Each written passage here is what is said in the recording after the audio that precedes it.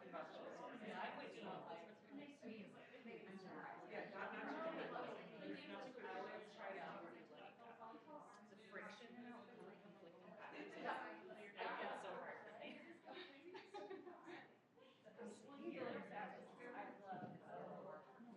Sure. We're down here.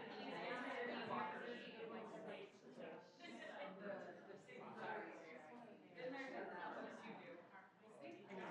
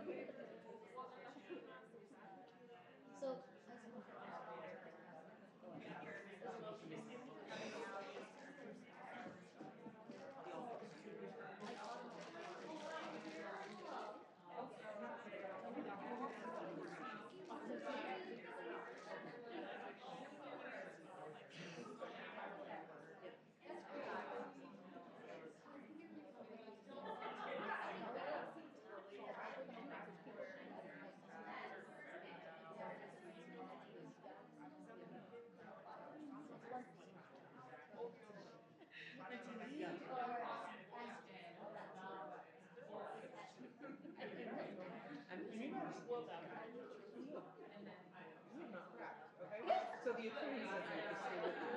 Even if you don't, even if you don't possess it.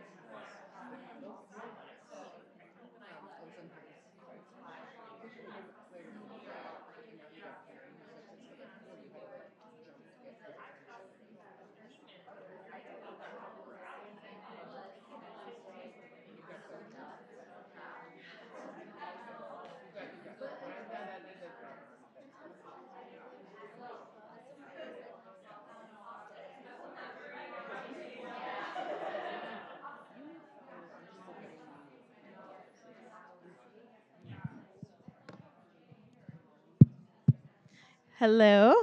It is working. Good morning, everybody. Thank you so much for your patience as we got everyone here. If you feel like grabbing more breakfast at any point, feel free to step out. My name is Yandere Chatwin. I'm the chair of the spring training with the Utah Women Run, and I'm just really thrilled to see all of you here today. I want to start out with just a couple of logistics. If you're looking for a bathroom, go out these glass doors here down the hall. It'll be on your left, and feel free to come right back in. Today we're going to have a lot of sessions. You should have an online program, and if you don't have that link directly, look at your name tag, look at the back. There's a QR code. You'll be able to scan it and get all the information that you need. I also want to make sure that we thank Zions Bank, our presenting sponsor, and Holland and Hart, our gold sponsor, for making this training possible today. And I want to also give a special thanks to our committee members and to the Hinckley Institute for hosting us and for all their support today. Our first session is going to be led by Council Member Victoria Petro from Salt Lake City Council. She is going to teach us the things that we need to know about how to get started. She is incredibly dynamic. She is so talented. She is currently serving as vice chair of the council. She's someone I look up to, and I'm excited to turn the mic over to her.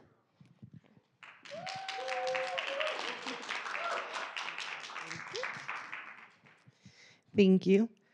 Anytime Yandere asks me to do something, the answer is yes, because she's fantastic to work with. Like she said, my name is Victoria. In November 2021, I was elected to the Salt Lake City Council. I represent the northwest quadrant of the city, so the Rose Park area, the airport, the inland port, all of that stuff. I am going to speak today, and I am not going to teach you anything because I don't know that I have anything to teach, but I'm going to speak to you today from my position as a cis woman, as a brown woman, and I acknowledge that my experiences are potentially very different from yours, and I just want to honor the ways in which we would have different, but also the ways in which we all share the commonality of this very daunting thing that is wanting to participate and being terrified of the participation process. So I love people challenging me, and I'm from New York originally. I'm Italian and Latina. Neither one of those let you finish a sentence. So if you think I'm being nonsensical, you are more than welcome to interrupt me at any time. But we did budget time to actually engage and dialogue and interact after I do my whole little song and dance here. So in my experience, I was a little bit of an unlikely candidate for this sort of thing. I have an undergraduate degree in music. I have a master's in music. I did go on, and because my plan had been to be a college professor, I wanted to teach musicology or ethnomusicology at a university. But I graduated into 2009, and I don't know if you all remember 2009. It was a terrible time for endowments, and trying to get a PhD placement was ridiculous. And then I did the thing that we women do.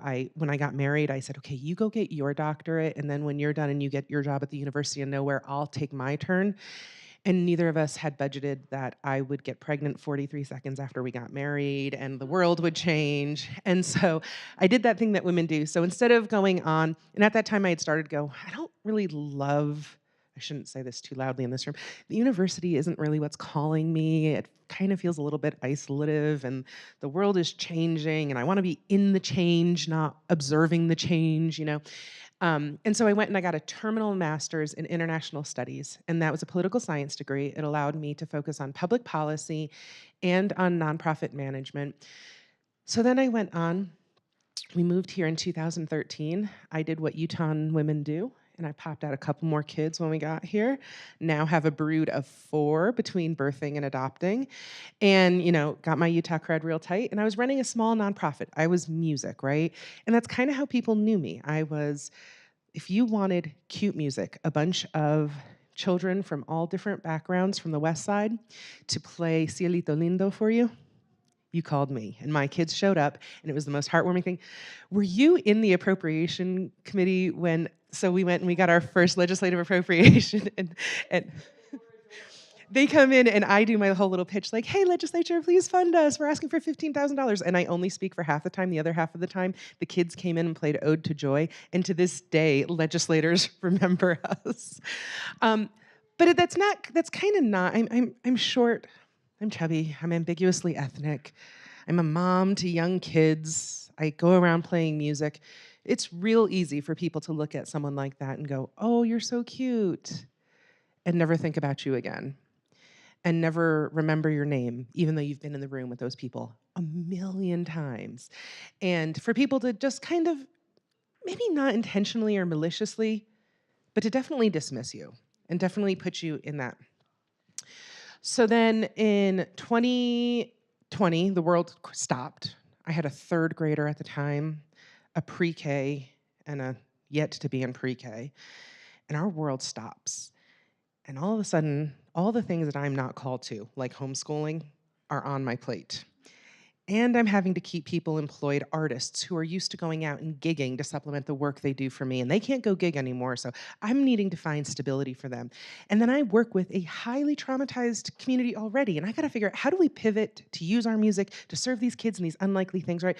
And so running for anything is not on my radar. Survival is on my radar, and me kind of like finding a way to hibernate during this time. My marriage falls apart. I'm just wanting to hibernate and just be done and take care of myself. And then one day in my neighborhood, I live on the West Side. Everyone here, more or less Utah, you understand what I say, West Side, it's okay. So we're on the West Side, and all of a sudden one day, there's a smell in the air. And I'm on my Facebook community page, and people are going, what's that falling from the air on my car? What's that smell? Why do I have a headache? Why am I having trouble breathing? Well, like 2 days later, it becomes apparent that it was creosote. One of the rail bridge had been set fire by an encampment that was living underneath it.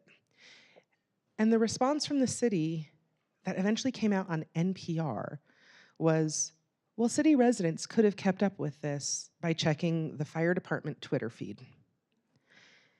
And I was like, first of all, I find this out on NPR. I'm like, NPR isn't a huge thing on the West Side, okay? It's a very select demographic that tunes into NPR. And then second of all, the Twitter feed, I care about stuff and I refuse to go on the cesspool that is Twitter. How is a Twitter feed our communications vehicle? And I just realized at that time, communicating to my community, communicating to the moms barely keeping their heads above water, to the families trying to make dimes look like dollars, to the people who are trying to live the American dream, it is a skill. And my city, sadly, was not in possession of it. And I could tap in that place. So when I decided to get started, it was in the unlikeliest circumstances. I had a hyphenated name that I've now dropped, which is a weird experience anywhere, but in Utah, it leaves you feeling particularly vulnerable. I had 3 kids who were all school age, who have this post-COVID trauma. I had a neighborhood that experienced triple the COVID rates of the state average at times, with less interventions and assistance, food insecurity, gentrification pressures. All of these are coming out in our 6th grade classes right now, where bullying and all sorts of maladaptive things are coming out. And this is the community I'm gonna stand up and say, okay, we gotta meet them. And so it was daunting. So for me, when I consider how do we get started, it actually is kind of 3 things wrapped into one. The first thing is it's a therapy session. The second thing is it's a strategy session. And then the third thing is it's a pep talk. So starting with a therapy session, and I have to tell you, I've spent an embarrassing amount of money on therapy since, the end of COVID. So I'm real into this stuff. So if I get too Brene Brown on you, just, put up a hand and tell me.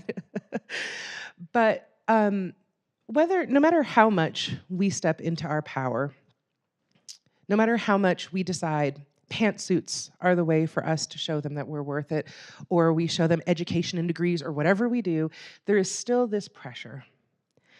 There is still this pressure to fit into a mold, to speak in a way, to play up your motherhood, play down your motherhood, there's always this pressure, right? To be something. And I have to tell you, what I have found, which was the most terrifying thing that anyone ever told me, is just let them decide on you. Now, to take yourself into the community and to let people decide if you are what they want. I don't know that I've ever done anything more terrifying in my life. I mean, raising my kids right now is pretty terrifying, right? But like going out into the community and being like, hi, here I am, a transplant. I'm Italian Latina. I'm from New York. I grew up in the military. I am in the process of divorcing the man who brought me here to Utah. I've got these policy positions. It was like terrifying. And people ask invasive questions. I have given birth to 3 children. One was born in North Carolina, kind of looks like what I expected when I decided to partner up with a ginger. Like his skin's lighter than mine, but he's got brown hair, brown eyes, right?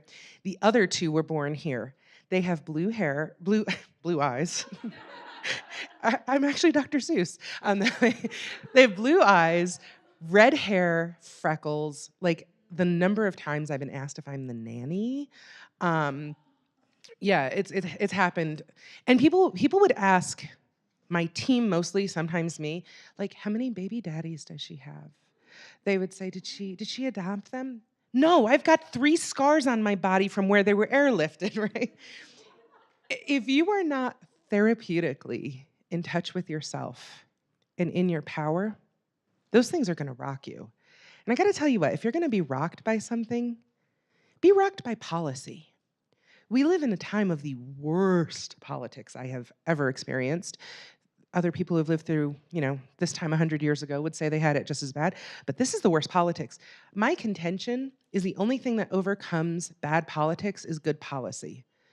So reserve yourself to be rocked by policy questions. You don't know how to solve the homelessness crisis? Awesome. That's a policy question to get rocked by.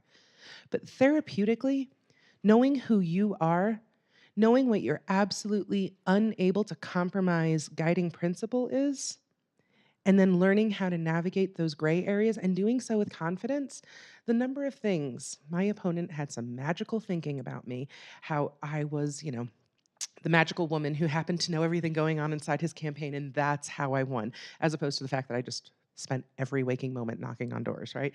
Like, You have to be in touch with you, your core self, and you have to be confident.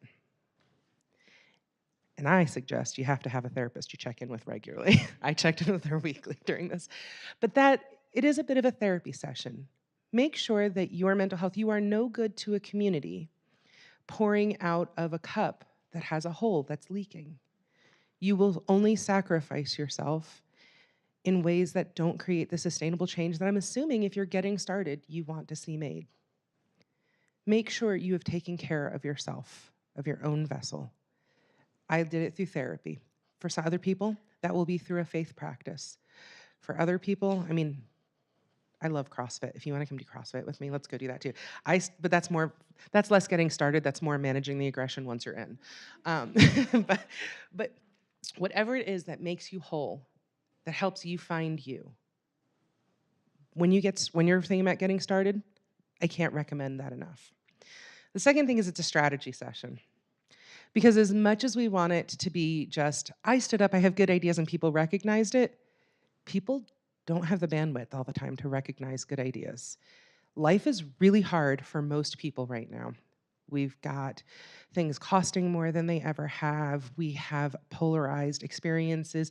If you have relationships with your family, oftentimes they're more difficult to navigate right now because of these divisions. We are all like, I've got 3 kids. What's the likelihood all 3 of them get through their schooling without an active shooter situation? And every one of us who has kids has that going in the back of our heads, right? It's a hard world that we're living in right now. You standing up and saying, I'm here and I have a good idea is not always easily recognizable. You have to have a strategy, number one, for communicating it out. I had people who were able to work with like social media algorithms. Like I don't even know how to I don't know. I'm feeling my age because like I used to be at the cutting edge of social media, and now I'm like, all right, TikTok's too far. You don't even have to worry about China getting my information. It's enough. I have enough platforms, right? But like we have people who know how to do this. So you have a strategy in how to communicate it. You have to have a strategy in the places you show up and the places you don't. You have to have a strategy around fundraising. Now this shocked me to death because I'd worked a nonprofit. I would raise money all the time. If I didn't raise money, people didn't get paid, right? I'm used to it. I have to tell you, fundraising for political things is so different. It's perverse sometimes in how it's different. You're like, wait, you won't give money for kids to have after school care in this amount, but you will so that you can like influence a city council person? That's really messed up, right? So your ideals, like, once again, are challenged. But you have to be strategic. I cannot recommend enough finding people who know the path.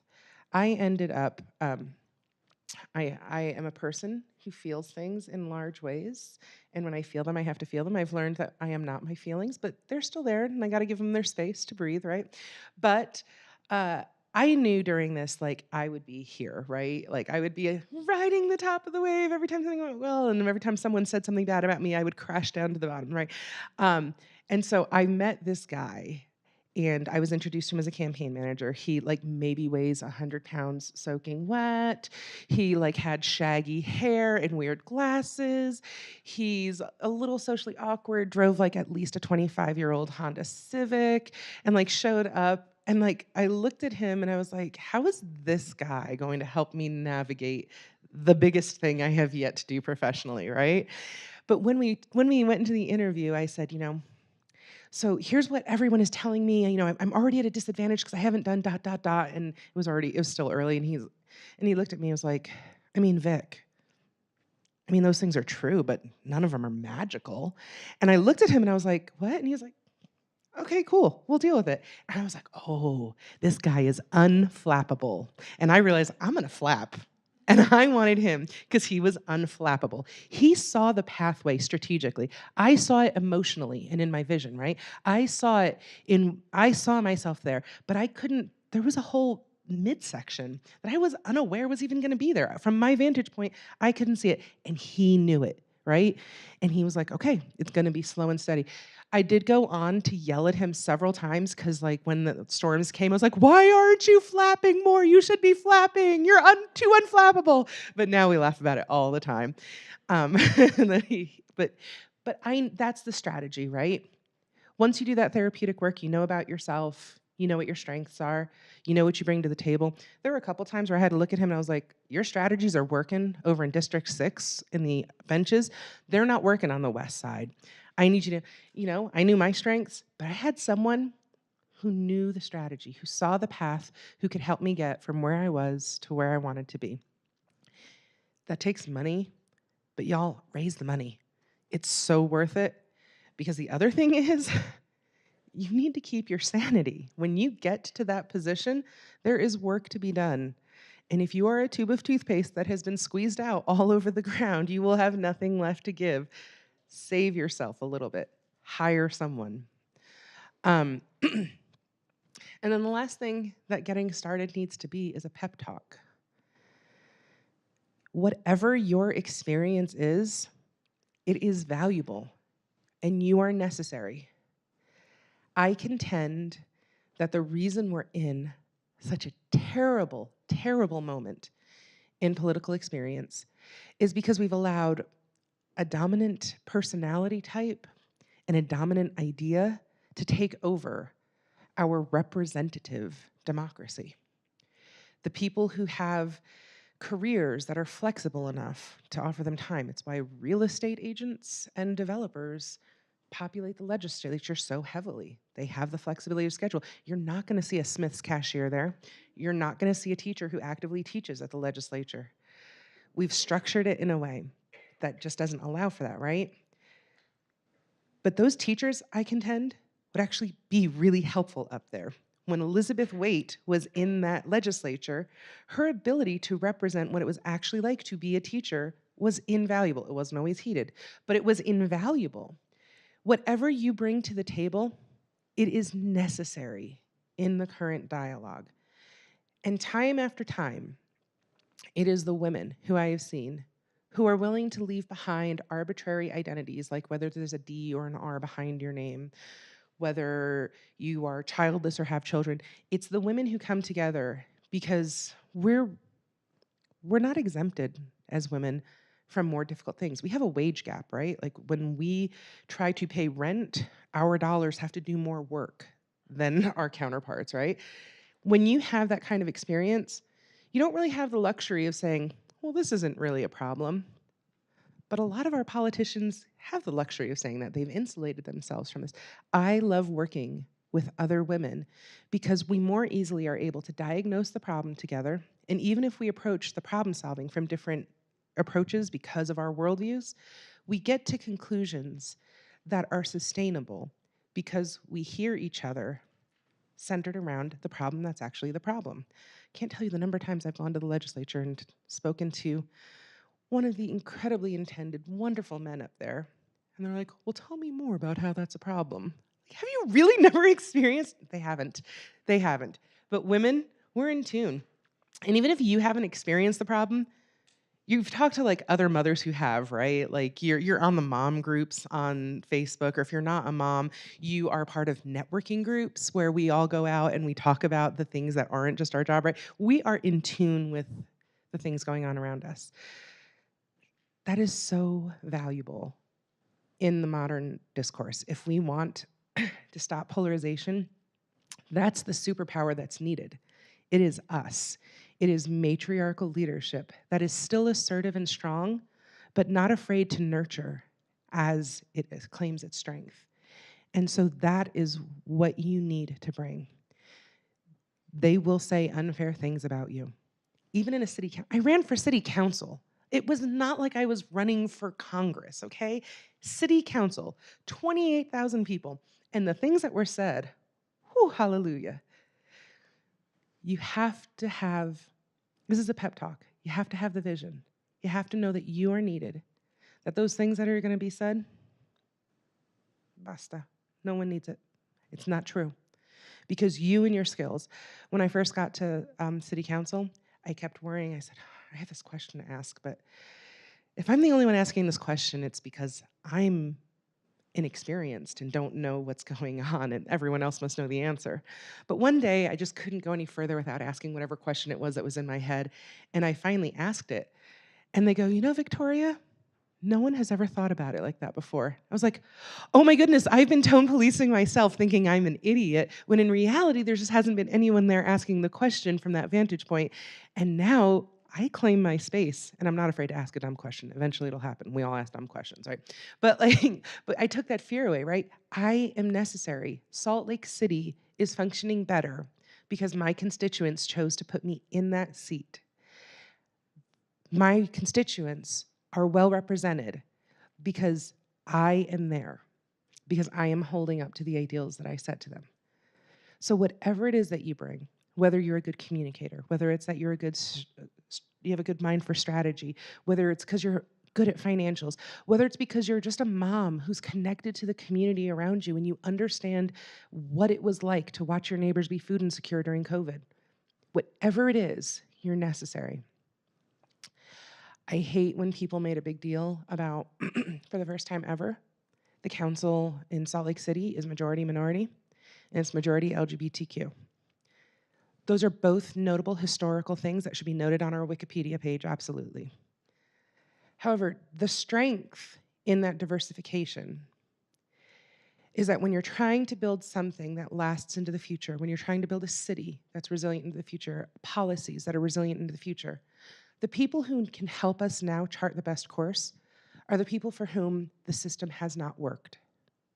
That is the power of diversification, is that we are building something stronger because instead of fearing margins, we are inviting them in and inviting in their knowledge and insight and wisdom and giving them a powerful enough voice that they can shape what happens next. It is not notable that you are a woman running for office. What is notable is that despite what you've been told about being a woman, you are standing up, claiming your space, and the skill set you bring is as valuable as any other skill set that is brought, just by virtue of your experience. No one's doing us a favor when we're included. It is to our mutual benefit that we are at the table. One quick little anecdote. I am a cis woman. I have never met a gender role that I didn't love. I love makeup and pretty shoes, and I love being a mom. Cooking, love it. I am the woman for whom gender roles were created. However, because of the ethnic and the cultural conditioning, those gender roles had limitations on them, right? If you wear pretty high heels, I look terrible in a pantsuit, and I'm so thankful for everything that Hillary has done, but that is not my calling. If we have to do Pantsuit Nation to get into office, have you seen me? I'm a mushroom. That doesn't work for me, right? So, but so for me, it was like, oh, I have to wear pantsuits if I want to participate over there? I must not belong over there. Oh, you can't go to some of your kids' soccer games? I can't belong over there, right? Those sorts of things. The first legislative session, I get elected in November. I started actually immediately because my predecessor had resigned. I was appointed, and then I was inaugurated in January. The legislative session starts the day after Martin Luther King. And here I am. The inland port is up for debate. And this is my Olympics. I spent my entire campaign training for this. Like, I am Rocky running up the ideological steps about this port, right? So I've done my research. They're going to slash the port board. They're going to take away all municipal votes. They're going to appoint things from the governor's office. And I'm going, holy cow. Like, you can't do this to us. You cannot take our tax increment, take our air quality, and not give us a voice, right? So I go to the governor's economic summit, which always happens right before the legislative session, and I know this guy who I've never met, Mike Schultz, Representative Mike Schultz from Hooper. He's going to run this legislation. So I see him talking on stage. And it's one of those days, where you wake up and like, I had the tights, like my pantyhose were the kind that roll down. You didn't feel real confident, right? Like the top of my bust was showing a little too much, and I kept having to do this on my dress that day. My hair was out of whack, right? There's no reason that I would feel confident. I was like, wanting to kind of hide in the corner. But Mike Schultz was talking on the stage, and I see him get down, and I talk to the other council member who joined with me, Council Member Pui from District 2, and I said, that's Mike, we gotta go meet him. And I don't know what possessed me, but I get up, I go to the back, we're in the Grand America, so there's like that outer vestibule place, right? And I Alejandro and I get out there and I see him. And like, I swear I walk down like with my hand extended, right?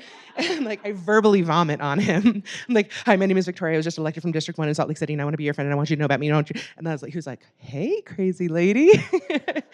And so I was like, no, you can't take our vote away. You cannot take Salt Lake City's vote away. And he was like, well, the legislation's going to happen. And so I did something really audacious that I've never done. I said, you know, so many men have had bad ideas, and then I cook for them, and we sit at a table together, and miraculously, they're able to find a way to a better idea. And he laughed, and he goes, I don't know about that. A week and a half later, he calls, he's talking to someone on the Hill, I don't know, and he goes, we need to get this new girl from Salt Lake City up here, this Victoria that I heard of, that I met, right? So he calls me up to his office. Girls, I made pasta, and I packaged it, and I took one for his intern, and I took one, and I said, here, we're gonna eat in your office while we talk, and I gave him pasta. Do you know that man has never, he actually texted me the other day, and he goes, I don't want you to know, I was talking about jobs in your district, and I told people you would castrate me if I didn't get this right. And I was like, well, I'm glad the message is received, and I'll still bring you food to recover when I do. So, you know, this whole cooking, this idea of setting a table, this idea of sharing, for me, that used to be quarantined to this thing that I did with my grandmother who came here from Panama, who is this most emotional, wonderful, anchoring core memory, right? Turns out it's a little bit of a superpower. It made me distinctive. It made me memorable. It humanized me to people who would like to look at me as someone on the other side of the political aisle, someone who they didn't really have to deal with because we're just gnats in Salt Lake City and the state can do what they want. It turned into my superpower. So here's your pep talk. Whatever you have, it is a superpower waiting to be unleashed. Whatever your leadership style is going to be, thank you for it. Don't be afraid to claim it. And I'm excited to see what you do with it. So I think now, I have no idea what time this goes until, but Yandere told me to talk for 15 to 20 minutes, and I feel like I've hit that mark. So what's that? All right. So now I guess we can do questions or discussions or anything like that. So, yes, ma'am. Did you ever think about delivering your political speeches as musicals? Singing them? Oh my gosh.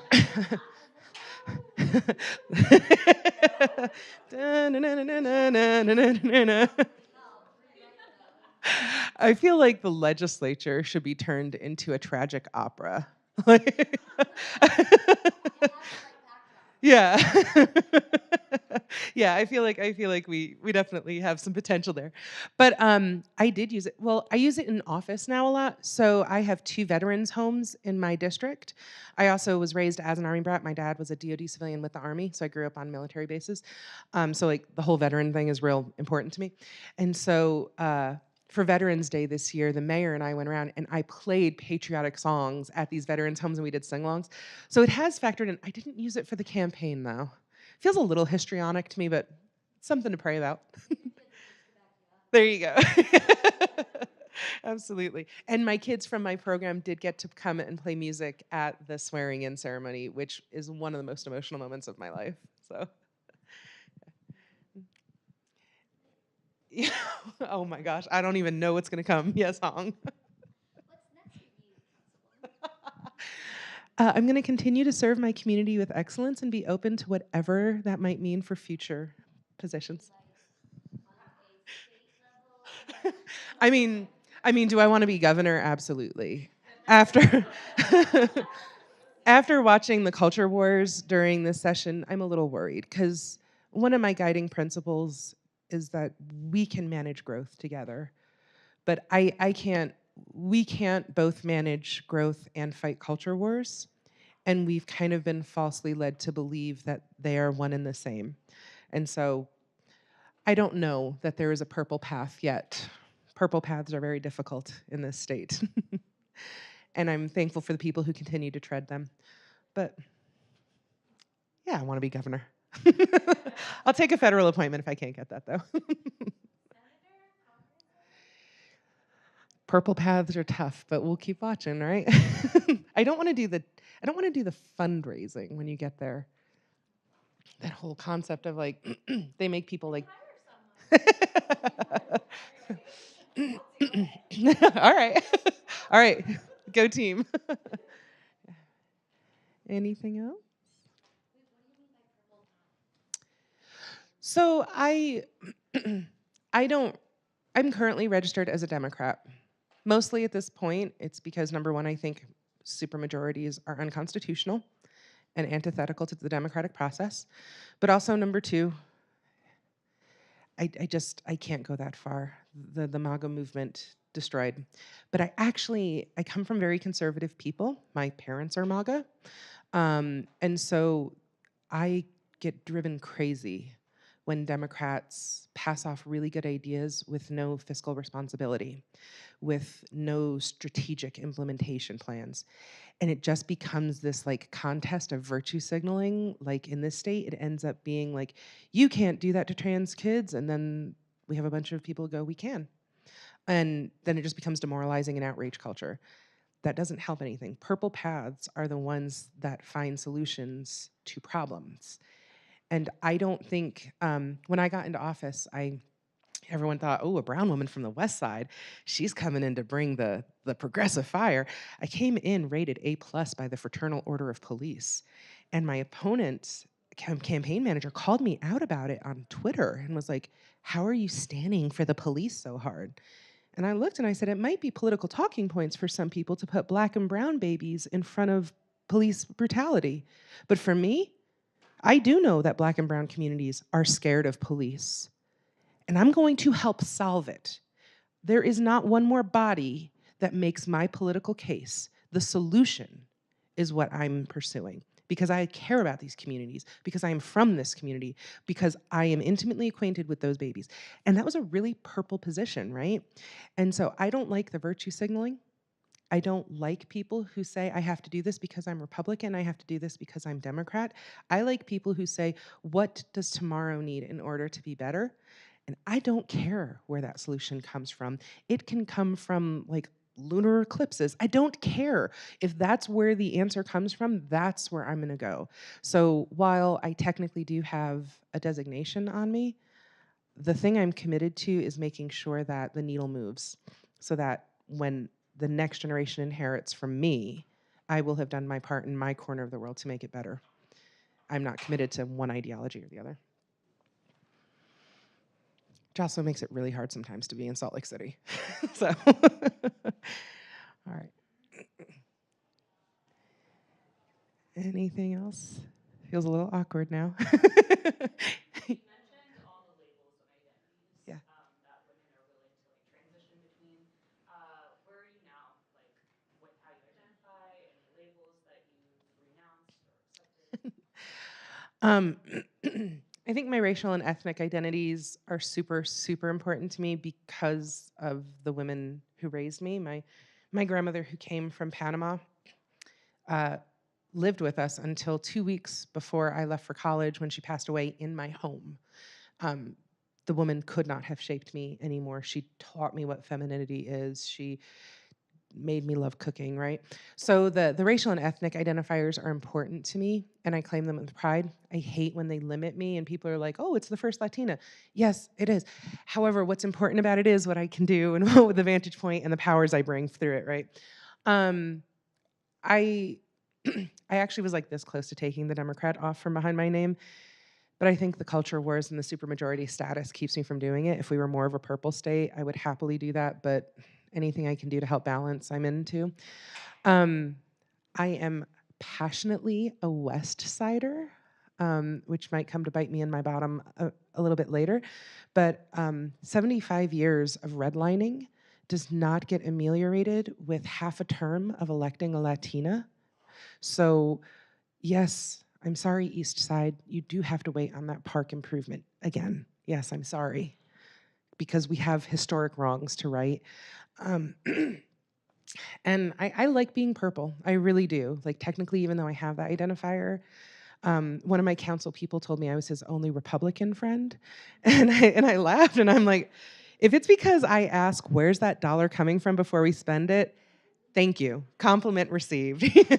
So I do like the identifier of being purple. I want to be known as someone who solves problems. Also, I like being someone who gets to work with you. Whitney's our comms team in the council office, and she's brilliant. Anything else? All right, Yandere, did I do my job?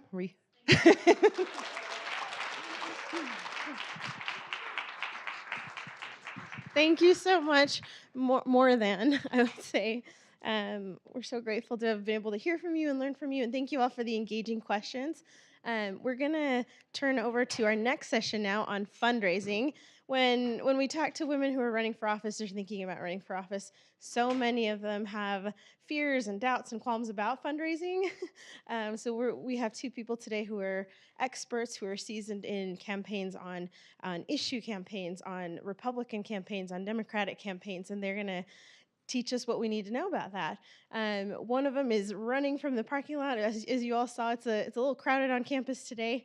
So we're going to take just a couple-minute break to plug in laptops, let him get here, and then I'll formally introduce them when they get back. Feel free to grab a water bottle, grab a snack if you'd like, and we'll come back in a couple minutes. There's plenty more of everything out there, so please get some food. All right, and then do we want to use your laptop?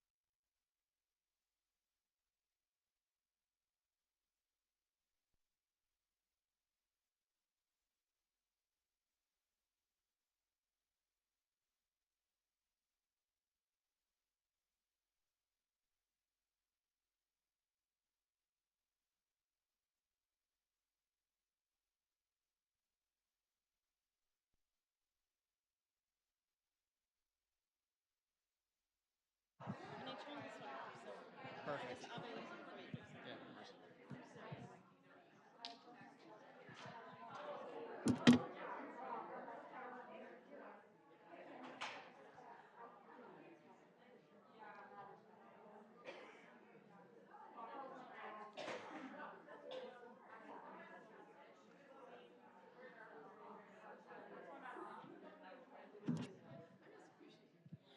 Test one.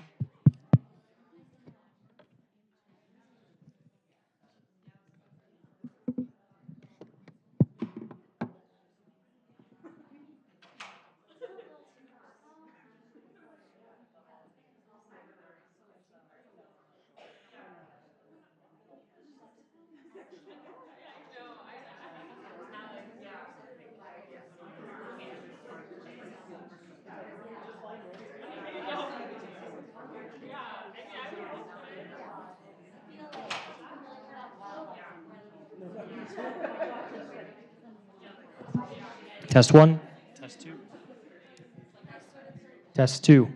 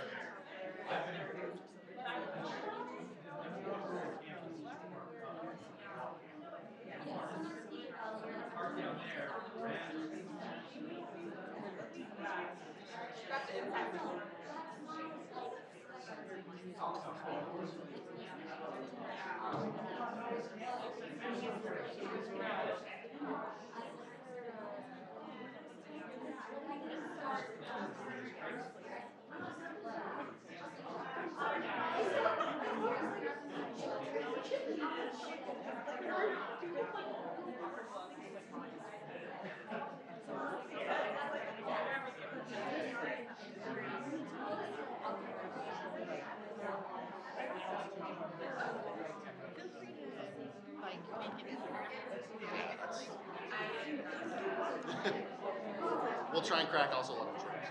Perfect. That's perfect. You're our only male presenters today. You should keep that in mind too. Just tell them you're our only male presenters today. Yes. Interactions Interaction. Q&A. I'm going to tell the true story of Karen Morgan deciding to go to the just lit your face. How about Oh, that? yeah, there you go. And yeah, so very good. Hey, yeah, Let me so know when you're ready. I'm just gonna. Yeah, take a minute. I'm just catching my breath. I should have started my workout app on the Apple Watch. Get credit for it. At least we're running up here.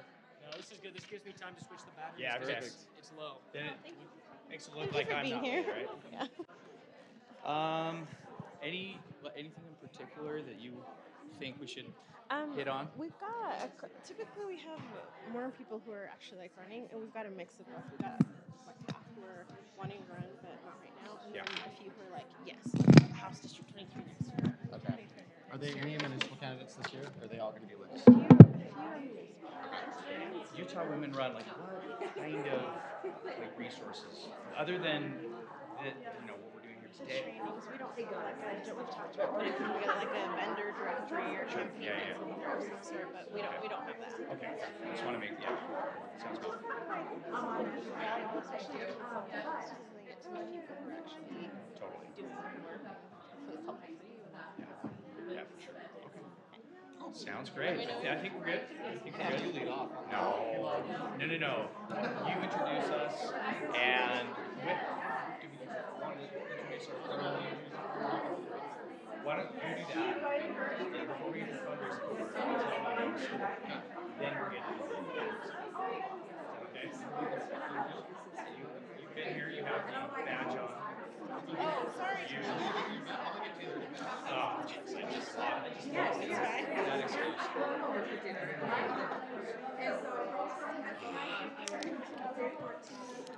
How's life? It's good. Yeah? Kids? Yeah. You have two? Okay. How old are they again? 19 and 3 and a half. We're in like the trenches, like diapers. You're in the- I'm like trying. You're like in the baby cave. I know it. It's so fun. It's so awesome.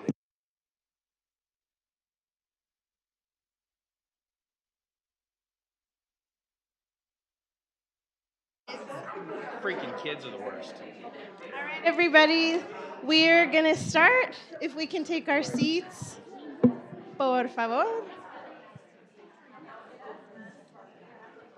Now I look official.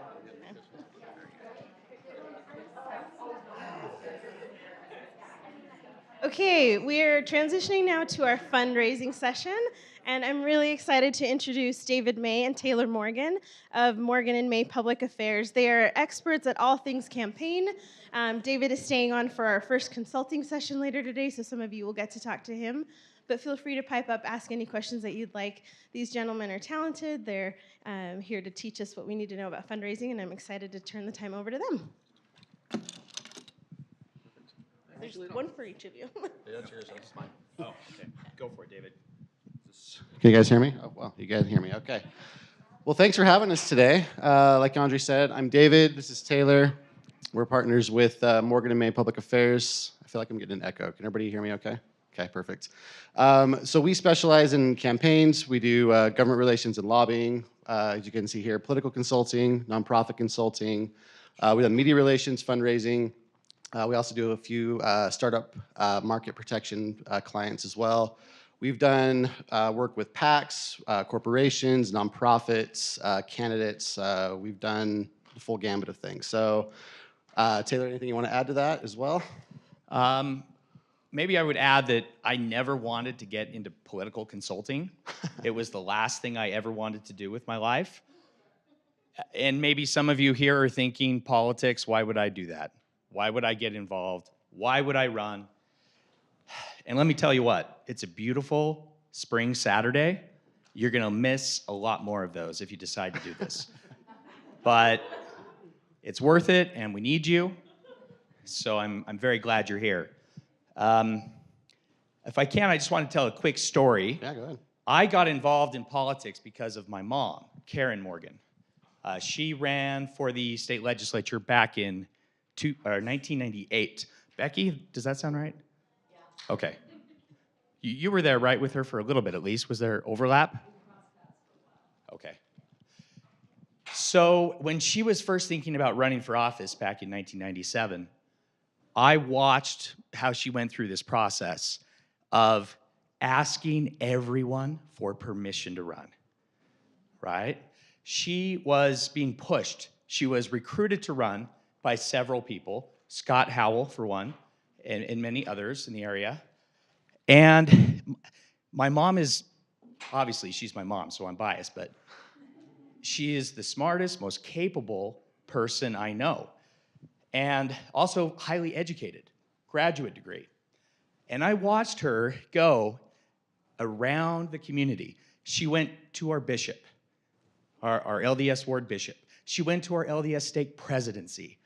She went to everyone to ask for permission to run for the legislature.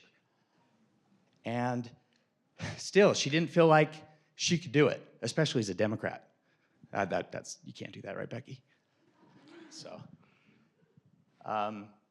So finally, we got a call one night, and it was Elder Henry Irene from the LDS Church calling our house. He told my mom, "You have to run."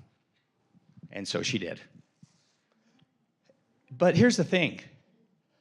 Why is it that my mom, who was smarter and more capable than any of the men that she asked for permission to run, why did she have to do that?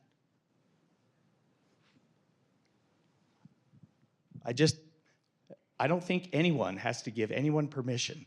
You need to run. We need you. So, you want to take it on fundraising? Sure. So a little bit about us. Taylor currently serves as the executive director of Count My Votes. He's also a political commentator for KSL News. We both served under the lieutenant governor's offices. He was under Greg Bell. I was under Spencer Cox. I've worked for United Way of Salt Lake as a development director, and I was a board member for Prop 4. Again, we both worked under Count My Vote. So we come to you today. We've done a lot of work with campaigns, different organizations, and we want to talk about fundraising with you guys today. So we're excited to do that. So today we want to talk about kind of going through the list of things. We want to talk about types of donors, how to find donors, how to ask for money, and then kind of just hit on some final advice. And then we want to save time, obviously, for questions. That being said, if you have questions throughout it, please stop us, because the last thing I want to do is just talk for like 35 straight minutes and then like ram all the questions in right at the end. So please stop us. We want to make this as interactive as possible. So yeah, please feel free to stop us. So types of donors you guys are going to experience on your campaign. There's two types. You have your large donors and your small donors. Your large donors are really going to be your friends and family.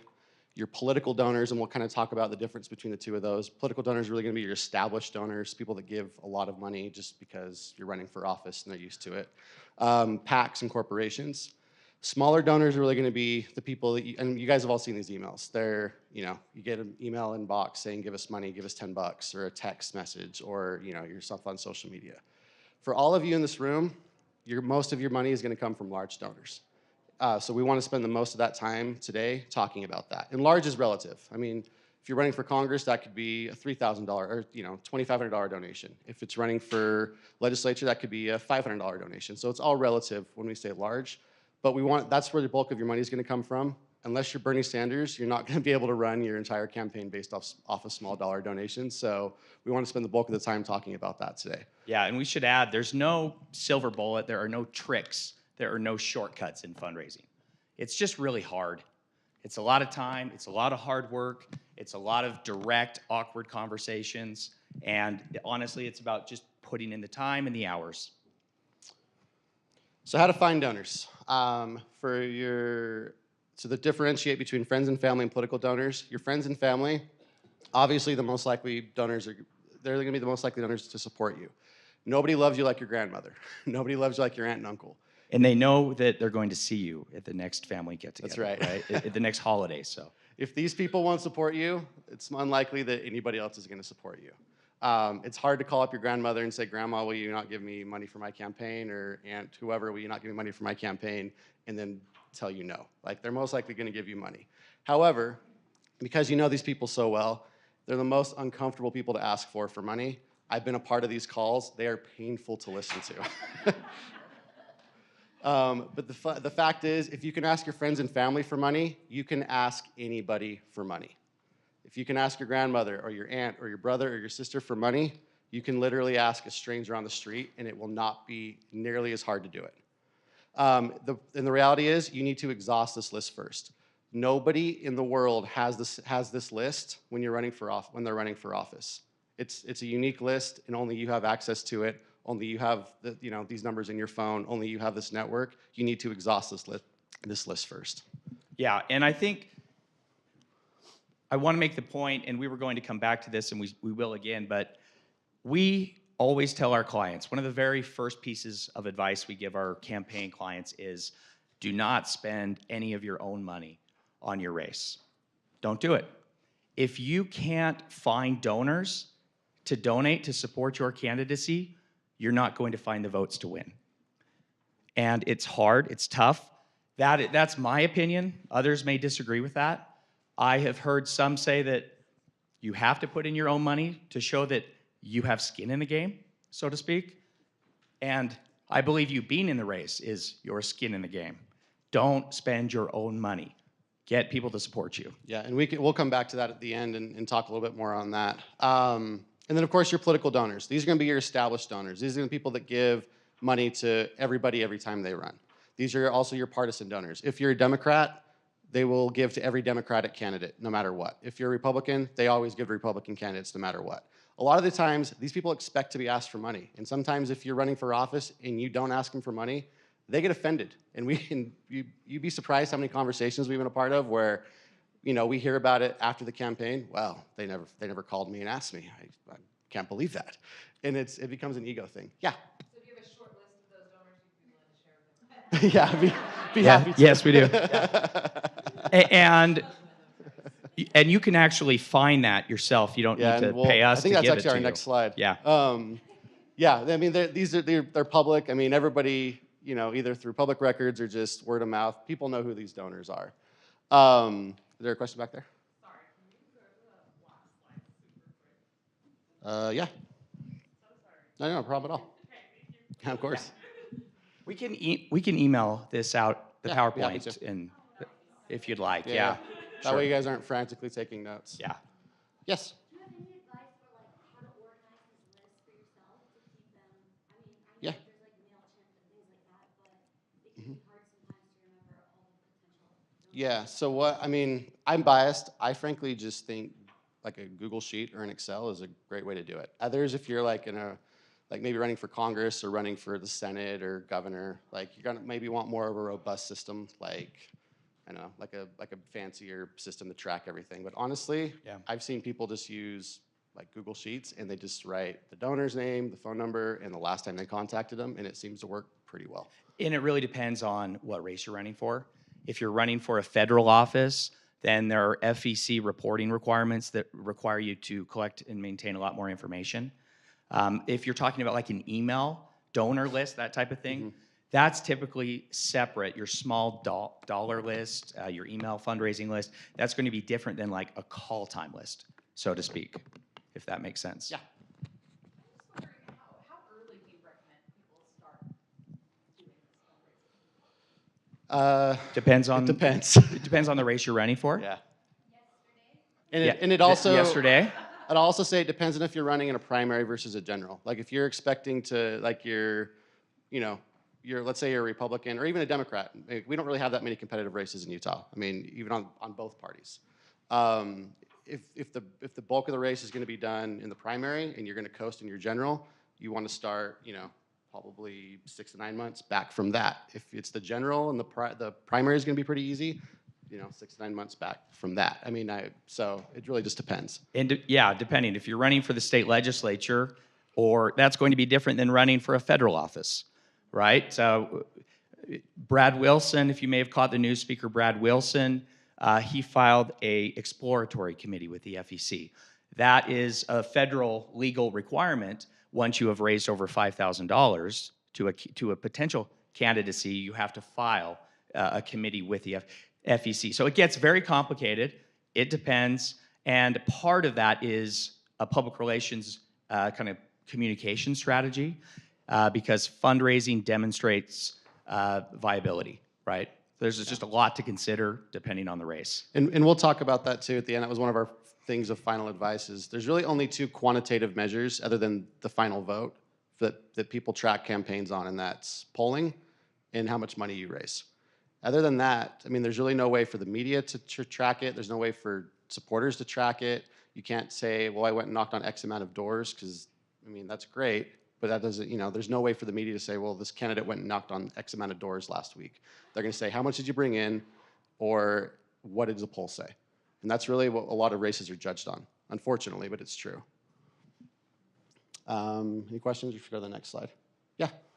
This might be too much of a deviation, so feel free to come back to it or pass on it, but you said that there's only a few races that are actually competitive for Democrats. So how do you know which ones those are? Sorry, I didn't mean it that way. So what I meant was there's only a few competitive races in Utah in general, like, and that's for Republican and Democrat, where it's kind of a purple district. What I meant was, like, usually on the legislative side, all the Republicans are usually shoo-ins. The primary is the big battle. Even on the Democratic side, like, you know, you look at Salt Lake City, Mill Creek, some of the areas where they're still heavily Democratic. The Democrat usually wins very easily in the general, and so the primary is still where they're fighting stuff out at. Yeah, I think it's the cycle, targeting Yeah. which cycle are you focused on your fundraising efforts, right? Do you have to win the primary and then you're a shoo-in in the general, or are you in a truly competitive November type district or area? Does that make sense? We're throwing a ton out at you. Hey, That's called like a whole other session, but yeah, yeah, it's interesting because I feel like picking the race is also important. yeah, So more advice on that. Maybe we'll touch on it later. okay, yeah, sure. All right. Yeah. I feel like Becky Edwards should just be up here doing this. Well, what are we missing? What have we missed? Will you please chime in? Okay. Do we have a question over here? So, can you guys, out speaking with different people, candidates who ran, candidates who were successful, all of that, there's been a wide gap of how much do you have to raise, Yeah. right? What's your take on how much? Not to be vague again, but it depends. answer? It depends. depends. You're gonna hear a lot of it depends today. I mean, Yeah. again, if you're running for the legislature, like, again, it's gonna depend on your district. If it's a competitive district, you're gonna need, you know, tens of thousands of dollars. If you're running in a pretty safe seat, and you're, you know, a couple grand might do it, and you might not. You might just need a few yard signs to put up. If you're running for Senate, you're gonna need millions of dollars. I mean, US Congress, Senate. U.S. Yeah. Senate, yeah, sorry, U.S. Senate, you need millions of dollars. If you're running for Congress, 500,000 to $1 million. Like, it really just depends on what So seat you want. I would roughly sketch it for a Utah House of Reps district, 50,000-ish. U.S. House of Reps? Sorry. Yeah. U.S. No. Utah What did I House. say? Utah House? Utah Utah House, I would say anywhere from, on a low end, $10,000 up to about $50,000 would be your target. For a Utah Senate district, you're going to want to have around $100,000. U.S. House, yeah, $1 million. U.S. Senate, Becky, what do you think? 5, 10 million? Who knows these days? I mean, it's Yeah. insane. Yeah, Caroline. Yeah. When it comes to the PR and stuff, do you think that there's a way that you can be competitive without doing the kind of below the line and like abusive advertising that we saw in like the Lee versus McMullen campaign? Because it's really hard to see how just abusive it is to one another. I think on the local level, yes. I think you know, I think on the local level, I think our campaigns are very positive. I think they're issue-based. I don't think the candidates really beat up on each other. On the federal level, I think, and even to some extent on the gubernatorial level, although they're not that competitive, you know, after in the general, on the federal level, they're very, very just dirty. And I think we've seen that nationally, and I think, you know, I don't see that changing anytime soon. But I think on the local level, I think the campaigns are very positive, and I think that'll stay. And a lot of that is due to that money. Those ads are coming from out-of-state PACs, political action committees, and other interest groups and they're legally prohibited from coordinating with the campaigns. And they tend to use the DC playbook, and it rarely works here. But it's not anything that, if you're running for office, it's technically not something you can control if you're a federal candidate. Yeah, and my advice on the state level is we've seen actually people go on the local and the state level. We've seen people go negative, and it actually backfires on them. On the federal level, it doesn't. And I think that's interesting to see that dichotomy play out. But so my advice, and I know this is a little bit different from fundraising, but my advice on the local and state level is be positive, talk about the issues, knock doors, get out and talk to your communities. Don't go negative. It doesn't work here. Yeah, absolutely. Stay positive. Am I good to move to the next slide? Because there's a lot of stuff we want to cover too, and I want to give you guys some advice too on just how to ask for money. I don't know. Actually, I don't know where we're at on time. Yandri, can you give us a, how are we doing on time? Okay, 5 minutes? Okay. Oh, okay. Oh, good. I was like, man, we got 5 minutes. We're Whoa, okay. So somebody asked where to find lists from. Obviously, if you're running for partisan office, work with your state or county party. Sometimes you can do list swaps or list rentals or donations with other candidates. If they've ran for office before, they'll give you their resources and they'll donate them to your campaign. If you ran for office before, you can sometimes swap those lists with people. They appreciate that. You can also just look at those donors on for state, county, and municipal filings based on when they file them with the lieutenant governor's office or the county clerk's office or the city recorder's or the attorney's office. So how to ask for money. And again, feel free, I don't want to discourage questions, but feel free to jump in and ask questions. But for friends and family, my advice is don't be too formal. Let the conversation flow naturally. And my mother's going to kill me for saying this, but texting is okay. If that's how you normally interact. I've seen people text donors and just say, will you give me $3,000? And I've seen it get $3,000. Like, this is a story, like I have a friend running for office, and we text constantly. You know, they text all of our friends constantly. But for some reason, they decided to call all of us the other day for money, which is fine. But I'm a millennial. If my phone rings, all of a sudden everybody gets weird, right? Yeah. We're like, what's going on? I had another friend that they Especially called, if they leave a voicemail. and that's what happened, right? They left a voicemail, and my one friend who I saw later goes, do you know what they wanted? And I was like, yeah, they want to ask you for money. He goes, oh, is that it? I thought there was like an emergency. Like, so like, he goes, just have them text me, you know? Like, it's not that big of a deal. So like, if, you know, just talk like you normally would. I've seen people get super, super formal with this, and it gets uncomfortable. It's uncomfortable for them. It's uncomfortable for the person you're calling. It's uncomfortable for people listening in. Just, you know, act like you normally would. My advice, if you are going to call, though, start the conversation off with something like, hey, you know, just so you know, I'm running for whatever office, and I'm going to ask you for money at the end of this call. I've been on calls where they don't know why they're calling, the person on the receiving end, the person asking is trying to find out when to insert the ask, and the call just drags on. It's so uncomfortable to listen to. And I've been on calls where they've lasted 15 minutes, and then the person goes, okay, well, anyway, I gotta run, and they never asked for money by the end of it. And I was like, what was that? And they're like, well, I'll call them back later. They got busy. And I'm like, you're not gonna call them back later. That was so uncomfortable. Like, just make the ask and get it out of the way at the beginning. What I like to tell clients to do is right up front. You call someone, you say, Yandri, it's Taylor. I hope you're well. I'm calling you today to ask you to donate to my campaign, and I want to make sure that we talk about that. But, you know, how are the kids? Yeah. You can diffuse it that way if you want, but in Utah, culturally, sometimes we struggle with being direct, and sometimes I am too direct, and that offends people. I've offended a lot of people by just being too direct, maybe a little abrupt. But in fundraising, I think people want you to ask them for their support. And the more direct you are, the higher your odds are of getting that contribution. Yeah, and at the end of the day, they're friends and family. They're going to support you. I mean, they may not give you thousands of dollars, but they're going to give you something. They want to see you succeed. Don't be afraid to ask, but man, don't make it uncomfortable for everybody involved. Yeah. One of the things that someone had told me along the way, when you are going out fundraising, you're not asking for you. That's where the uncomfortable part is. It feels like too self-serving. You're asking for them to support your campaign so you can go help someone else. Yeah. As well. Help this community, help this state. That's a great point, yeah. Second follow-up to help me support this campaign so I can go out and do the good work I need to do.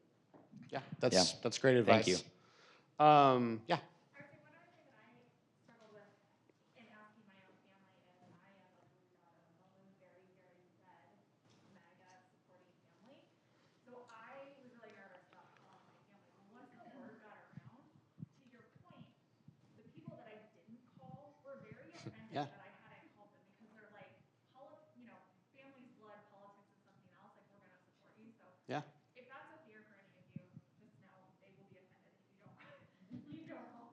Oh, thank you. Yeah, absolutely. Yeah. And I will say on the friends and family, it's quality over quantity. Like, spend time with them, spend the extra, few minutes, ask about their kids, ask about what they've been up to. Like, don't be afraid to like get into it with them. Make sure you ask for money. Spend 15 minutes just, shooting the breeze and then never ask, but ask for money. The political donor side of things, and I'll get to you in a second. Political donor side of things, these are going to be your flat out cold calls. Like, these people you probably have never talked to ever. You probably heard their names, but you've never talked to them ever. These are going to be kind of short. They're prepared to be rejected on these. These are going to be like, defeating calls sometimes. Sometimes they'll be rude. Sometimes they'll hang up on you. Sometimes you're going to go through a whole day of just hearing no, and it's going to suck. These are going to be your quantity over quality calls, and that's okay. And so, yeah, to your.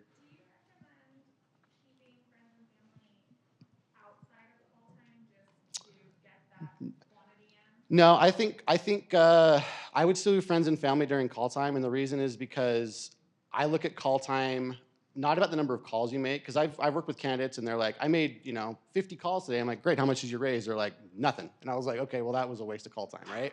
Like, the point is to raise money during call time, and if your friends and family are most likely to give, then I would rather you make 10 calls and raise a ton of money versus make 50 calls and raise nothing. Like, I think to me that's more important.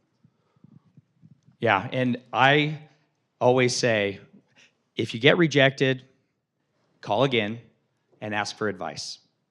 Because there are a lot of donors that our experience has been, when you ask them for money, they give you advice. Yep. When you ask them for advice, they give you money. Yep. Any other questions on this? Okay. So how to ask for money. Kind of already touched on a lot of this stuff. Keep the call short. More time on the phone does not equal more money. Like, there's not like a dollar to minute ratio that goes along with this. Like, and then more time on the phone with one donor also means less time you can call other donors. So again, if it's friends and family and that extra 10 minutes is going to make a difference, sure, it's worth it. But like, I've seen candidates that they call a donor that they've never talked to before, and they're like, man, if we can just talk about 4 more issues and like I can really convince him, and then that person is like, okay, well, I'll think about it, and then they never give money. Like see what you, do what you can. Like, obviously talk issues with people, but like, don't try and convince donors. Like, if they're not, they're either going to give or they're not most of the time. This is the most important thing I can say about fundraising. Stay quiet after you make the ask. Make the ask, and then don't say a word, and let them be the first person to talk. People will say and do things that will blow your mind. Oh yeah. That uncomfortable silence, that awkward pause, right? I've seen people go, can you give me, I'd love to ask you for $500, and then they immediately go, but if $500 is too much, like, that's okay, or I know that's, and it's just like, no, just don't say anything. I've seen people, and this is a true story, I've seen people say, can you give me money, or give me $500, and the person said no, and they still stayed quiet, and the person went, okay, I'll give you money. Like, I've seen them go from a no to a yes just because people get uncomfortable in silence. So it's really important. Yeah? Do you recommend saying the amount? Yeah, absolutely. Yeah, giving them a specific dollar amount is helpful. Definitely part of the plan. Yeah, for sure. A lot of the times people don't know how much you need. And so they're like, sometimes somebody could give you $500 and they're like, here's $250, and they're like, well, if I'd have known you needed more, I would have given it to you. I didn't know. And just, I'll get to you one sec. Part of that is, again, the whole, it depends which racer you're running for. The asks will obviously be very different. At the state level, you need potentially less money than the federal level. However, we don't have any limitations on the state level, right? We just have disclosure. That varies different cities to cities. Municipalities will have some other requirements or limitations. On the federal level, you have personal individual maximum amounts. So there's a whole strategy to what you ask for when. That is part of it. And don't ask everybody for the same amount either. Like, if you're dealing with somebody that typically gives a lot of money, ask them for a lot of money. If you're dealing with your grandma, probably don't ask them for the same amount as you would, a millionaire, something like that. And to be clear, if you're calling someone or texting them, these are larger donors. We're not talking small dollar email type donors, right? If you're spending your time to call or text and ask for money directly, really, we're talking probably a couple $100s or more at a minimum, right? Yeah, that's good. That's a good point, Taylor. Yeah. Looking at disclosures and seeing what people have given before to know that you're in the ballpark of what they've given, but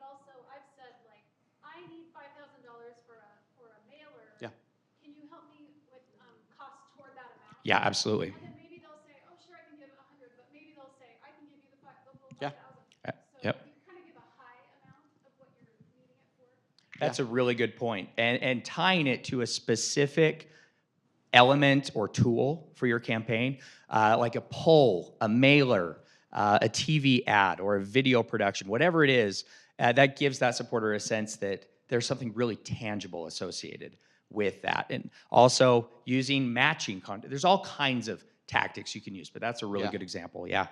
Yeah. Just to add on to that, if they say, like, if you ask for $1,000 for mailers and they say, I can't do $1,000, I can do 500, I would always tell my donors, that's half of my digital advertising budget for the month, or whatever, Yeah. so that they knew, like, how substantial even $250 or $500 Mhm. really was for the campaign, and that always made them feel good, and I would typically see them come back as repeat donors. Yep. And that's also a good way. I've seen this happen too, where people just gave money to your campaign just because to support, right? And then they're maxed out. They're not giving anymore. And then I've seen, we've gone back to them and say, hey, we actually really need this mailer out. It's an emergency. Can you give an extra $500 for it? And they're like, oh yeah, I'll give that. If it's for a mailer, I'll do it. I'm not just going to give you $500 just for the sake of it. So that's another good way to go back to donors after they've already given money too. Another thing too, follow-up is key. I can't stress this enough. After you've called people, have an email or a text or something ready to go. One of them says, and these are templated, so you don't have to type this out every time, thanking them for their pledge with the exact amount and then a link to where they can donate.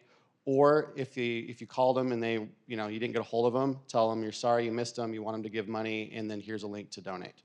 So that, and a lot of times you don't have to keep calling them. They'll say, great, and you can sometimes just email them back and forth too. It's a lot easier. Okay, this is our final advice. Taylor touched on this a little bit. We recommend doing not any personal money. And we're not talking like, your $60 registration fee to file, or like your $100 to get your website up. We're talking like, don't pay for the mailers on your own, or don't pay for your yard signs on your own. Like, get people to buy into this. We've seen this snowball out of control.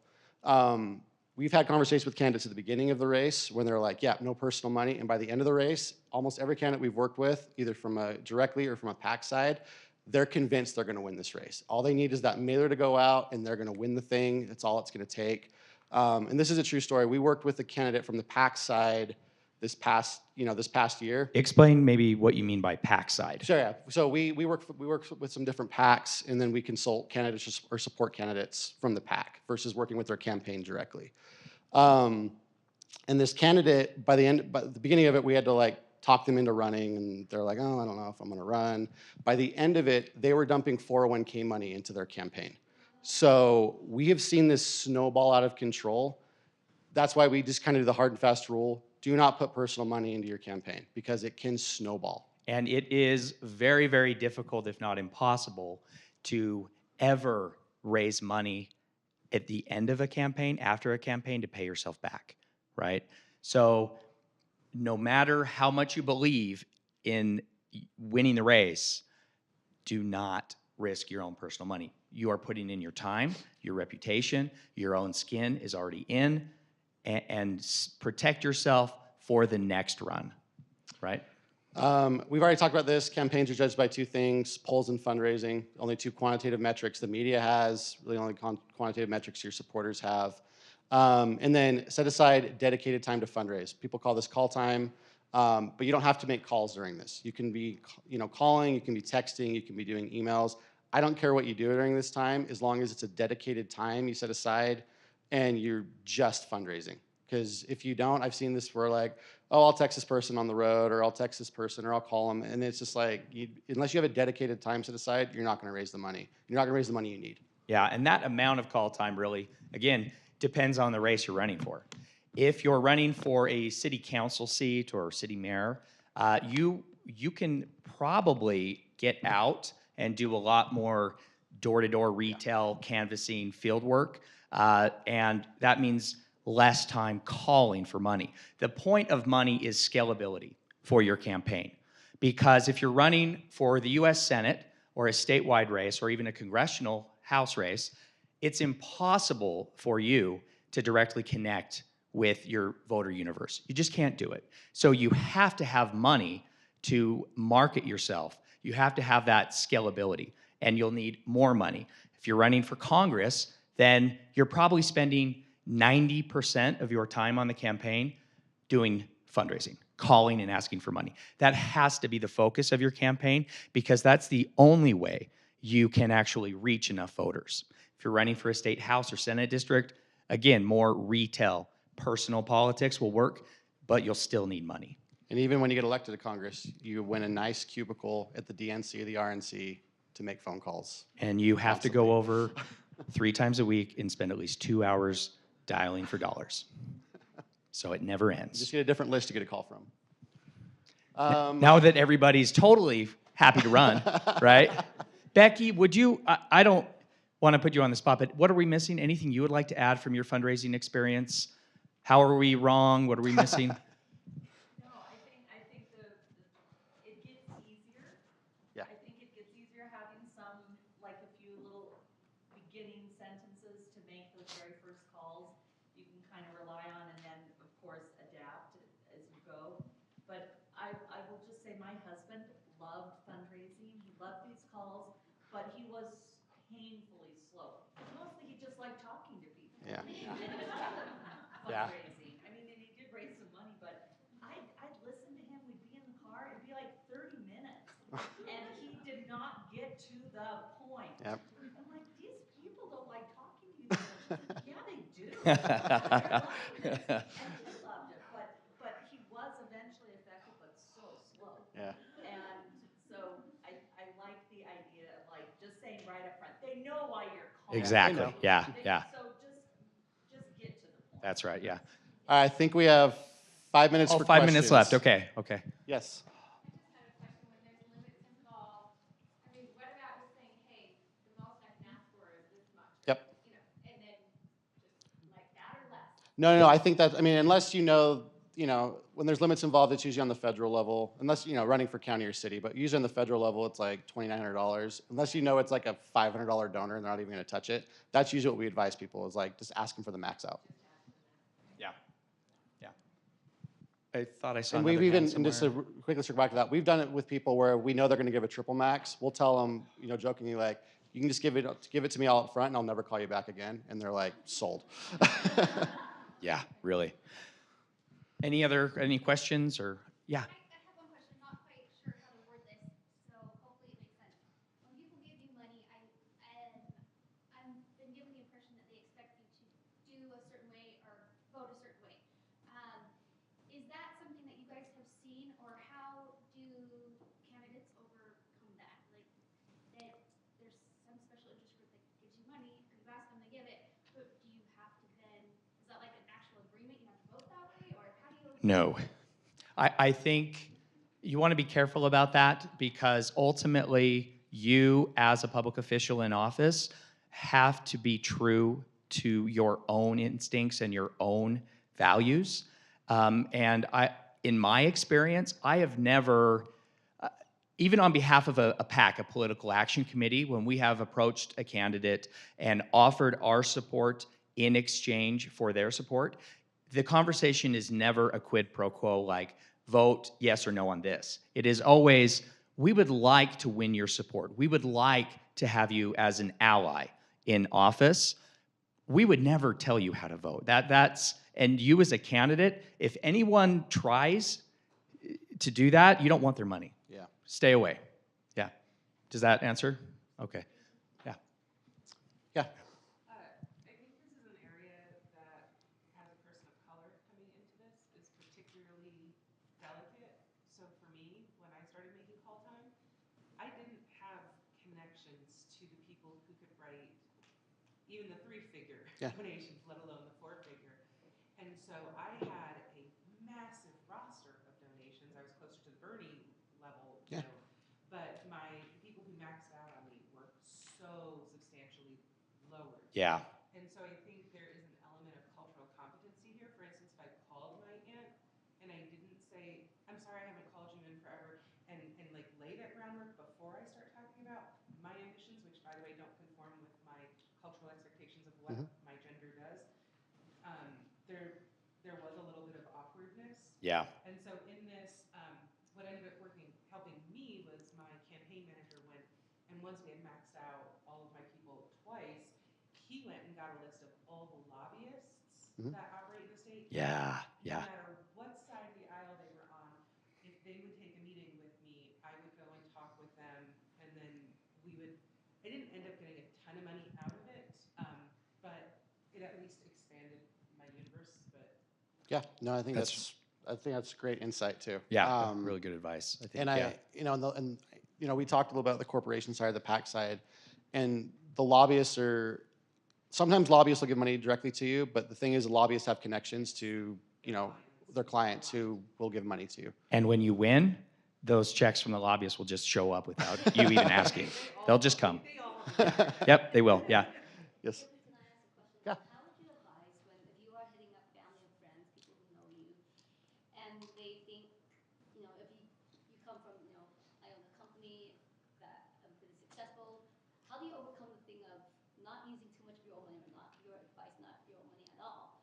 But when you're asking people for money, when they think, you have money, why are you asking for money? You're running for office. And if, again, the ability to raise money is a reflection of your ability to win votes, right? By asking people to support your candidacy financially, you are also testing and confirming your viability through votes, right? Yeah. If you can't raise the money to pay for your own campaign, you're not going to win the votes to win. And just to add to that, we've come up across that with candidates, and we've always used deadlines, like reporting deadlines, and saying, I need to show X amount of dollars, and to your point, I need to show X amount of donors sometimes. If I can't raise the money, well, I want to show that maybe I'm not going to raise as much as my opponent, or I'm not going to have the 3 and 4 figure checks, but I'm going to have way more donors than they do, and that's a good way to go around that too. Yeah. This one's probably a little particular to me, but someone else could fall in this category. I moved here in 2005, so I've been here for a long time, and I actually grew up in Canada. So I feel like all those friends and family I want to call are Canadian. Foreign donors. Yeah. Like that's No go. 100% no. Yeah, no go. No way for like anyone in my family. Like I guess they could give me personally money and I could donate it, right? My parents. She should take that money.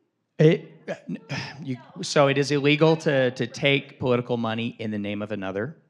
I'm not totally certain. We hire attorneys and CPAs that deal with the FEC and stuff like that. I would just be super careful. Yeah. Generally, any foreign donors are absolutely prohibited. And I know So- that definitely on the federal level, I don't know if the state or the city or the county have exemptions to that. Yeah. But Yeah. the federal level's definitely out.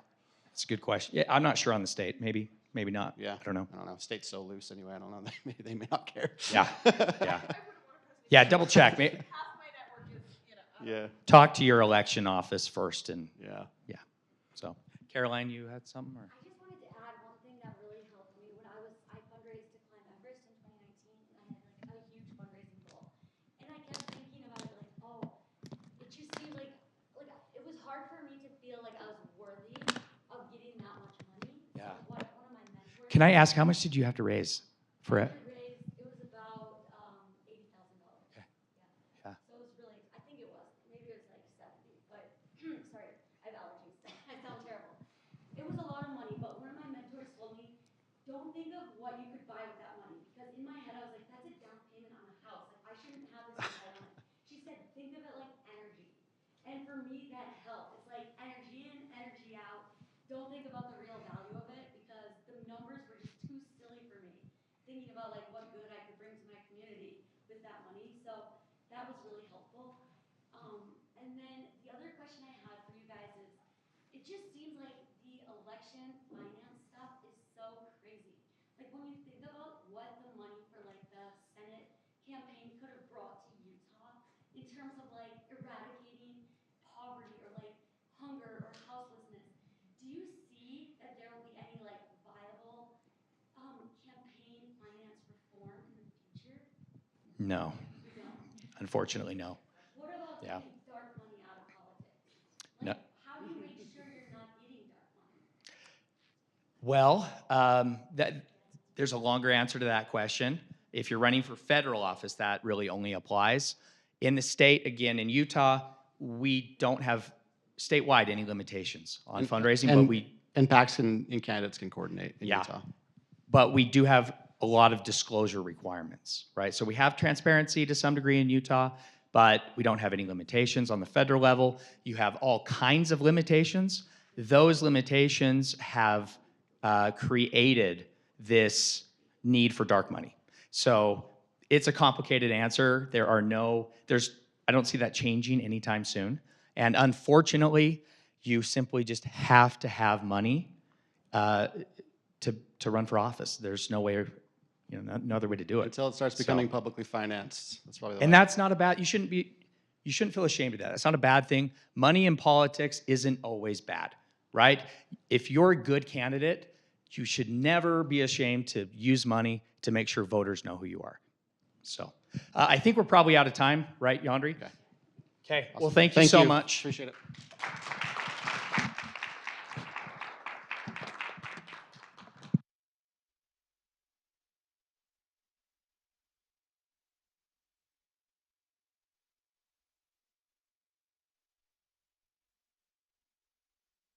Thank you so much to Taylor and David. They are so knowledgeable, and we're so grateful for their expertise and for stepping into our space. They are going to be our only male presenters today, so we're grateful for their time.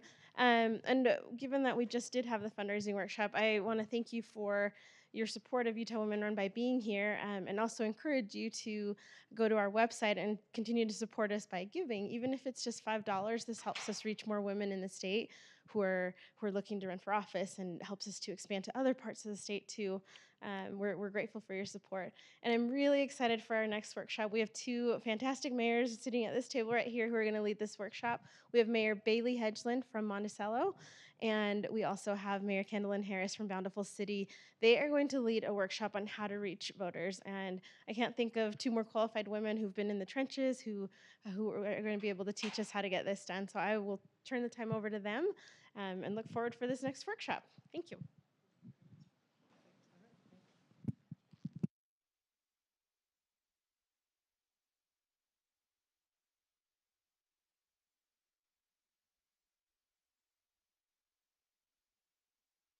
Or get a little more fruit, please do so.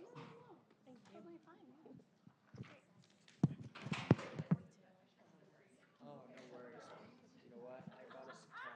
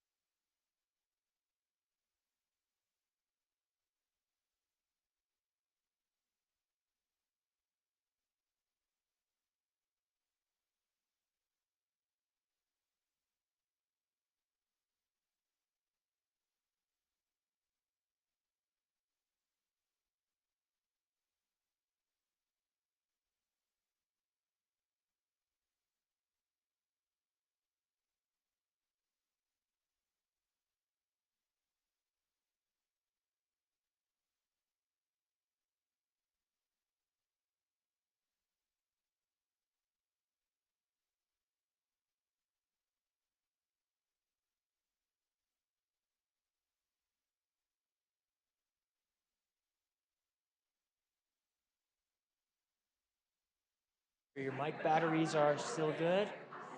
You know, I wonder if we even need to worry about it. Like, I'm just not sure. I could pull it up at least on my phone so we could look at, I mean, I just, it's really bad. I feel really bad about that. No, it's okay. It's funny all the things you think, oh, I remember this and this and this, but. That's right.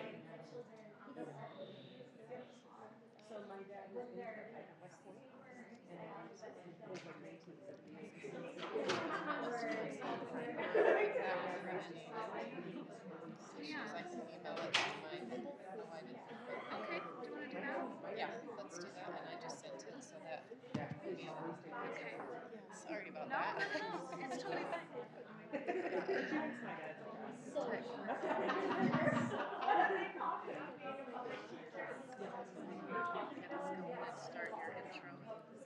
Here it is. Okay, we are going to get started. If you ladies want to find your seats, we're going to get started. Are you ready for to go to people to see it? I just want to ask who is running for sure. If you know you're running for sure, raise your hand. Great. And who in here is thinking about a run? Good. Oh, that's awesome. Keep thinking about it. So I'm Kendall-Lynn Harris from the Mayor of Bountiful City, and will you? I'm Bailey Hedgeland from Monticello, down south. And we're glad to be here with you today. For those of you who are running or considering a run, raise your hand if it's a city, if it's a municipal race. Okay. What other races are you running for? Just throw it out. County. State House. State House. I guess eventually it's just state school board. School board. Nice. Awesome. Well, that's great. So you need to reach your voters, and I'm so grateful to Bailey. Bailey put this together for us, and so thanks to her. And I just want to begin by saying, when we talk about reaching our voters, I always thought it was a waste of time to get stuck trying to reach out to people who aren't voting. And you'll be surprised how many people don't vote. So I had people in my neighborhood that said, I voted for you, and I knew from the data that they didn't vote. And I could see that they didn't vote. And so you can spend a lot of time even doing things like get out the vote efforts, but really your bread and butter is the people who vote, the voters who turn out. And so there's really no point in talking to other people. It's kind of like if you know that you're gonna sell, do summer sales, if you knew exactly the doors that you needed to go to for those summer sales because you knew they were for sure gonna buy, then you would just go to those houses, right? And it's the same thing, like the people who are gonna vote. And so you just need to go to their homes. There are a lot of people that don't vote. And so you can waste a lot of time. So I would say that when we're talking today about reaching the voters, you just need to know for sure who those voters are. No, the first slide kind of showed, I wanted to kind of look a little bit about rural and urban. I don't think there's anybody very rural in here though, so we'll probably let her talk mostly. But I just joke about that. No. So one of the things that we were looking at was creating the campaign calendar, and this is the master communications calendar. It's used to plan, schedule, and organize all content. Keeps everybody on the same page, stays organized, and keeps you remaining consistent, which is vital in any campaign. One thing I would recommend is having one brain on that calendar who manages and oversees and adds and deletes things. Once you get too many people involved, that can really add some issues. Oh, yeah. Thank you. Look at Okay. us. Okay. For this calendar, I like to have things that are internal to the campaign and external. So things that, like maybe you know that you have debates, things with the public. Maybe you're scheduling meetings at voters' houses that they're going to host for their neighborhoods, but also things like when are you going to get the website done? When will you mail out mailers? When signs need to be placed? When are you setting aside your call time for fundraising? So I like putting internal and external things on this campaign calendar to just keep everything on track for what you want to accomplish. And you can work backwards. You can look at when election day is, or better yet, I really mean by that is you can look at when ballots arrive in mailboxes, which is weeks before election day, right? And then work backwards. If this is when ballots arrive in mailboxes, what does that mean? When do I want them to receive my postcard in their mailbox? And when do I want them to be looking at my website? And so creating the calendar helps you stay on track for messaging and when you need to have things done by. And also your social media content can be added to this calendar as far as when that content campaign is happening. And then of course, your deadlines as far as filing your financials, all of those deadlines that are very important and can mess you up. So a lot of what we just talked about, the bulk, I need to look over here so I can even see. Oh, I have it right here. Okay, so your bulk mailing, sign distribution, as she was saying, fundraising, your volunteer coordination, your appearances, debates, advertising schedule, important events, of course, your nomination filing and financial reporting schedule, primary dates, election dates, final financials, and your social media content. So when you look at these items, just think about what things reach voters. And so bulk mailers, you can make sure that you send postcards or whatever your mail pieces are. You can make sure that you send those to registered voters. You can also do like a blanket, like citywide, that goes to all residents. But I recommend just targeting voters. You can make phone calls that are directly to voters. You can go door to door where a voter lives there. And so you're actually reaching the voters. There are other things that are more broad, like social media and your website, where they may or may not be, social media may not be targeting voters. And so even though it's important to have a social media presence, you really want to be careful about spending too much time on that, because you could have lots of threads, lots of, really conversations that go down rabbit holes that take a lot of time, where really it's not even voters that are in that discussion on your social media. And so if there are things that kind of blow up on social media and you feel like you want to contain it, what I did when things like that have happened for me, I just said, I think there's some misinformation here, but I'd love to talk to anyone who's concerned about this. Please call me. And I just put my phone number right there. And then people saw that I was responding. I wasn't ignoring it, but at the same time, I didn't want to spend hours of energy explaining, and where a lot of those people are not voters. And so when we're talking today about reaching your voters, you can waste a lot of time with people that aren't actually voters. Yes. Yep. I just put my personal cell phone and no one called. Yeah. But at least you're putting it out there. You're saying, I'm happy to talk to you. If there's any questions, call me. And they didn't. So. Yeah. Yep. Spend a lot of time with people you'll never convince. So that's good. So the next is looking at creating your field plan. So we're going to talk a little bit about where you can get those lists. Choosing some marketing strategies, and then of course conserving campaign resources, especially in the rural area. It's a lot more grassroots, and so it's just some ideas on those.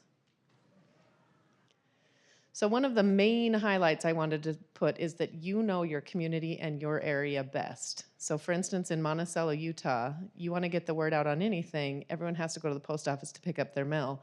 The box in the post office is the most. That's the water cooler of Monticello. So knowing that about my community, I know that that's where a lot of information needs to go for that area. So again, you know what works. One of the other is some good advice I received is think about where you get your information from, and then ask every other person in every other demographic you can think of where they're getting their information from. And that really opened up my eyes to things that, we have some local papers. Well, I'll look at them if there's something controversial, but I don't really read them. But there are people who that is where they get all their information from. They never look at social media. They don't have email. Anyway, just that was some of the best advice is to think outside your own box and ask every person you can think of, where do you get your information from? That's great advice. Yep. And we have a newspaper in Davis County, the Davis County Journal, that a lot of voters turn to. So I think she's so right. You know your community, and ask around different demographics. I would love to learn more, specifically more for you, I guess, but how has it been navigating through Rural. areas, Small town. campaigning and getting, the voters out and so Yeah. forth? How has it been for you? It's definitely a double-edged sword. I mean, everybody knows you or thinks they know a lot. You just go to the grocery store and you end up, my kids would say, well, how long are you going to be? And I say, it depends on who's there. And, could be 20 minutes, could be 3 hours. There's a lot more personal interaction, I believe, in a small community. You have that time. One of the main things I've talked about to other people looking at running is there's so much work before you decide to do that. Get involved in the things that matter. Get your name out there. Oh, I know her from this committee, or I know her from this board, or I remember when she did this. And that, honestly, I think was probably 80% of my success was the 10 years previous of my involvement in my community. So, yeah. Someone who isn't as involved and barely going into it new and within the rural have any advice for them? Get on boards, especially things that you're passionate about. Of course, you want to enjoy the work. Any sort of boards, committees, attend meetings. That was always the thing that drove me crazy with city council campaigns. Is people would run and they wouldn't ever come to a meeting until they were elected, and that's really people, because people would come to us asking, well, who would you vote for? Asking for our advice of who we thought would make was the best candidate, and it was the ones who were active and involved beforehand. So, Great. So where to get those lists? For us, it was the county. Davis County has a list. It's $30, and that is your voter list. And you can use it, on Excel to run different data. Like you can say, okay, give me a list of everyone who voted in the last 2 primaries. And that's what I chose because then you knew that they were consistent voters. It didn't matter, they vote no matter what. They vote in a primary, then they're definitely just consistent voters. And if they voted for 2 in a row. So you can set your own parameters of what you think those things should be, but you can get the list from the county and it's relatively cheap. Is that what your experience was? Yes, there's that. And then I wanted to talk about a couple other different types of lists. Almost every city office, of course, has, if they run their own utilities, of course. So make sure that they run their own utilities. If not, you can contact those utility companies. Oops, I pushed the wrong button. Let's go back. But they have a mailing list for every resident within city limits. And so that's very valuable as well for any sort of mailers or just information. And then, of course, your party affiliation has those voter lists as well. So those are 3 really good places to start those databases of those voters. Great. So for ways to reach out, to persuade, to get out the vote, door-to-door canvassing, maybe it's different for you in your community, but for me, I would not go to every door. You could spend way too much time, but you can get the data, and then you can just go to the houses that have voters and prioritize those. And often if you build your committee, your campaign committee, you can set up, or even with the volunteers and your campaign committee, set up those who will go and knock on those doors for you as well. I liked going with a few other volunteers, walking door to door, and only going to voters' houses. And then the volunteers that were with me could knock on doors and say, hey, we're with Kendall Harris. She's running for mayor. We're out walking today. And if you have any questions, she's right, down the road. And so I can grab her and she can come and talk to you if you want. Usually they would just say, oh no, thanks. But then at least they know that you're out working. And so that really helps them think, okay, we want to support her. She's working hard. And so it doesn't have to be you, but if you're in the general vicinity, then they can say, like, we can have her come back, or that worked well for me. And then, of course, the phone calls and texting, which those will come from those lists as well. And then back to the community meetings. Almost every board committee has a public comment section, so you're able to go and just say, hey, this is, let them know who you are and why you're running. And there's just so many. But start that list. Start looking around at what's happening in your community in those meetings. I would say phone calling, same thing. You can call, and you can also have volunteers call and say, we're happy to have her call back if you're interested in talking to her directly. But then they just hear your name. They know that you're working. I just think that visiting their door, phone calling, or texting are ways to directly reach voters.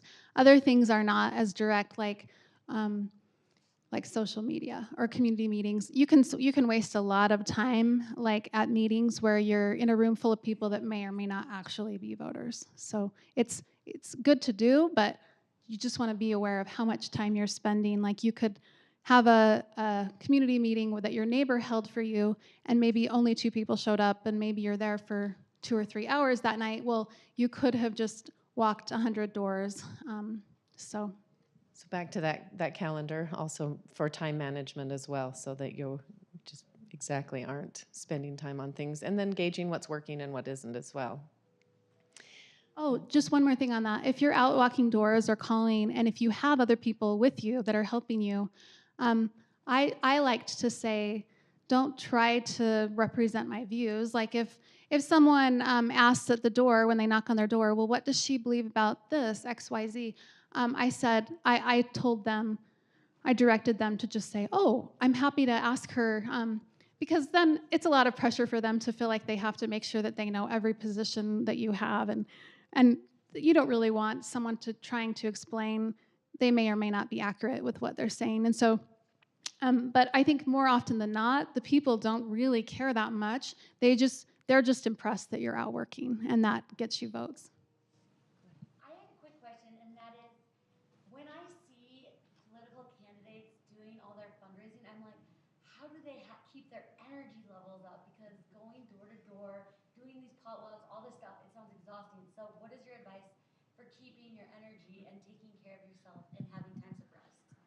Remember your why. That was another piece of advice, is why am I here? Whenever those thoughts of, man, would really like to just go doom scroll and lay on my couch, is remembering my why. Remembering your why. Oh, go ahead. Yeah. So I just came Sorry. off of Lanny Fuster. I was on her campaign. And you have a good staff. You have a good staff that gets everything in place. You show up as a candidate. You have so much time. You're there. It's amazing. She's amazing. And she steps back out. She has a life. She has soccer games and whatever as well. Well, she might be walking. But we as the staff made sure that her time, whatever time she could, and we asked the question and gathered, once a month, I think it was, Zoom, but it's your staff as well. Plus, yeah, you're right, a lot of, sleepless nights for sure. That's such good advice. I think that's so good. There are 2 things that you need to be doing as a candidate, and that is talking to voters and raising money. Most everyone else can do most everything else. Like, you really should not be spending your time placing signs. Teenagers can do that, or whatever it is. So. Good question. All right, any other? Okay. So one thing that was very important to me, of course, as the campaign was going, was conserving those campaign resources. One of the best one of the other things that I was told was creating that healthy budget and detail by week to track that. It also will help track your fundraising progress. So if you know this week we've got this campaign going, this mailer going out, this And then how much money have we also brought in? So they kind of can feed into each other as well. But really watching that budget and then having that match your fundraising goals can kind of be a 2-in-1. So I know this is going a little backwards, but if you, in the beginning, if you raise enough money, then you'll be able to run the kind of campaign that you want to run. And so it's really important to have that call time to raise that money, because it's a lot less stress when you do have the money to fund what you want, to be proud of the campaign that you're putting on, to have the money that you need to. And so what I would do is very early on, like right now, I would make one round of calls to everyone that I intend to ask for money. And if you have time to do this, I would call all those people and not ask for money, but the first time calling, I would just say, I am running for this and I want to know what you care about, what issues are important to you. I just want to pick your brain before I start my campaign. And so then the second time you call, like in a month or two, then you're saying, okay, now I'm ready to start my campaign and I am calling to ask for a donation. But to me, that kind of helps lay the groundwork to have supporters from the beginning, where you are asking their input right from the start. And that's something you can do now. There's some things you can't do yet, but something that you can do early is call, ask for their input, and that kind of starts to plant that seed for them to be a supporter for you. So just a few other ideas. Instead of paying for a space, asking friends and family, making it a potluck. Don't buy what can be donated. You'd be surprised at how many people have even campaign signs in their garages. Things that can be reused. Of course, free software, the Google Voice for calling. If people don't want to, volunteers don't want to use their own phone. Emailing services, up to, of course, a certain amount. Minimizing color usage in mailers and advertising, and just because you can slap your name on a sponge doesn't mean you should. That was one of my favorite ones as well. And then, of course, yard signs, the great debate. I think that goes back to really knowing your community, what really reaches those voters, what they see, what matters to them. Sometimes, I know in my community, they're eyesores. They're just everywhere, and they're, so. I think yard signs are important. For my race, they were important, but yeah, I'm sure it does depend on your community. And I think that it's a sign, it really is a way for voters to see your name out there, but it's also a sign that you're working hard for them to see that you've put the time in to get those signs out. Yeah. Does anybody have any question on any of those? One other thought I had just about call time when you're scheduling and making phone calls for fundraising is, I think it's helpful to schedule someone to be there with you. If you have a child or an intern or a friend that's willing to sit with you for 2 hours while you're calling, it can kind of help keep you on task. And sometimes the time might come and it's 1 o'clock and it's on your calendar to call, but you have a lot of other things to do. And so having someone show up that's going to be next to you, I think can really help you actually make sure you spend the time you intended to. Definitely. Let's see, I think that's getting close to our, okay. So just some ideas for the campaign timeline. I broke mine into these 4 phases: the pre-election phase, campaigning, the post-campaigning, and then the post-election phase. So the pre-election phase, kind of what we talked about, was building your brand. That brand is you. Voter and, I should have brought my glasses. Voter issue and analysis. Know where you stand. I think that you need to know that, of course, before you start. Message testing, that again is asking friends, family, neighbors how things are, how it sounds. And comprehensive strategy building, again, building all of those calendars, fundraising goals, and then of course your declaration and filings, and then beginning of the outreach and fundraising, and building that endorsement and campaign committee. I had some great advice from Becky Edwards when I ran for city council back in the day, and she said, when you're thinking about messaging for your campaign, think about what message you want to own. And so this is not her exact words, but just the idea, something like, okay, if you put out on the campaign sign, Kendall and Harris is integrity, or whatever your slogan is, whatever your messaging is, then you get to own that. And And so, you know, sometimes that kind of insinuates that your opponents don't own that, you know, that that's not what they are. But whatever it is, you think about what it is that you want your message to be, and you really need to spend a lot of time and thought on that, because after you have that established, your main slogan, your main message, then you want to stick to that, and you really want to just keep coming back to that. And if you pick something that just is, you know, you believe to your core, then that's something that you can own and can define you throughout the campaign. Becky, can I pick on you for a minute about endorsements? Yeah. Could you just give us a little brief overview of and how those helped reaching other voters? You know, I think every single thing you're going to hear today, you're going to have someone else say the opposite. So filter everything that we're hearing today through your own community and your own experience. And endorsements are the same. Some people are like, no, they don't mean anything, but I think they do. I think endorsements are really useful because I don't know you at all, but I see a list of people that I do know and trust are some of your endorsements. It's going to pique my interest. I'm going to be interested in you. So I think it's useful. It also gives you another opportunity to sell yourself, pitch your ideas to all the people that you're trying to get to be your endorsers. And that's a really important exercise for yourself. And if you're listening and writing down some words that they're saying, they may say, I do care about integrity, I care about fiscal responsibility. I'm thinking some of the words that Victoria used. And then it gives you like a little insight as to what's important in your community, and you can see if you can begin to adapt some of those messages, if they resonate with you, into your further conversations. Thank you. Oh, go ahead, Ed. I have a question for both of you, both mayors. Mayor Harris, you served on city council. How many years did you serve on city council? And then could you tell us how you segued from being a council member and your choice to run for mayor? Sure, yeah. So I served 2 terms, 8 years on the Bountiful City Council.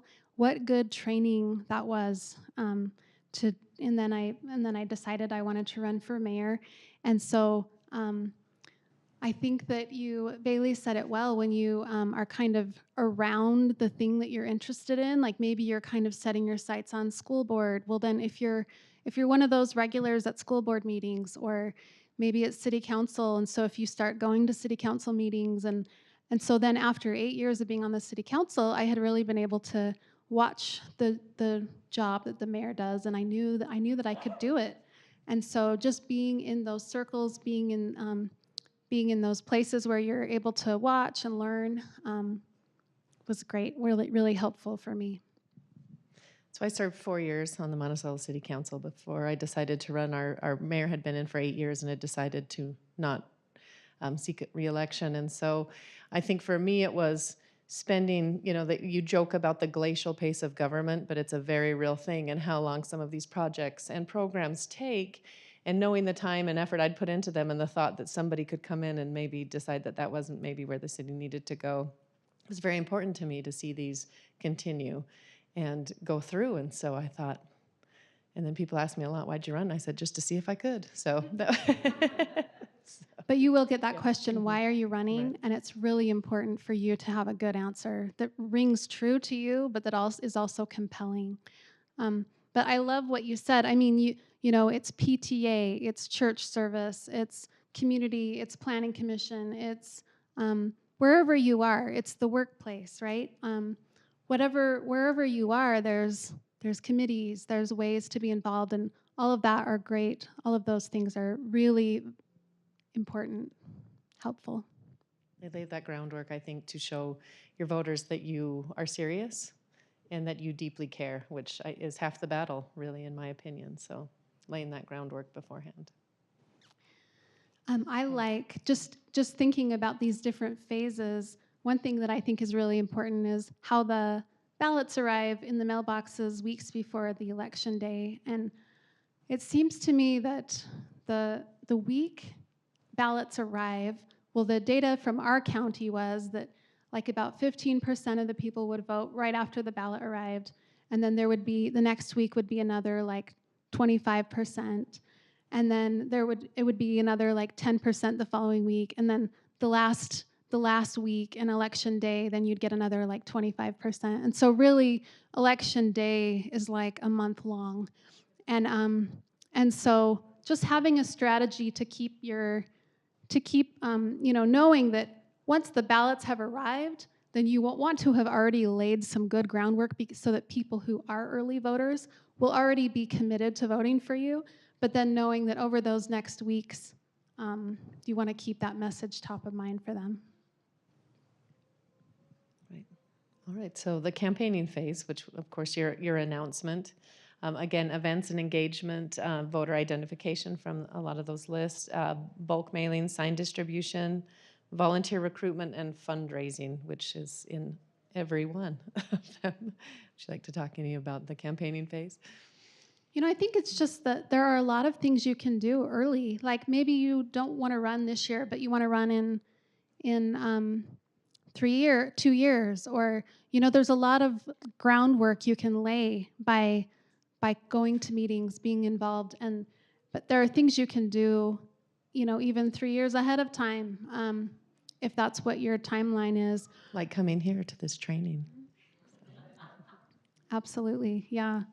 But yeah, I like the way you've laid it out.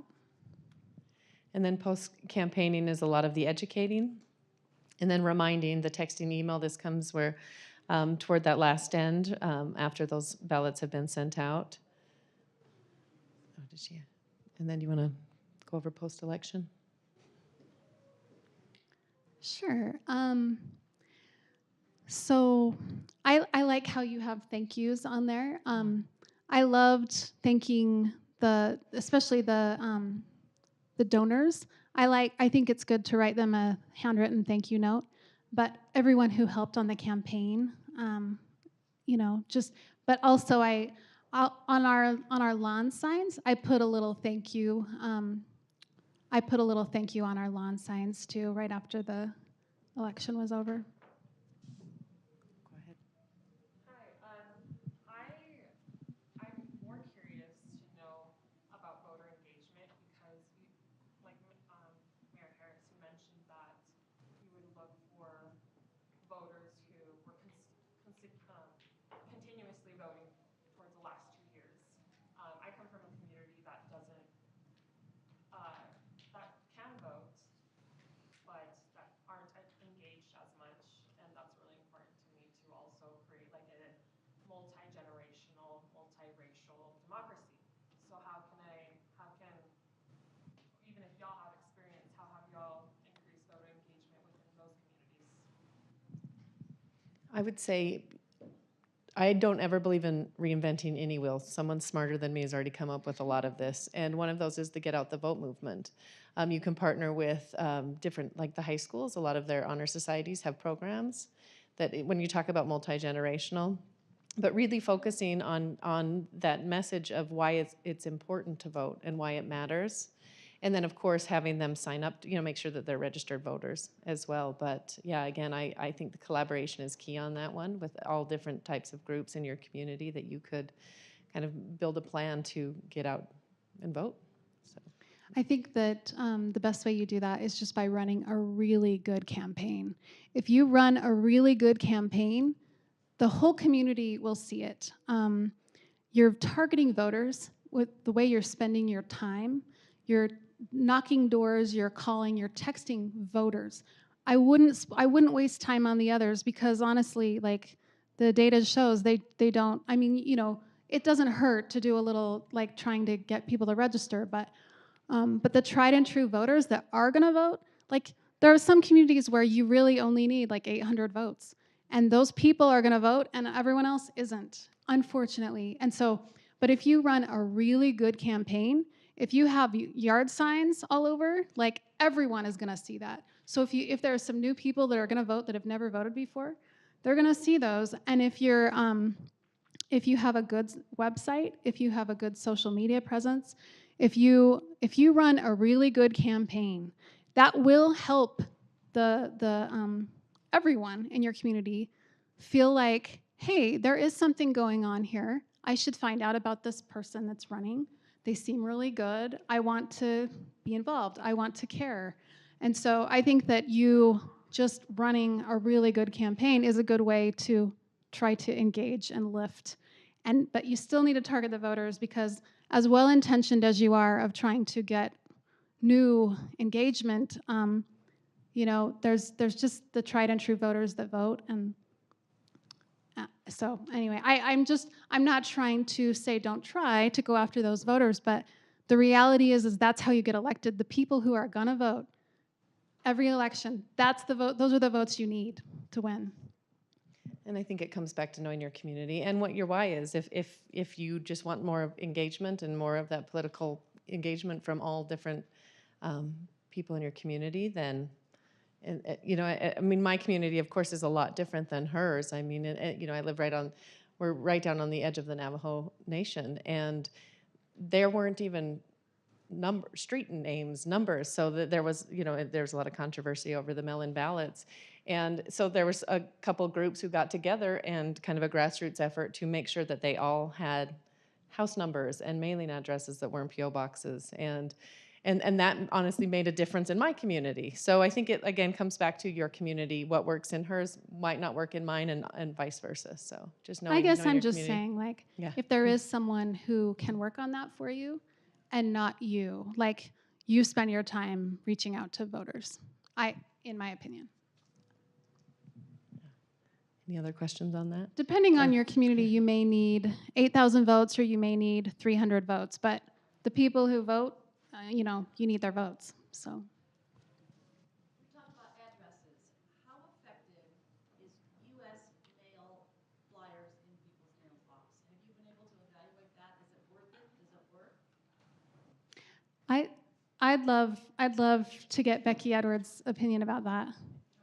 What do you think about sending mailers? She sent a lot more than we did. I think the rule of thumb is that every mailer has 8 seconds, which is the time it takes someone to walk from their mailbox to their garbage. But I'm a politics junkie, so I save them. So I'm an anomaly, but I read them, and I think those 8 seconds are powerful. If that's a way for people, if you have money, I'd say, especially for a municipal race, like try and do two mailers if you have money to do it. And very targeted, like you're talking about, just your most likely voters who vote in municipal races. So really be very, very strategic there. That's such good advice. I think that the kind of mailer you make, right? I think it's worth sending, but you want it to be catchy enough that for those 8 seconds, they'll get something out of it. And so if it shows your picture and it shows your slogan and what you're running for, you want it to be looking good. I think, when you say slogan, I just keep thinking about, minky blankets and how that they are just a fuzzy blanket. But they're like a thing now, right? It is the minky blanket. But fuzzy fabric has been around forever. I sew a lot, and I know fuzzy fabric. This is nothing that novel. But you drive down the freeway and you see, what does it say on the minky blanket sign? Best gift ever. Well, pretty soon you see that enough, you're like, that is the best gift ever. That is the only fuzzy blanket in the universe. Maybe someone here is with Minky, I don't know. But it's just genius marketing. They've picked some words, best gift ever, and they have made us all believe. And now we actually own a Minky blanket, and quite honestly, it is awesome. But so you see those words, Kendall and Harris integrity, whatever it is, not like 500 sentences about why you're great, just those 2 or 3 words, and that pretty soon you are that candidate. It is emblazoned in people's minds. So there is something about marketing and picking your words carefully so it means something to you and it's true, but also just over and over and over. I remember somebody, and I don't know if this is true at all, but somebody told me this, so with that caveat, was that there was 6 touch points that you needed before you were in somebody's mind. And so the mailers could be one of those, that, yeah, the 6 separate instances. So even 8 seconds to the garbage. So, That's great. And do you have any other thoughts or? No, I just wanted to open up for any questions that anybody had for us. Good. Pre-campaign, how do you validate your candidacy? And do the message testing, like do you do focus groups? Do you meet with a brand strategist, et cetera? What are some of those things you share? Do you want to take that one? I think experiences are probably vastly different, but yeah. So if you have, if there's any chance that like a design firm would donate their services, that would be ideal. But if not, pay the money, I think, to design well, to have your name and your sign and your, to have your materials look professional. The colors all matter, the font, the message, So I think that that's a great thing to upfront, just to really brainstorm. And I just emailed them to my friends, to different people, my husband's boss, just try to kind of touch different demographics and get opinions of what do you guys think of this message? What do you think of the colors? What do you, just bounce it off different people. But yeah, so I think that's one of the first things that you'd want to do. And for me, being involved beforehand, I kind of knew what was important to my community and my area, some of the things that were, the hot ticket items that were under discussion. And so really having a good, strong stance on those and an opinion. I mean, one of my catchphrases is, how much government do you want? And I have to say it in almost every city council meeting or people are disappointed. But people knew me by that. And they knew that that's where I stood and how I felt about things. And even before I decided to run. So I think there's some of that groundwork beforehand as well. So, yeah. And I think really along those lines, like when you're thinking about running, for me, I'm a journaler, and so if you write down like, why am I running? What's important to me? Like just really kind of help you process what it is, and just to know that you're a worthy cause. I mean, when you think about legitimizing your campaign, you feel like you kind of have to prove to others why you're a worthy cause, but really the most important person that you convince is yourself that you're a worthy cause. And so if you need help with that, call me, because are you a worthy cause? Yes. It's always interesting because you could always say, and maybe it's not your time, that's okay, maybe you want 2 years, but you could always say, well, I'm not ready, or I haven't done enough, but those connections that you've made at the PTA, that's good experience. That's legit. You've negotiated things with people before, even if it's your 3-year-old about a cookie, right? I mean, you know how to run. I'm sure that you've done managing in whatever realm it is that you're in, and so all of these things are worthwhile. And so, for you to actually believe yourself that you're a legitimate candidate, if you need help working on that, honestly, call me. But maybe you also want to take a little time to lay some groundwork and be involved in certain ways in your community, and then you'll feel a little more ready. But at some point, you just got to go for it if you really want to. Agreed. Did we have a question over here? Oh, did you have? Oh. Yeah. Sorry. I was just wondering, how do you reach different communities when you're when you're campaigning? You might have addressed it and I stepped out because I stepped out. I apologize. No problem. So for me, it was just, we have different neighborhoods in Bountiful, and I really liked mailing things directly to voters in all the different neighborhoods, as well as calling, texting, knocking doors, but I always just liked to go through the filter of who the voters are as I'm doing those different methods. But those are all ways that directly reach voters, people who you know are going to check a box either for you or your opponent. So I just liked knocking doors, going to voters' houses, calling or texting. Would you ever go to like community events that were already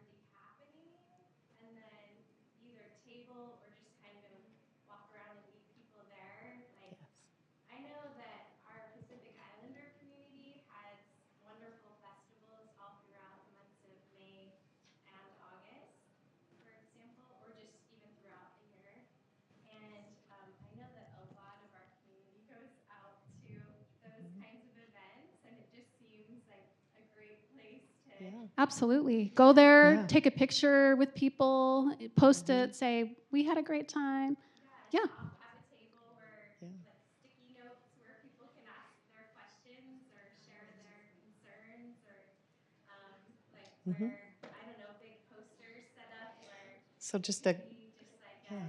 kind of like a quiet pass by Mhm. and share what your thoughts are on the city or Yeah. or the county or the state, and what you I helped with them. a little Yeah. workshop brainstorm with Yeah. just everyone that's That's exactly what you're describing. I helped on our county attorney's campaign many moons ago. And one of our most successful was during the 4th of July celebration. It's really hot. There's not a lot of trees in the park. And we put up 10 shade tents with tables and had him just sitting in there because everybody gravitated there. And he had some wonderful conversations. So, yes, exactly. Yep, we gave out water and Otter Pops. Yeah. Those are crowd pleasers. Yeah. Yeah, yeah, shade tents. And people just gravitated. You didn't even have to try to persuade them to come. But one of the things is when we talked a little bit about endorsements, but meeting with those different groups and asking for, having a good conversation about what their concerns and needs were, and then asking for that endorsement is a huge part of that as far as reaching those groups as well. So. And would you like kind of say with your endorsement, like I will then be partnering with your community organizations that are already in place so that your voices continue to be heard, and your input and your intelligence from all the, from your past, from your present, from your education, from your family, from your cultures can still be part of our decision-making process? I just Yeah, we touched a little bit on that. Well, in that previous one, the fundraising, as far as like, you can't ever make those kind of promises, but just being an ally and knowing that that you have their support and they have yours. So, yeah. Did you have, do we need to? Oh, sorry. Thank you. Okay. Thanks, guys.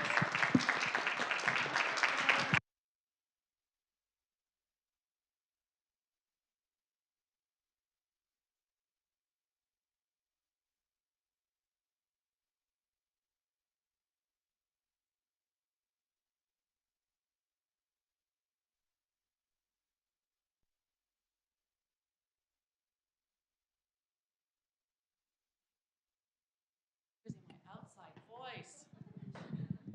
Can you hear me? Let's give a big round of applause to our two mayors. Thank you. And I don't know if you guys heard me, but Bailey Hedgeland drove all the way from Monticello, so thank you so much for coming up and sharing your expertise. So next up is our first consulting session. And so before we have lunch will be brought here about noon, but we have lists right here.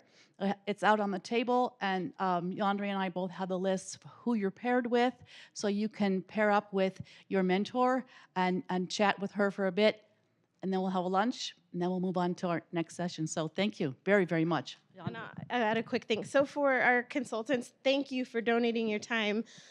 You'll be talking to 2 or 3 women who are here today. And we have the space that's here inside the Hinckley Institute. There's a hallway down here with little tables and chairs. Just make yourself comfortable wherever there's a spot, essentially. You're welcome to stay in here as well. And then just be back here by noon. And we're excited to do this. Thank you. Wait, so you assigned us and did that?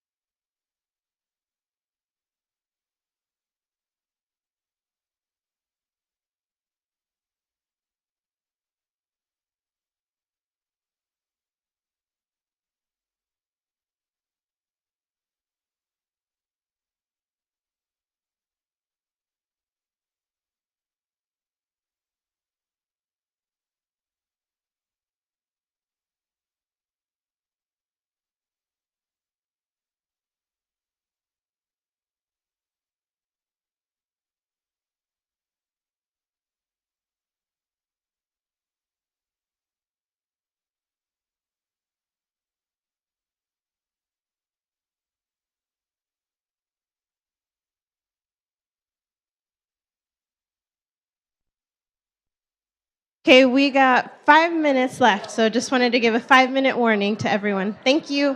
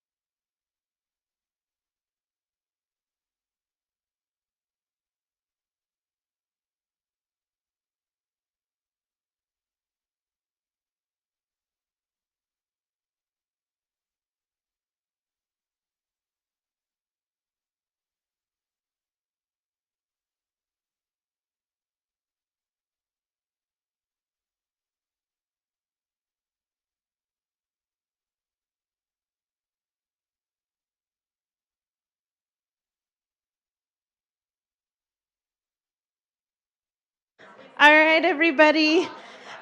It's time to move on to the next thing. Can I get everyone's attention? This is when I wish I had a teacher voice. I do not.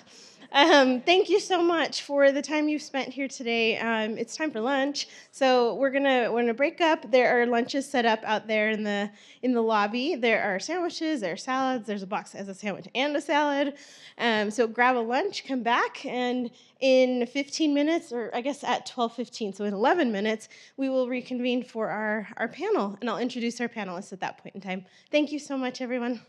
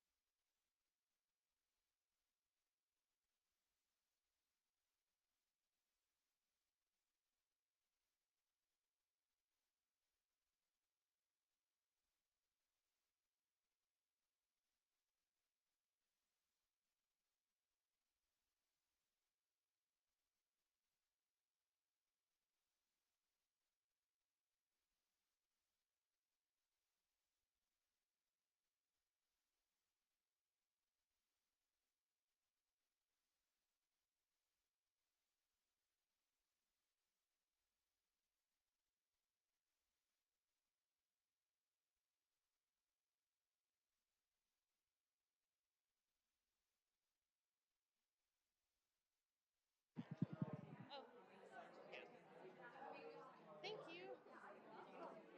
So you said you're in classes? What are you studying? Yes, I'm getting my Master of Public Administration right now.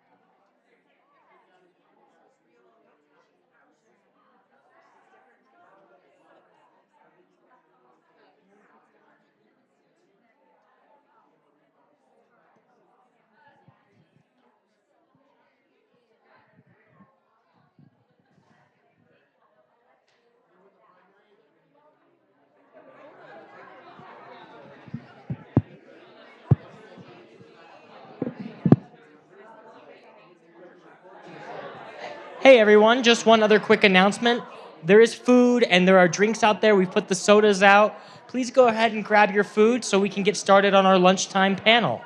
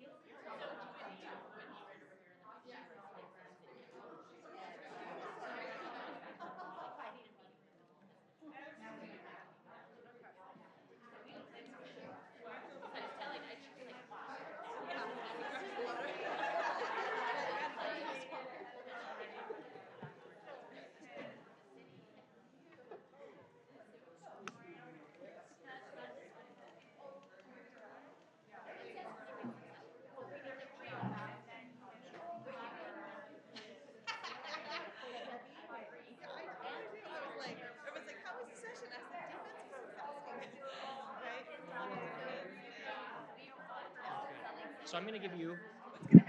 This is all you. And then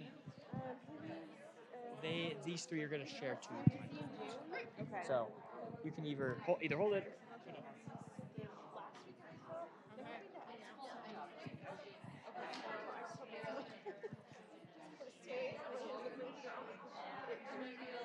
nice to work with you. Yeah, I know, right?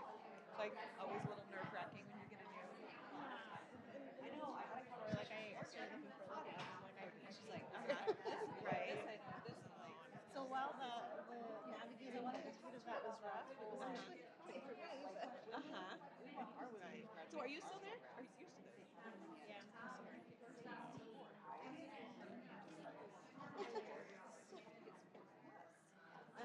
Okay, so, we have three mics.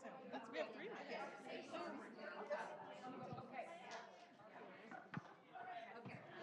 please don't. And then it's like that thing. No, it's not.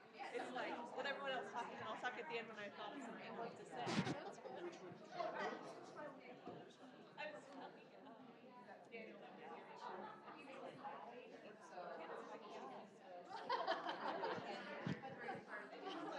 Oh, actually, she did mark herself off this weekend.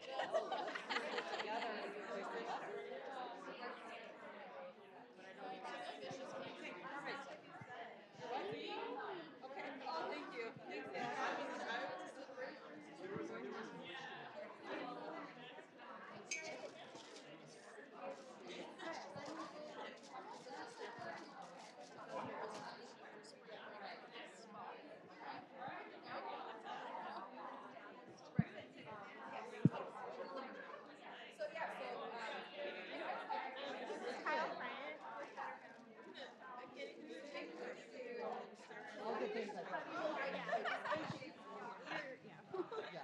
Boundary is on our board for Better Benefits. Oh, so great. I just wanted to introduce myself. Grateful for the session.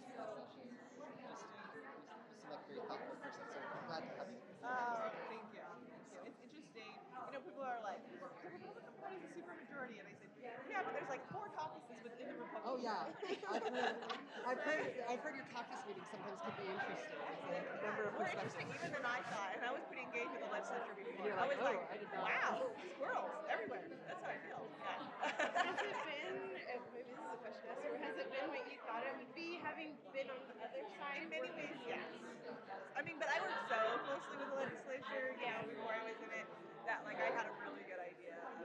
But there are some things that are different than I thought. Not different, but like this is what I'm saying. So when I worked for, you know, Cox and Hendricks, Lieutenant Governor Henderson was still off the same. Being in the Senate was really hard. And I was kind of like, really? And I thought, well, I mean, you're like, you have your caucus, and I totally get what you're doing. Good. How are you? It's good Like, to see you. pretty much every person for themselves, you know, and it is like different than being on the city council where you're like representing similar people and similar things. Everyone's like has their own position. Like, oh, it is very different that way than I. That's probably the thing that I was most like. I totally got what she meant. I was just gonna about her, but she not elected experience, but she'd worked doing government relations for the governor prior to. Yes. Okay. Yeah. Yes. Oh, perfect. We have good connections. Yes. Hi. Maybe tell her from the city council. Nice to see you. Not elected experience, but later we need to hear about the gas station. Oh, the come and go? Oh, yeah. Out on the periphery. I'm like, let's go. I'm glad. Well, the planning commission did not approve conditional use visa for Americans. They have the opportunity.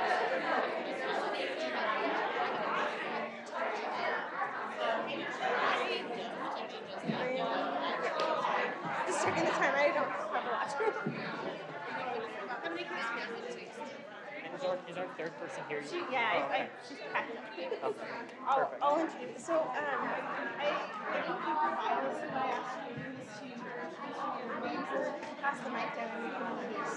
Okay. Do you want me to just hold on to this mic? So Yeah, that's great. And I'll give this one back. Okay. Oh, it's this one. Yeah, that's perfect. So you two will share, and then you'll have your own, if that works.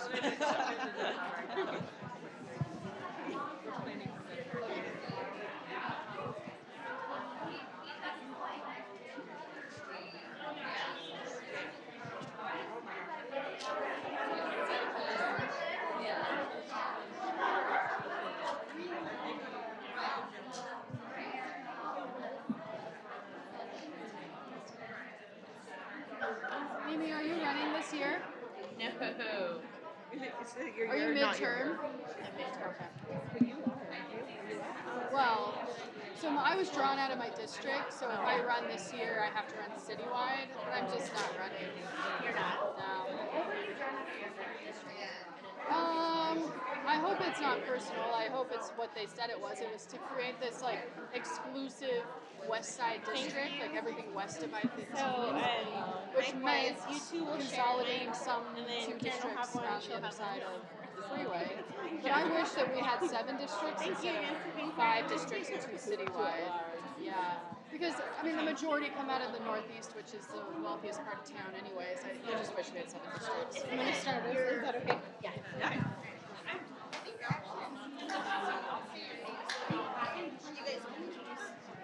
Okay. Whatever you want, yeah. Thank you. Hi, everybody. We are ready to start our lunch panel, Tales from the Trail. Can I get everyone to? Thank you. You're welcome. Thank you. Listen to the council member. We're so excited to have this panel. I keep telling everyone this, but we have the Tales from the Trail panel at our spring training every year, and it is my favorite panel of all the workshops and all the things that Utah Women Run does. This is always my favorite. I feel like I come away feeling like I was in the trenches with them, and I learned so much, and I'm so grateful for these 4 women who are here today. So we have 3 people on our panel, and we have a moderator, and let me introduce you to them, and then we'll pass the mic down, and they'll tell you a little bit more about who they represent and their role. This is Councilmember Clarissa Williams from South Salt Lake City. We have Councilmember Amy Fowler from Salt Lake City.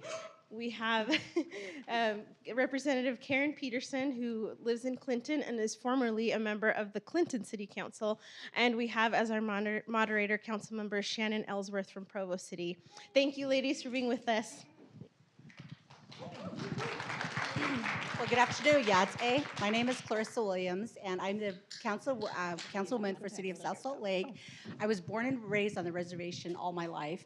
Up until about maybe 20 years ago, we moved to Salt Lake actually to continue school, my husband and I at the time. So we actually moved here and lived in South Salt Lake for 13 years. It wasn't until 2019 I actually ran twice, one for the District 5 of my city, lost by 20 votes.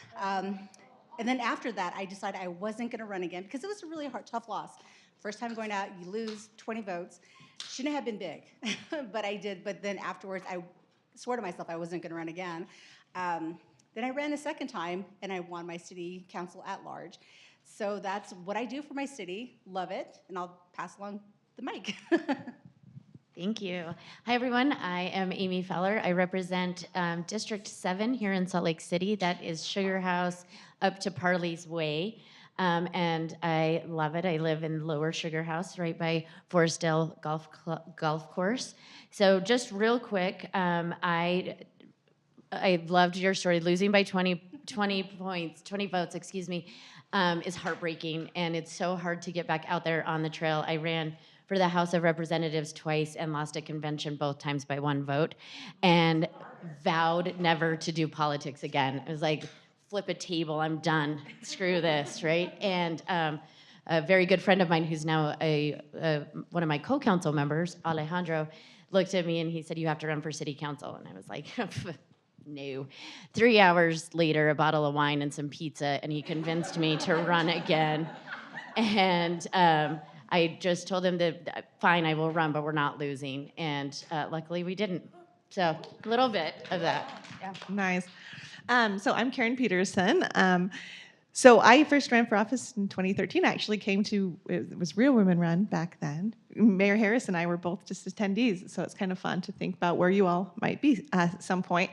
2013, I ran for the city council. I was also not planning on running for the city council. It wasn't I thought maybe at some point I would do that, but it wasn't really on my plan right away. I came with someone that was gonna run for mayor of my city. And but my city was redoing their general plan, which is kind of a funny connection I have with Shannon. We both have some background in planning. She has a lot more than me, but our city was redoing their general plan. They asked me to serve as the chair of the general plan committee in my city. And so I spent 18 months talking to everyone in my city about who we are and who we wanted to be and, doing focus groups and all of this stuff. And we adopted the plan, and I felt pretty passionate about it at that point. And so I was looking for people who would run for city council, who would keep doing our plan. And I made lots of phone calls. I called and called and called and asked people if they would be willing to run. And everyone kept telling me, no, I just can't right now. I can't right now. And, you know, filing period's open for a week. On Thursday of that week, I told my husband, I think it's me. I think I have to run. I don't think anyone else is going to do this. And so Friday at 4 o'clock, I'm the person everyone hates. Friday at 4 o'clock, I filed for city council. 5 of us ended up filing for 2 seats. So it was a good race, and I won and served there for 2 terms. And then I was not serving on the city council, and I got a call from my legislator who said, tomorrow I'm going to resign from the legislature, and there's going to be a special election, and you really should put your name in. And so I did. I wasn't the only phone call he made. 5 of us run for that as well, and I won a special election to serve in the legislature, and then I just won in November my own term. So that's where. That's impressive. So I'm Shannon Ellsworth. I serve on the Provo City Council. This is my 4th year. And by day, I work for a mining corporation, but by night, I answer a lot of emails and get an earful about parking. So Amy understands. I'm going to be the moderator today, and we're just so thrilled and appreciative of these panelists who are here and really excited to hear your experiences. So we heard a little bit about why you ran. But tell us more about how you got over some of those initial hurdles, and what were those initial hurdles, right? For women, it could be not knowing where to start or not knowing who's going to support you. I think in some instances, it's even body image, right? Who wants to put their face on a mailer and send it to every darn person in the city? So tell us about those hurdles and how you got over them. Oh, whoever wants to start. You have the mic? Oh, here, I'll give it to you. Well, I think for my initially, I guess most of us here, none of us, I'm not sure if you're like me, I'm not a politician. I'm more of a scientist because I'm actually going back to school for my bachelor's and master's in chemistry now.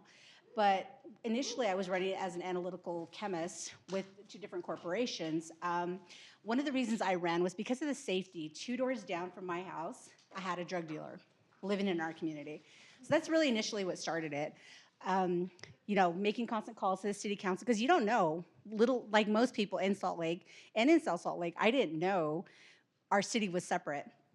But I didn't know, kind of constantly, you know, you just start calling around, and then so one day I reached out, and little did I know the mayor reached out. I'm like, oh, she reached out to me personally, telling me she's gonna try to help me with the situation. And then got to know her a little bit. Little did I know that her son and my son both played baseball together. So I had no idea until we would see her just wave, and we had a night out at the city that they usually host this night out against crime. Then I see her son, I'm like, oh, he's here. Then I see her, I'm like, oh my gosh, you're the mayor. And I'm like kind of just dumbfounded because I didn't realize the whole time we were waving at each other at the baseball fields that we didn't know. But that was really what started it, was because our city council actually had things going on with police and fire, not wanting to increase taxes and stuff for our city fire and police.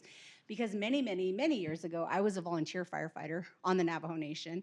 My sister and both her husband are both police officers on the reservation, so that's really close. So being supportive of our police, fire, and just any emergency personnel, that's what got me started when we had a city council member who told them, you guys don't deserve a raise. You don't sit there and tell me we do this, and that's what got me passionate. Like, you don't talk to people who serve and protect us. So that was initially why I started. The hurdles starting it, I had no idea what we do for city council. When she says, have you ever thought about running for your district? She says, we're current incumbent, who's the one that made the comment and who I lost to the first time for 28 votes. And so she says, are you ready to go do it? I'm like, I don't know if I can do this. And she says, okay, well, we'll get you started. She says, do you have lit? I'm like, what is lit? She says, you're gonna have to knock doors. I'm like, I have to knock doors, what? And so the whole thing is, I'm getting in this, I'm like, I have no idea what I'm doing. She says, we'll help you. We'll get you started this way, here's what you do. This is how much money you need. I'm like, okay, I don't know how I'm gonna do all of that. She says, I'll get you through it, we'll walk you through it. So that's how those are the biggest hurdles for me. One, I didn't know what literature was. I didn't know I need to produce all these different things. She says, here's what you gotta do. Let's get you some signs. I'm like, wait a minute. This is way too much. I wonder if I should back out. She says, you've already put your name in. So I'm like, okay. It's like, okay, let's do this. And she says, you'll see what happens when it comes around. I said, you have to go through this and go through that primary general and you'll do that, and we'll figure it out from there. So when I won that first initial one, I'm like, okay, I think I can do this. And my husband, I would knock doors by myself all at night, and my husband's like, he didn't realize I was actually knocking on doors that people, he's like, wait a minute, you're knocking on whose doors? I'm like everybody, and he's like, you're not going to any of these places, because in District 5, might have had little areas where it was kind of iffy. He's like, you're knocking on these guys' doors and you're doing that? I'm like, yeah. So he's like, you're not gonna do that. So he ended up joining me with my son. So once we got our literature out, people started recognizing my husband more than they did me. They're like, I see you in the picture. So it was, I think those were my initial hurdles, was not knowing where to start, how to start. I didn't even know about Utah Run until January. So if I had known that. Yeah, I think like most people, that is probably the very biggest hurdle, is where do you even start? I was telling my table, somebody asked, how did you get involved, or why did you start to run? I said, I think like most politicians, somebody asked me to, right? Like somebody said, you should actually do this. And then your brain starts being like, should it? Should I not? Am I good enough? Will I? Like you start to do all of the imposter syndrome that so many of us go through, right? And that really, I think, is the biggest and first hurdle, is how do you get over that own self-doubt? How do you get over saying, what does this even look like? How can I even do this? Am I worthy of it? Is somebody gonna like me? Why would they? I'm just an awkward girl with a loud opinion, right? But somebody, and usually for me it was a woman. Sounds like for Clarissa it was a woman. For a lot of us, I think it was probably a woman in our lives that came up to us and said, I think you should run for office. And you're like, do you know me? Have you met me? Are you sure about this? Because I don't know that that's a great idea. But then that woman becomes some of your biggest supporters, right? And they're like, this is who you need to get in touch with. This is how you need to start rolling on this. And I think that is the key to getting over that first hurdle, is surrounding yourself with people that will build you up in those times that you are gonna get taken down. Because without a doubt, you will. Somebody will be mean, they will say mean things, they will slam doors in your face, they will send you death threats, they will, all sorts of things. And those moments, and take these moments, those moments that you wanna crawl under your bed and cry, go ahead and do it. Don't stay there. But surround yourself with those people that will pick you back up. And that truly is the first way to get over that first hurdle, that will say, no, girl, that looks good on you. Go take the picture, put it on the flyer, done and done.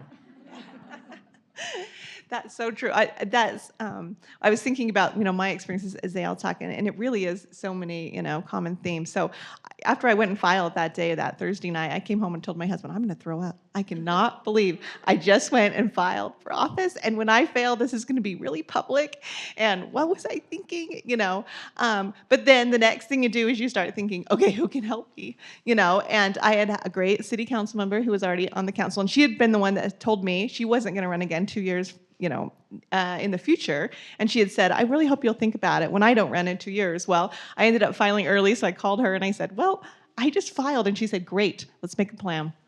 Let's figure it out. And she said, I will knock your first doors with you. She said, we'll go in a neighborhood together and we'll knock doors together the first time. And it was great having her with me. A lot of people knew her already. And so knocking doors with her, and she gave me her list of everywhere that people were happy to have signs. She was phenomenal. And it really is, having somebody that's willing to do that for you. And then I also called, so I was running for city council the first time. I called my state rep and said, okay, you've run lots of times. What am I doing? Like, what's your advice for me? The other thing I did, and this was kind of one of the things that I thought, okay, if I'm going to do this, one of the first things I did is I made a list of 20 people in my community that I needed their vote, because they're the people that everyone calls, right? They're the people that are like, who are you going to vote for? I was one of those people in my community. You probably are those people in your community. Who are those other people, right? There are other people who are elected, but they're also people like church leaders. They're also people like this principal at the school, or I don't know, but there's those kind of people in your community that Ben the fire chief, I don't know, those people, you make a list of those 20 people, you call all of them and you ask for advice on how to serve your community. And at the end you say, thank you so much, I'm hoping you'll support me. And then you've now got your signs in 20 yards of the most important people in your community. And that is how you kind of build that momentum for yourself. And having those people in your court is incredibly helpful for as you overcome some of the things people say and people do, and you can be, have those people at least in your corner. Is this on? Okay, it is. That is terrific. Thanks for sharing those experiences. So another question that we had was, how much time did you spend each week when you were campaigning, right? Because most elected officials in the state of Utah, like 98%, are part-time officials. So many of us have full-time jobs. And if you don't have a full-time job, maybe you are a full-time mom to 7 kids, which is more than a full-time job. So how much time did you spend each week, and what's the most effective way to spend your time in a municipal race? I think we heard this, I'll just start, the microphone's in my hand. I think we heard a little bit of this earlier, and the two things win an election, in all honesty. It's money and face time. You have to go out and knock on doors, and it's important to get volunteers to knock on doors for you as well, because you can't be everywhere all the time, but people need to see your face. They need to be able to see the candidate herself, right? And I think, so my first race, I was working as a public defender here in Salt Lake County, and so I would do that all day, and then at least probably, 4 or 5 hours a night was spent campaigning, and that's phone calling to get money. It's following up on phone calls when volunteers knocked on doors, and I would get these little notes. Jackie would help write these little notes of like, you really need to talk to this person, and following up on those things, and then going out and knocking on doors myself. I tried at least 3 times a week to go out on my own and knock on doors, just me. Definitely a Saturday, all day, but then in between during the week when I could, I would go out in the evenings and knock on doors for a couple of hours. So probably you're looking at 30, maybe 20 to 30 hours a week, I would say at least. Yeah. Depends on the size of your city, right? Yeah. Or the size of your district, or the time that you have. And I would say too, when you're, be intentional about how you spend your time, right? You only have so much time. And so, if you have people out knocking for you, you want to target those people that, you give them a little spiel about, oh, my friend so-and-so is running for city council. She's out knocking doors in another neighborhood tonight, but she'd love to talk to you if you want to talk to her directly, or whatever. Whatever you have them give their spiel. And if there are people that really want to talk to you, those are the people worth talking to. I also would say, don't knock on every single door. It's really kind of depressing when you look who actually votes. It's not a lot of people. But if there's somebody that, I call them my super voters, right? If there is an election, yes, right? If there's an election, and if it was on Christmas morning, they would be there, right? You better darn well be on every one of those guys' porches, right? So, but you can figure out who all those people are. There is a lot of election data out there. You don't have to, wonder. You can know. And it's going to be really depressing the day you get the list and you realize all those people that last time you ran said they voted for you and you saw they didn't even turn in a ballot. But anyways, get that list and be really smart about where you knock doors. And you'll probably find pockets within your city too where like a cul-de-sac where every single person votes. You go spend an evening in that cul-de-sac and you talk to everyone there, right? Because I kind of would tier my voters like, this one is just getting a flyer and I'm walking to the next door because the chance they're gonna vote is small. This one, I'm knocking on the door. This one, I'm making sure if I don't get them, I come back, right? But you figure that out and be really intentional about how you spend your time when you're knocking doors. I think one of the things that you also think about is attending the city events. This way you get your face out there. You're around people who are there. If the mayor's there or you have council people there, attend those events because people want to see you, and then they can in turn, especially if you've been encouraged by a mayor or a city council, let them know and they will tell you, hey, she's running here. Because believe it or not, you'll get a lot of exposure from that as well, and you'll get to talk to a lot of people there. That's one of the ways I think getting involved. But the other is, we talk about how many hours. Don't forget those little time, like if a Saturday night's a girls' night, go do it, because those are the times you need, because you need downtime. I think when I ran, like I had worked 4 10-hour day shifts, and so I would start my shift at 5 o'clock, come home at 3:30, come home. Like my son and my husband, luckily, they don't care what they were eating. is I would go right out, and I'm like, you know what, I'm going. I'd be gone out, and I'd be knocking doors for like 4 hours. And there were times when it was raining, I'd still be out there. If it was snowing, I'd still be out there knocking on doors, because you want to make sure that these people know that you care about what you're doing, that you're just not picking certain people. And that was the other thing, is if you don't have people who say, well, I don't vote, and then you ask them why they don't vote. Some of them say, well, I'm Republican or Democrat. You know, I don't do this. It's like, well, cities are nonpartisan, so we don't do that. That's the biggest thing. And I think one discouraging thing I had when I knocked a door is the guy says, well, are you Republican or Democrat? I said, does it matter? He says, yeah, because I only vote Republican. I said, well, I'm your neighbor. I'm neither Democrat or Republican. I'm your neighbor. I'm willing to listen to the issues that's happening in your neighborhood. Because I'm not going to pick a neighborhood that says, okay, I'm not going to deal with the Democrat or Republican, because same thing with our personnel, city safety personnel, they don't go based on that. So based on what's important to you is what's going to be important to them. So I think those are the things, is just, you can find your time to manage. One of the biggest things that's become big, social media. Yeah. Like, I know one of the ladies who ran against me, she ran a majority of her campaign Facebook. That's a big thing. That's key now. So if you're not comfortable with getting on there talking, do it in front of a mirror and record yourself. For sharing those experiences. I came to this exact event probably 5 or 6 years ago when I was thinking about running, and one of the pieces of advice that the panel gave at that time was, if you are a woman and you're knocking doors alone, it's a good idea to not go into someone's house, right?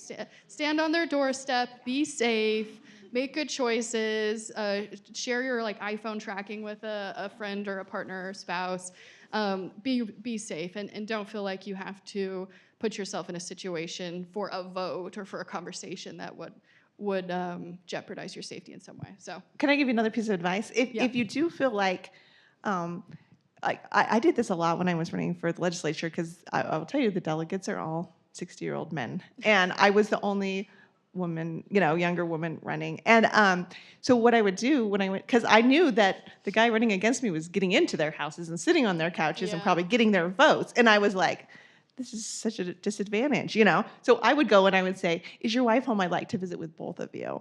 And so I would sit with the wife and the husband on their couch. And then when I left a little advocate for myself, and a lot of those wives showed up to make sure that their husbands voted for me at convention. And, but that was, so use it to your advantage too. If you do feel like, oh, they want to talk more, I'm feeling uncomfortable, say, is your wife or are your kids here? I'd love to meet your family. So that gives you an opportunity to still talk to them and not be disadvantaged because you are a woman. That's terrific. Thank you. When I was running, I got advice from attending a Real Women Run event. I also participated in the Women's Leadership Institute. And then I remember having this question when I was knocking doors, like, how late can you knock doors, right? I don't have kids. I don't have a spouse. Like, what time are people upset when you knock on their door? And I put it out on Twitter, and somebody was like, 8 o'clock. My kids go to bed at 8 o'clock. Please don't ring the doorbell. But when you were out on the campaign trail, where did you get advice? How did you get those questions answered? From everyone else that has run and from my campaign staff. I was saying this earlier. I truly, truly believe that you have to have a very strong campaign staff, whether it be one person or 15 people, whatever your budget allows, however you feel comfortable. But you have to have that staff that knows what they're doing because and has the time to do it. This is their dedicated job, right? And we need them as electeds. You are the face and you are the policymaker and you are the person that people want to elect. And you better have some people behind you that are like, Amy, don't go. I did go into somebody's house and the first time I knocked and I was like, I might be murdered. Yeah. I was in there for like 15 minutes being like, my cell phone doesn't work.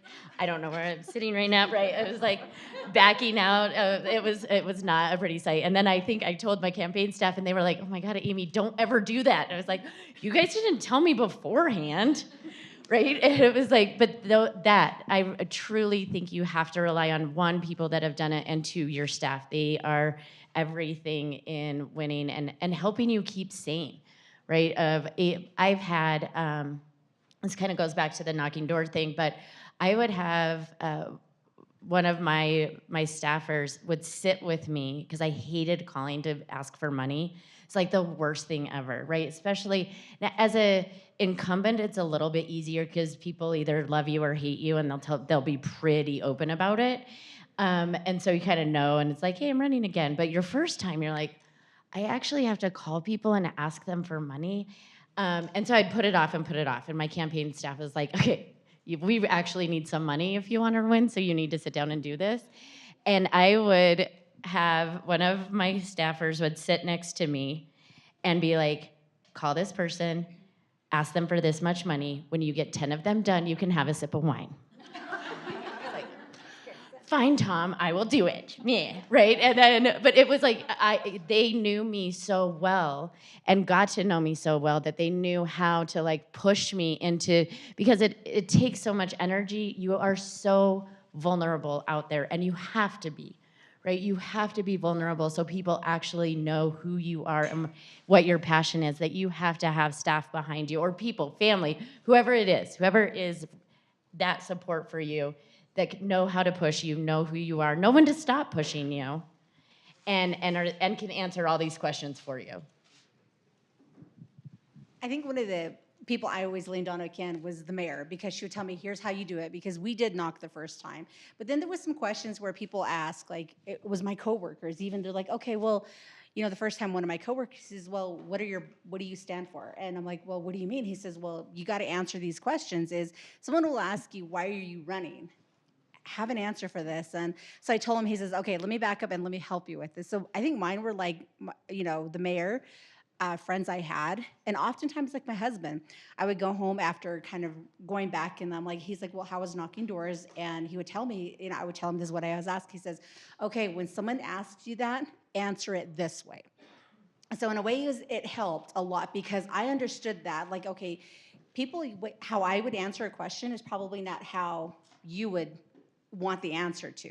So like totally different. So he would actually kind of coach me that way. Then the other thing I started doing is like watching some people on YouTube about how they would speak about different things, because I didn't have the staffers or anything like that. It was just me. And kind of like really, and then, you know, oftentimes whenever I would knock with the mayor, she says, okay, we would be walking between houses. She says, when they ask you this, answer it this way. So I'm like, okay, so she was helping me along those first times. So it made it easier. The second time it was easier. So if you've run and you lost your first time, get back out there and then tweak what you learned in your first experience. Because there's a lot of experiences. The second time is gonna be very different as well. Clarissa and Karen, you didn't have campaign managers, is that right? No, I have never had a campaign manager. I've never had staff, even for my legislative race. It was just my husband and I figured it out. I mean, we hired you know, people to do your graphics to look good. You want all of that stuff to look good. But on my first two races, like my husband made my campaign sign, and we turned it, you know, like who can print this? And I mean, we just kind of figured it out. So I would say, don't be so intimidated that you have to think you have to have a whole, because that's really expensive too. You got to raise money for those people too, not just your materials. So yeah, I've never had a campaign manager, but I do have like a couple people that I rely on for marketing materials, things like that. So when you were out there without a campaign manager and you had a question about X, Y, or Z, who did you call? So like we've talked about, you know, people who have done it before, especially people within your own community, because they kind of know the feel of your community. That was really important. Just like this time when I was running, I wanted to send a mailer that said, not your typical Karen. And so I called the guy that does my marketing, and he said, you cannot send that. And I said, it's so funny. And he was like, I know, but I just don't think you can. So I called somebody else, and I was another marketing person, and I said, what do you think? And they said, that's funny, you should send it. And so sometimes, I don't know that I was just probably calling the person I wanted to get the answer I wanted from, but anyways, I would say you do want a couple of voices that, you know, you're kind of bouncing things off of. And this idea of, you know, one of the first things you should do is grab a group of your girlfriends or whatever and say, ask me everything you want to know, because I got to practice answering.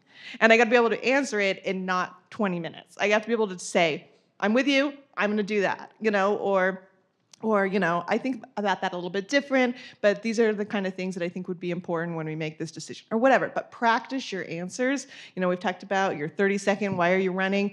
But also just know the issues in your community and be ready to answer the questions you're going to get. If you don't have recycling, you're going to be asked, how come we don't have recycling? If there's, been crime in your community, you're going to be asked about that. Be ready to go on those things that you know are coming. And just to be fair, my first 2 races, I did not have a campaign manager. Running for House of Representatives, it was all me, and it was all just like, I don't even know. I think we printed my flyers out, don't tell my old employer this, but at work. Like, we borrowed the printer at work. So, I get it, but that's also, and I bring this up because it's really important to recognize what resources you are going to need for the race that you're running, right?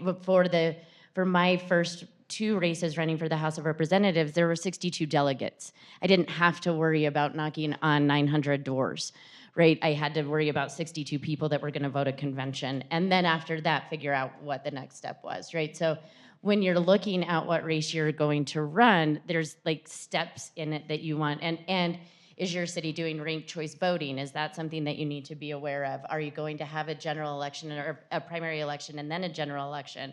Are you going to have to, what does your budget look like? Those are sort of that pre-gaming, right? Is sitting down and coming up with that plan, but recognizing how, and the mayor brought this up earlier, one city is going to be very, very different than another city. Running for city council for Salt Lake City is an entirely different beast than running for city council in somewhere else, right? Because we're the capital city. So really sit down, look at the race you're wanting to run for, look at the resources, be realistic about what you're going to need, and then create that plan with those people behind you that can help you, whether, like I said, whether it be your family or friends, you're able to hire staff, but all of those people, especially somebody that you can call and be like, I don't know what to do right now. Give some advice. That's great, thank you. So Amy brought up fundraising, and I'm gonna disagree. I think fundraising is fun. There's the word fun is in fundraising. But do you have any tips or tricks on fundraising, right? Because it's absolutely intimidating if you're not a Nepo baby. I love that that's a word now. Where do you go find money? You hire Shannon, clearly, because she thinks it's fun. It just depends on the race, right? You need to figure out how much you need. That's the first step. How much money do I really need? So the first time I ran for city council, one person donated $100, and I spent $450. And I won, but it was just about being smart about your resources. $450. Yeah, I know, Wow. right? It was a lot of knocking doors, and who had cheap printouts on Tuesdays, and I would go there to make the cheap printouts, But then for a legislative race, I've had to raise $40,000 in the last year. So fundraising is not fun. This is a tip I would give you. Look at the races that you're interested in running in. Look who's already donating in those races. Those people are used to getting those kind of phone calls. Those are your first calls, right? The people who are already used to sending checks, they like supporting candidates. So you can look at what amounts they usually give. Those are your first calls, right? That information's public. Yes, yeah. it's all public, right? Any sort, and make sure you know the rules about fundraising too. That's the other thing. You don't want to get kicked off a ballot because you did not turn in a disclosure. So, but I would start there. I would say, go look at the races, the kind of races you're running. Look for the people in your community that usually give. That's your first list. I think one of the things that you do is you start out with your family too, because you let them know, hey, you get that idea because nobody likes to ask for money. Realistically, you don't want to. Even your own family, you don't want to, right? But when you're given that opportunity, start with your family, start with your friends. And here's one thing that I know, one of the ladies I ran with, when she ran to back in 2019, they went to a local bar. They sat down, started talking. A guy says, okay, wrote out a $1,000 check to them right then and there. Mm-hmm. So if you have to, go to a bar, talk to people. That's one of the ways, honestly, because that's exactly what happened is they went to a bar, just talked to people. They weren't even actually sitting there campaigning for themselves. They just sat there. We're coming in to wind down from a drink. And the guy says, okay, here, wrote him a $1,000 check right there. So that covered her campaign. I think for mine was more just like relying on people asking for money and That was hard because I don't like to do that. So that was really, really tough for me. But when you do have people who support you, they tell you, like with the mayor, she says they will donate to your campaign. So that's who they know too. So when you are under people who have council members, mayors, they know who their donators are. So they will know, ask them and talk to them, and they will introduce you. And I think that makes that part easier. One other thing is every penny counts and every penny helps. So 2 things I had to get over is that those bigger donors that like we have $750 is the most we can, $780 now I think, in Salt Lake City, but it's still a good chunk of money, right? But like the thing I had to get over is like calling somebody and be like, can you max out and just donate the whole 780? It's like, oh, seems so scary to say. They're used to it. If they're donating big, they're donating big. If like to this point, right? Look at who's there. They're used to the ask. They already know you're calling to ask that, be like, hi, this is Amy. I'm running for council. And be like, yes, how much? Right? Like, so you kind of have to get out of your head in that way. Because they're used to it, right? And then your sort of mid-level people, those are probably going to be your friends, family, coworkers that you can really sit down and talk with, and you can be like, look, $100, if that, $50, and you can have that one-on-one conversation. And then your strangers are the $5 yard sign.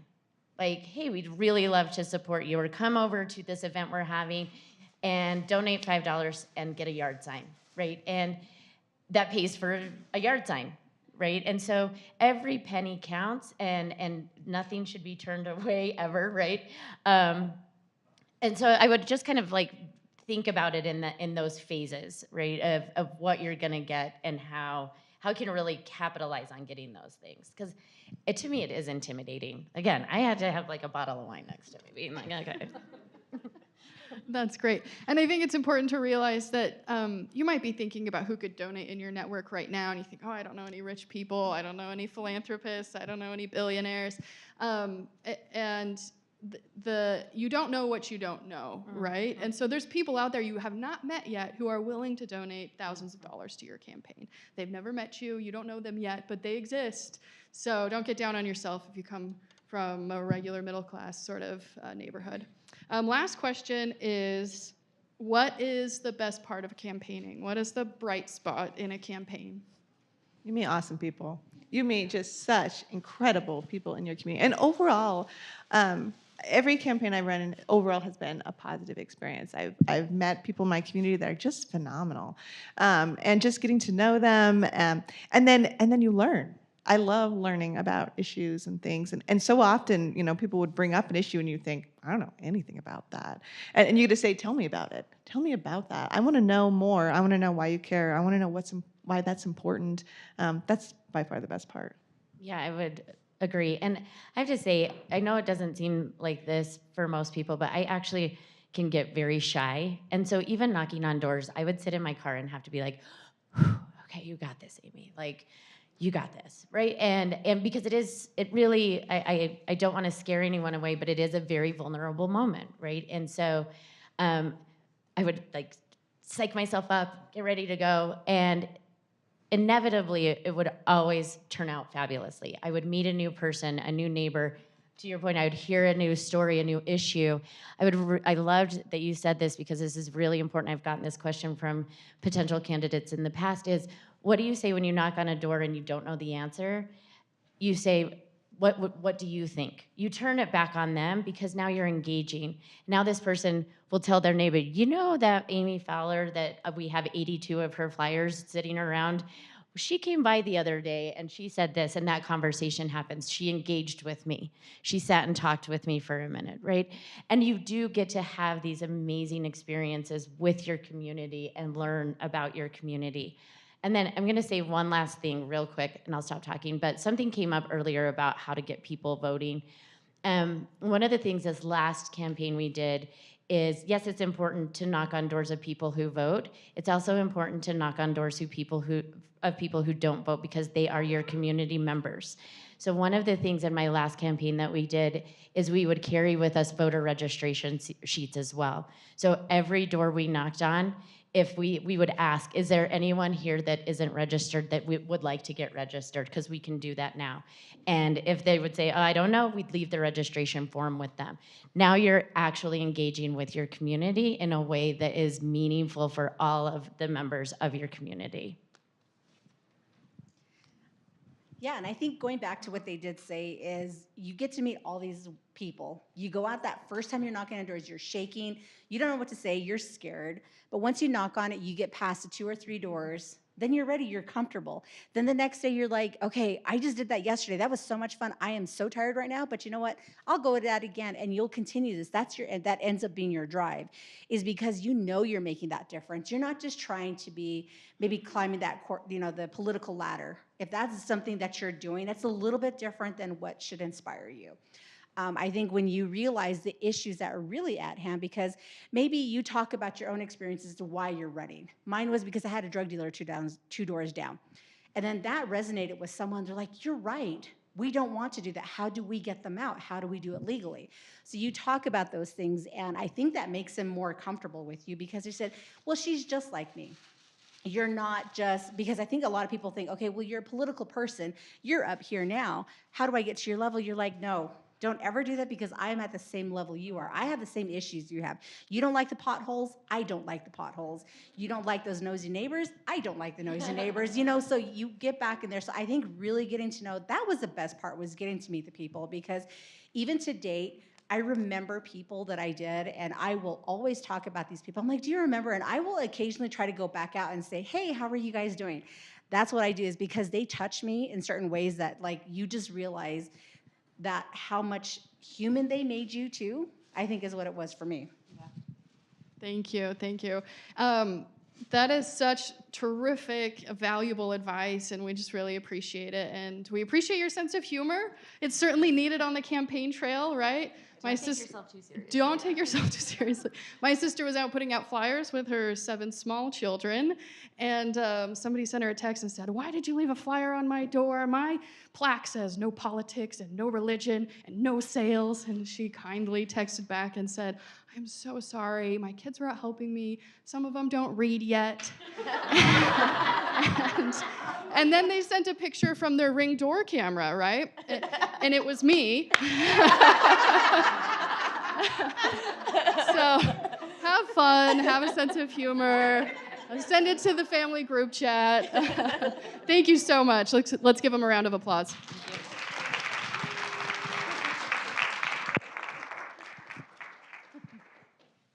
Choose any of 3 mics. Thank you so much. This was fantastic. I think they deserve another round. We're going to move on to our next consulting session, and I'll walk and talk. I'm going to put a piece of paper on each table, and you can see who your consultants are this time around. And then same thing, feel free to sit in here. There are tables and chairs down the hallway or here in the Hinckley Institute. And we'll break for a half hour, and I'll see you at 1:30.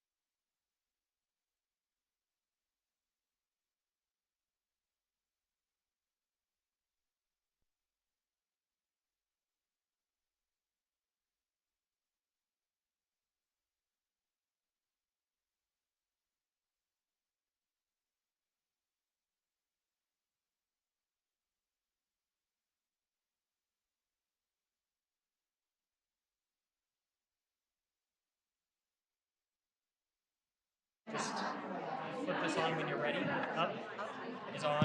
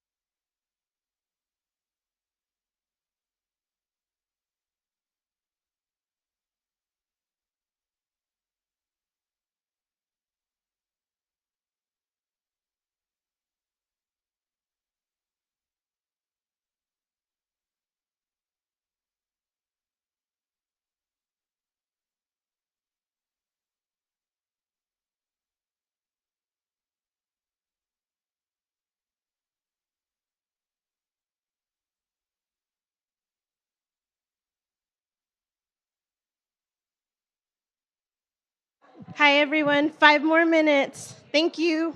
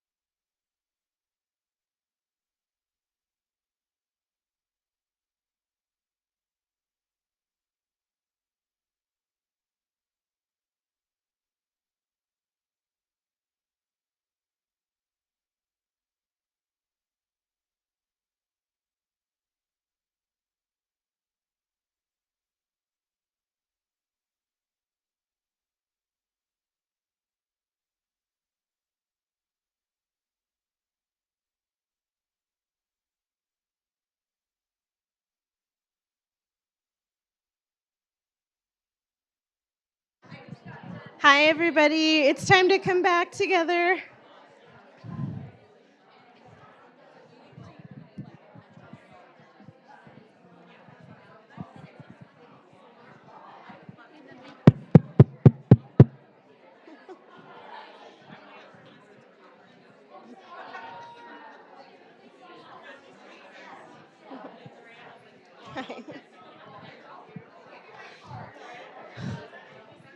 Okay, I'll give everyone.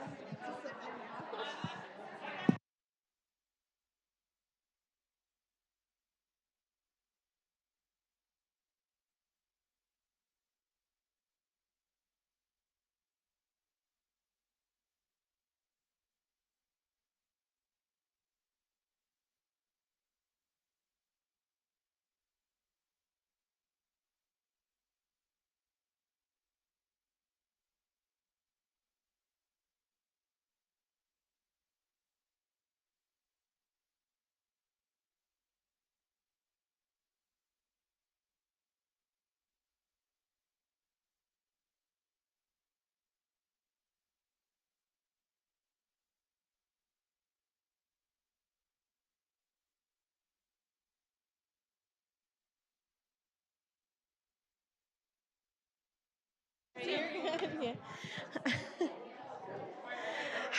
Okay, we're going to get started with our next session. We are so excited to have Mayor Heidi Franco from Heber City with us. I know.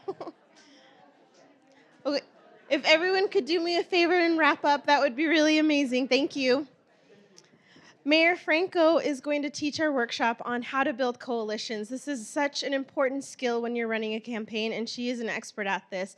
And we are so lucky, in addition to being the mayor of one of our cities here in Utah, she also has a PhD in political science and is a professor, a teacher. So we're here learning from the best, and I'm thrilled to turn the time over to Mayor Franco. Well, so kind. Thank you. Thank you. I'm obviously a small fish in a small pond. And so I wanted to get to know you all a little bit better. Why don't you just raise your hands and tell me if you think you're going to run for a city council? Just raise your hands. Okay. All right. And if you think you're going to run for maybe mayor? Okay. All right. And then what about at the county level? County council, county mayor, okay, or county offices. Okay, how about the state level? State level, I've got one. Okay, good, good. Well, I ran out, right? The rest of you are here because you're hoping to, right? That would be terrific. Believe me, it took me a lot of nudges before I finally dived in myself 12 and a half years ago. I made the decision the week of the filing. Don't recommend that. But here I've taught it for decades, right? And I've tried to encourage my students, get out there, get involved, see what you care about, learn about government, and do it. All right, so I want to talk with you about 4 steps to success in building coalitions, and here they are. Now, you might have already been learning about these steps, right? Knowing your voter turnout, knowing your election calendar, and a campaign plan. Okay, you've been talking about this, and I'm sorry I had to miss this morning because I was teaching those students, all right? But then what we'll really focus on here is knowing your local organizations, and then that last step, no matter how good you do the first 3 steps, that last step is so important that your commitment, your honesty, your intelligence, your leadership, your courage has to shine through. It has to shine through. Voters can tell pretty much in a few seconds if it does or not. So I didn't know if you really wanted to go through all the steps, but we can start. I don't want to repeat too much, okay? You've heard other speakers talk about knowing who your voters are, okay?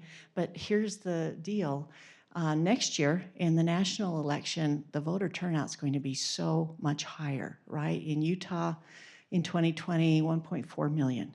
But we're in an off-year election. So just last year, when the senator election was up, you can see how it drops, right? Just a little over 1 million people. So this year it's going to be low again. And then you've got to start analyzing, before you build the other things that we've just talked about. What is your voting area, the size, the demographics? Is it the city, is it the county, or is it at the state level precinct? Is there anyone else running that you know of? And try to put your ear to the ground, see who the competition could be. And then the budget, all right? I set my budget before I ran. You need to start thinking about your budget, getting the mentors or other incumbents to help you, and then think about those costs. There's a cheap way to do it where it looks good, or there's the most expensive way of many consultants that would just love your money and do it for you. But find that balance so that you can plan for your signs, your brochures, your mailings, your website, and any other things that you think you need. Okay, now in Utah elections, this is, I think, 2020 data. Does this have a pointer? Nope. Anyway, just look at the age categories, everyone. The top is the percentages, right? United States, Utah. Look at that bottom line where we're looking at hundreds of thousands. So we've got 200,000 people voting that are 18 to 24, but look how much that jumps, right? In the 45 plus. If you can nail the voters in that 45 to 65 plus age group, you're going to win. You see what I mean? And a lot of you are younger, and that's terrific. But don't forget us boomers, okay? You have to convince and get their vote. They are the most stable voters. All right? They have the higher knowledge, the education, the higher socioeconomic status. You just have to nail their vote, even if you're trying to, have younger people too get their vote, but they just outweigh. They're just the most voters. Okay, so knowing your voter turnout, how do you do that? You go to your county or your city elections office and you find your precinct or your voting district maps. I'm going to show you some examples pretty quick. Now, some of you know this, and some of you are saying, where do I go? What do I do? This is what you do.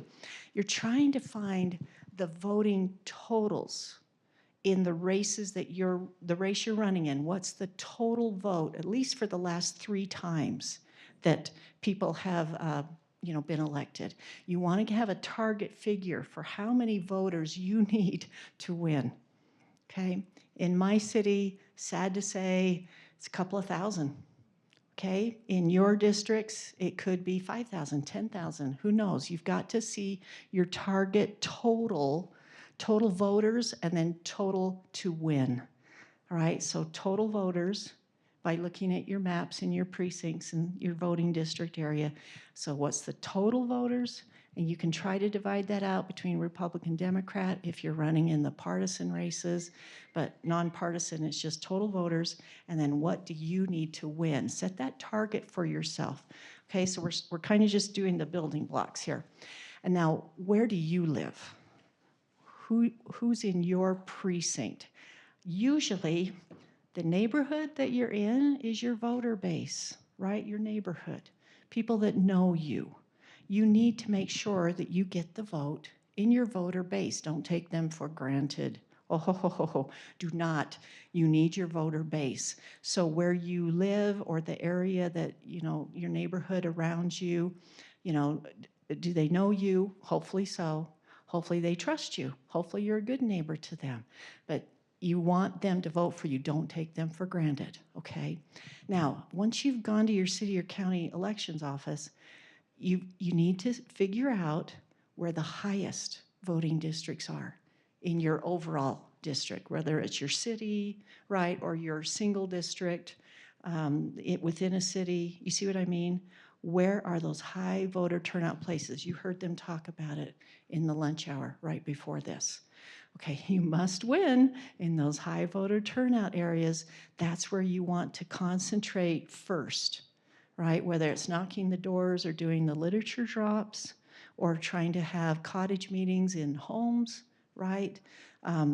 Make sure you concentrate on those high voter turnout areas. Otherwise, you're setting yourself up to fail, right? You can't just focus on your neighborhood that doesn't vote very much, right? And try to get them to vote. That's a big lift. You want to go to the places where they're already having the high voter turnout. Okay, and then if you have time and money, then go to the lower voter turnout areas, but make sure you hit those high voter turnout areas first, okay? And, you know, I had to pick and choose, even within my small city, because I did not knock doors. Is that sad? I didn't. But boy, did I do literature drops in all of the high voter turnout areas. And then as I was telling, I didn't want them to just look at the literature and let it blow away, right? So I attached pens to the campaign literature, and I had a fancy elastic, and I hung it on their door so they wouldn't just step on it, right, and have it blow away, but it would be right there on the door. They'd have to do something with it. And then on the pen, I put my name, and I put the dates to vote too, those voting dates, right? So they would use it. And it was really fun to see people using those pens around town. And then I had a big panic attack thinking, oh no, what if my pen is so cheap, the ink runs out and they throw it away before the election? Thankfully, that didn't happen. But you know what I'm saying? You just you try to make sure that you're focusing on those high voter turnout areas. Okay, you can also get voter registration lists from the county election office or your political party organizations. Try to make sure they're updated, and then you really want to reach out to them. Okay, any questions? Does that help? I hope. So you can start to see that big picture plan of how many voters you need. I really like Salt Lake County's voting district map. We could zoom in there, but I didn't pull it up, sorry, where you can pick on each voting district, and then you can download the XLS or the CSV data, and that's a great treasure trove, right? To find out how many total voters, how many Republicans, how many Democrats, what's your target goal for how many voters you need. Davis County, they get you these kinds of lists where it's not maybe a map and you have to get it printed off, just depending on your county or your city.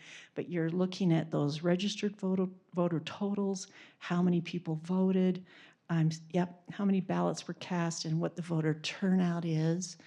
All right, so it's not that you need 100%, but you really want to know, you know, are you reaching enough people, right, in your mailings, in your brochures, or where you're putting your sign locations? You see what I mean?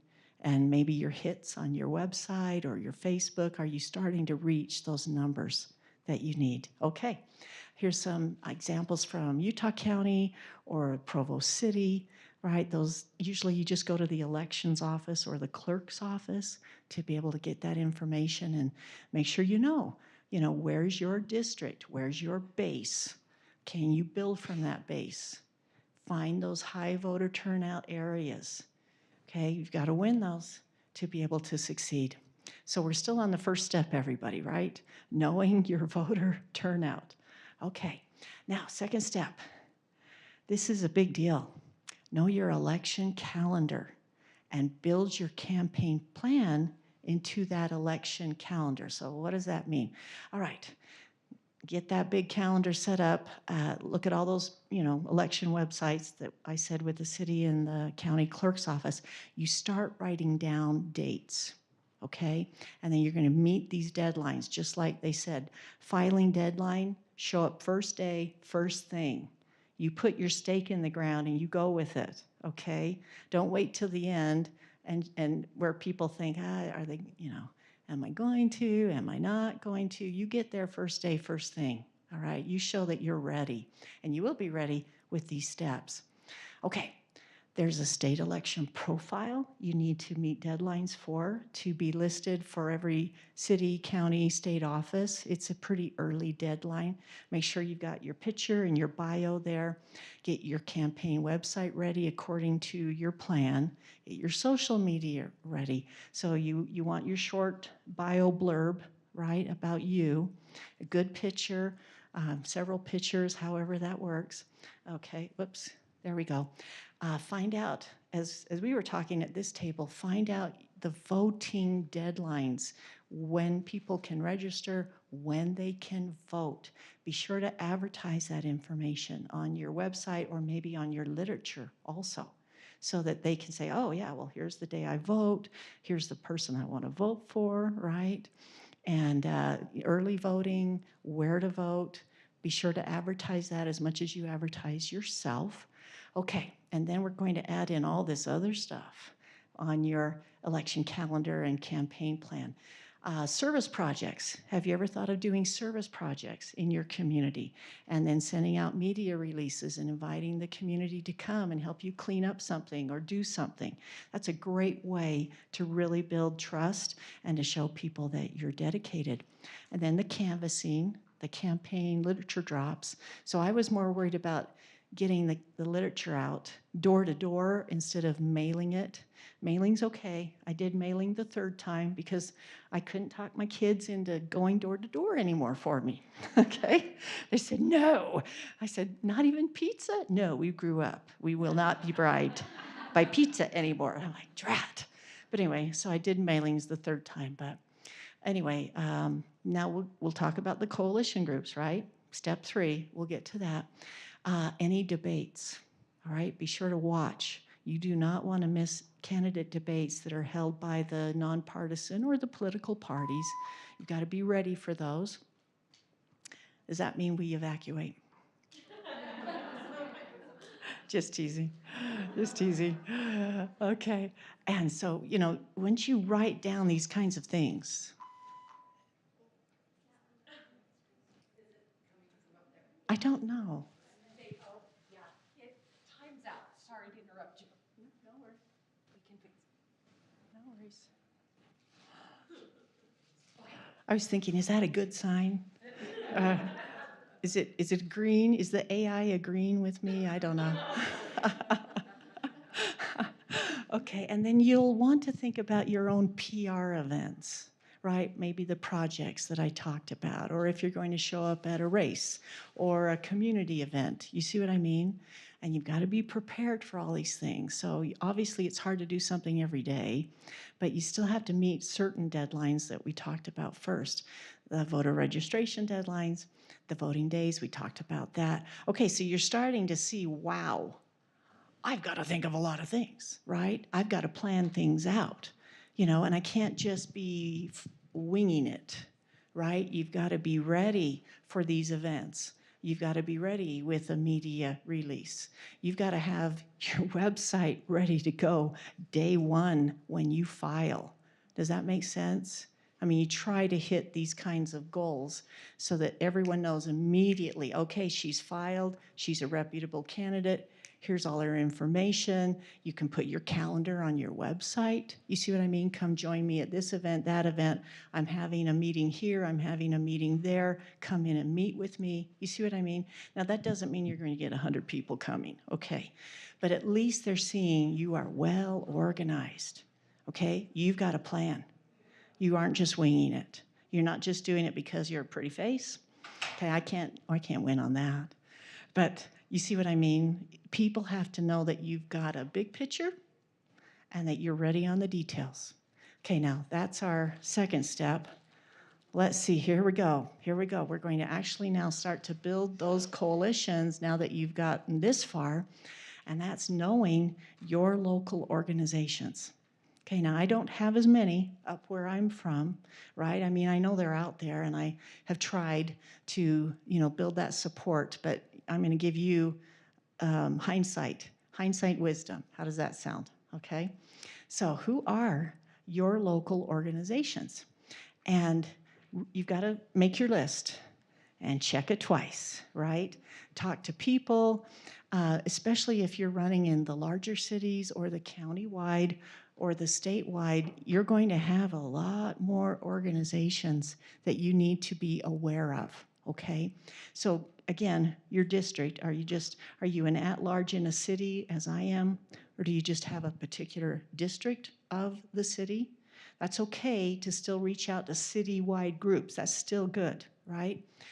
Partisan or nonpartisan, you know, if you're in a nonpartisan race like I am, then you can reach out to both political parties, right? If you are at a partisan race, then you definitely want to be close to your political party. Chamber of Commerce is a very big deal in my county. It's county-wide, right? It's not just my city. but I present there every year. I've participated in their debates. You're going to get a lot of good contacts there, and they usually have several events during the year. One next week for me. Think of service organizations, Rotary, all right, Lions clubs, or perhaps local unions, right? City unions, county unions for the workers, that's really good. Any other interest groups that you can. If you're in the larger cities, you're likely going to find those neighborhood organizations, right? Or like for the avenues, right? Or the west side. You see what I mean? Go out and start making your list. I've put the state website there for you to check out all the interest groups in the state, but you can search it for groups, right? Groups names that you know of and who are the lobbyists, and you'll get more information as addresses and things like that. So that's another thing you can do. And then now that you've made your list, who do you know in those organizations? What contacts do you have to leverage, okay? Can those contacts that you might have in any of those organizations, can they talk to their leaders for you? Can they talk to other members for you? Can they help you with endorsements from that organization or fundraising, okay? We won't talk about the fun and fundraising, okay? Okay, so now we're still on knowing your local organizations. Who are they? Who do you know in them? Okay, now it's time to do some research on those groups. What issues, what projects are they involved in? Okay, usually humanitarian, city issues, county issues. You see what I mean? What kind of issues? And then who's in that group compared to your needed voter turnout? You see what I mean? There's a lot of groups out there. If your group only has 25-year-olds in it, do you want to spend all your time there? Not likely, right? You want to find the groups with the voters in them, right? Remember, we've got to prioritize here. You see what I mean? It's a really hard lift for you to try to get new people voting that haven't voted before. You see what I mean? Do that after you get elected, okay? But to get elected in the first place, who's in that group? You see what I mean? Make sure you're paying attention to the groups that have that 45 to 65 plus demographic, at least as a majority, because then you can get their vote. Does that make sense? So kind of prioritize the groups that are out there, because not every group can help you as effectively help you win unless they have that demographic in there. Okay, does that group endorse candidates? Okay, do they hold debates? Okay, now this is kind of the fun part here. And this is where you get to show your leadership. That's what I like about this next part. What synergy can you find now between each of these groups and your issues? Or can you find synergy or compatibility between groups? You see what I mean? What this group wants, what that group wants. And then you've got to kind of judge things here. You've got to say, okay, is this group, you know, going to go along with my issues, right? My agenda or not? And you have to kind of weigh the risks here, right? Because do you just show up and smile and wave, or do you say, no, I'm committed to your group? You see what I mean? I'm committed to your issues. And you've got to think through some ramifications here, everyone. You know, are you going to commit yourself? Are you going to spend a lot of time with one group versus another one? What's going to help you the most, right? But also, what are you going to stand up for? Okay, because I hope you're running for what you believe and what you want to stand up for. And you're not willing to just back down or throw that away because you're trying to get an endorsement or you're trying to get people to vote for you. All right, so there's a lot of thinking here of, okay, what do I believe in? What do I stand up for? What does that group believe in? What are they trying to do?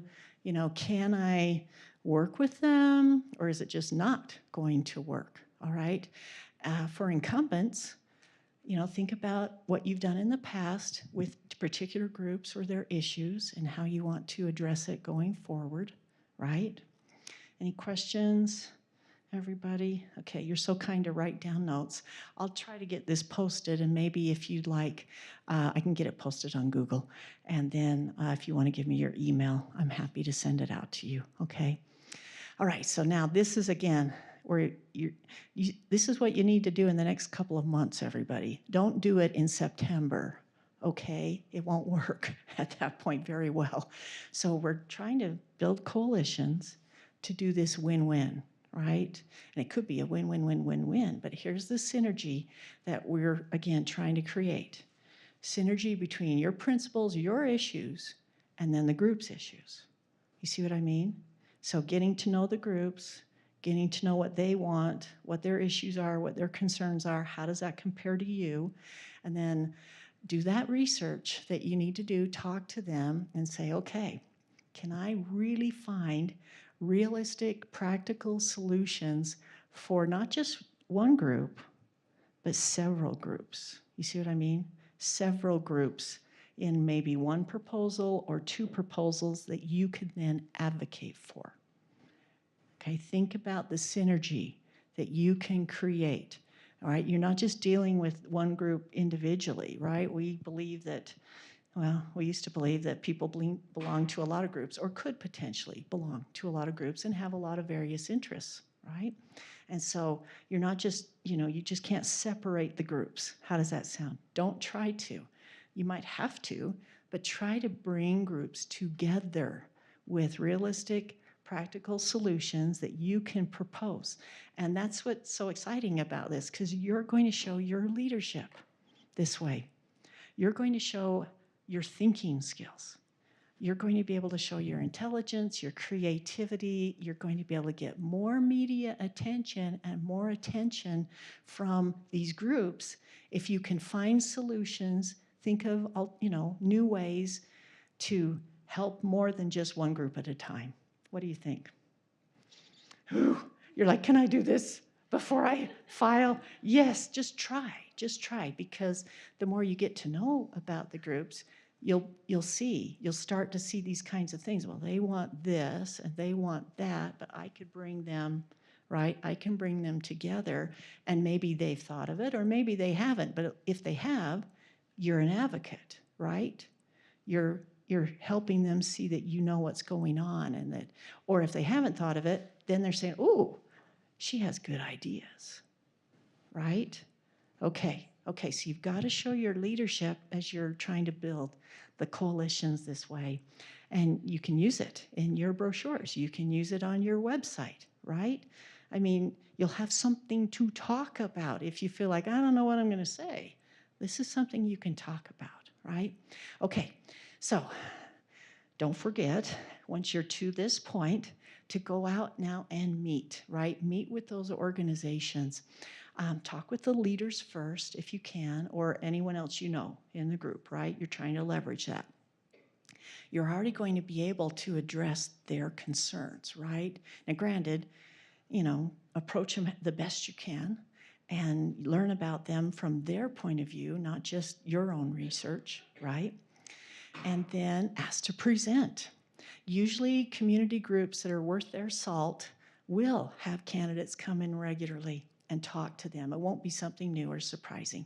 And you'll probably have to address the group with the other candidates too. And that's okay. That's okay. Just keep smiling. Keep feeling confident, right?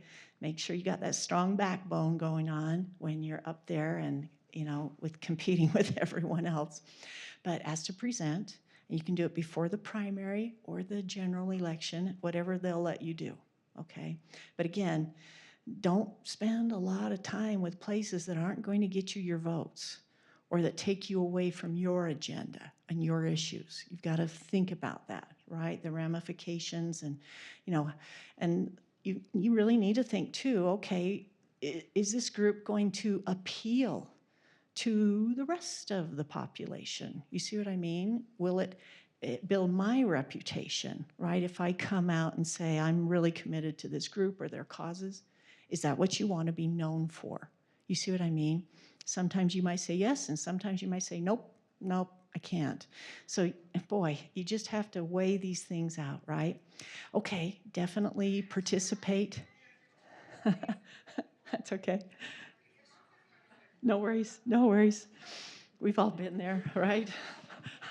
So again, if you participate in their candidate debates, put it on your calendar, get ready for it, right? Get ready with your answers, your brochures, your pens I would put out, your little flags and things like that, whatever. You have to. You've got to look good all the way around because women do that. We do, right? We make the tables look good and all of that. Okay, unless you feel like, oh, that group's just not what I believe in, it's not what I want to commit to, I feel like I'm just going to take that risk of being kind and reaching out to them and listening to what they say, but you don't have to make those promises or advocate for them if you don't want to. That's your choice. And of course, welcome to the world of politics, right? On what you say and what you don't say and all of that. Okay, and definitely, that's a good time to ask for campaign donations. It is. That's the time to do it. You can do it professionally in those presentations, and that will really help you. Plus, you can talk to the individual members, right, when you're there. Okay, now, don't just leave them the rest of the next 4 years or whatever you get elected for. You need to continue to meet with them. And that's true whether you get elected or not, all right? It's time to show consistency. It's time to show that commitment to these groups. Don't just, drop them, if you lose. Keep going. Keep going. Make those friends. Make those contacts. You've got to build for the future, right? Lots of people don't win the first time, and they come back again, and then people get more used to you, and they recognize your name, and they go, hey, that person's not giving up, right? That person really does care. It wasn't a one-shot deal for them, right? They do want to make a difference. They do know their issues, right? They've even spent more time to be able to do that. Okay, so here we are, last step. No matter how good you do the first 3 steps, you could have everything organized. You could have the slickest campaign website. You know what I mean? You could. You could do texting, and you could pay a big consultant to do an AI phone call for you from the president, okay, recording. Who knows? If you did all of that, but the voters just did not feel you had commitment or honesty, that's not going to help you, okay? You really need to think about that. All of these steps are going to help you as long as honesty, right? Honest experience. Don't be afraid if you don't have a resume this long, okay? Just talk about what you have done, okay? I was lucky because my kids were good enough that the community said, oh yeah, we like that family, right? So that's why I didn't have to knock doors, right? I just did the campaign drops. But honest experience, honest background, your communication skills, and that can just take practice. Don't give up on yourself if you're worried about standing up here and not knowing what to say. Just practice. It's all it is. What do you think I've been doing? All right, for decades, right, as a teacher. You don't think I was petrified the first time I walked into the classroom? You don't think I was sweating bullets when I filed the first time, even after doing, oh my gosh, it was terrible. And I'm just like, okay, just walk in, smile, sign your name, and then walk out as fast as you can. But that was me, you know what I mean? You just have to force yourself, right, to do things.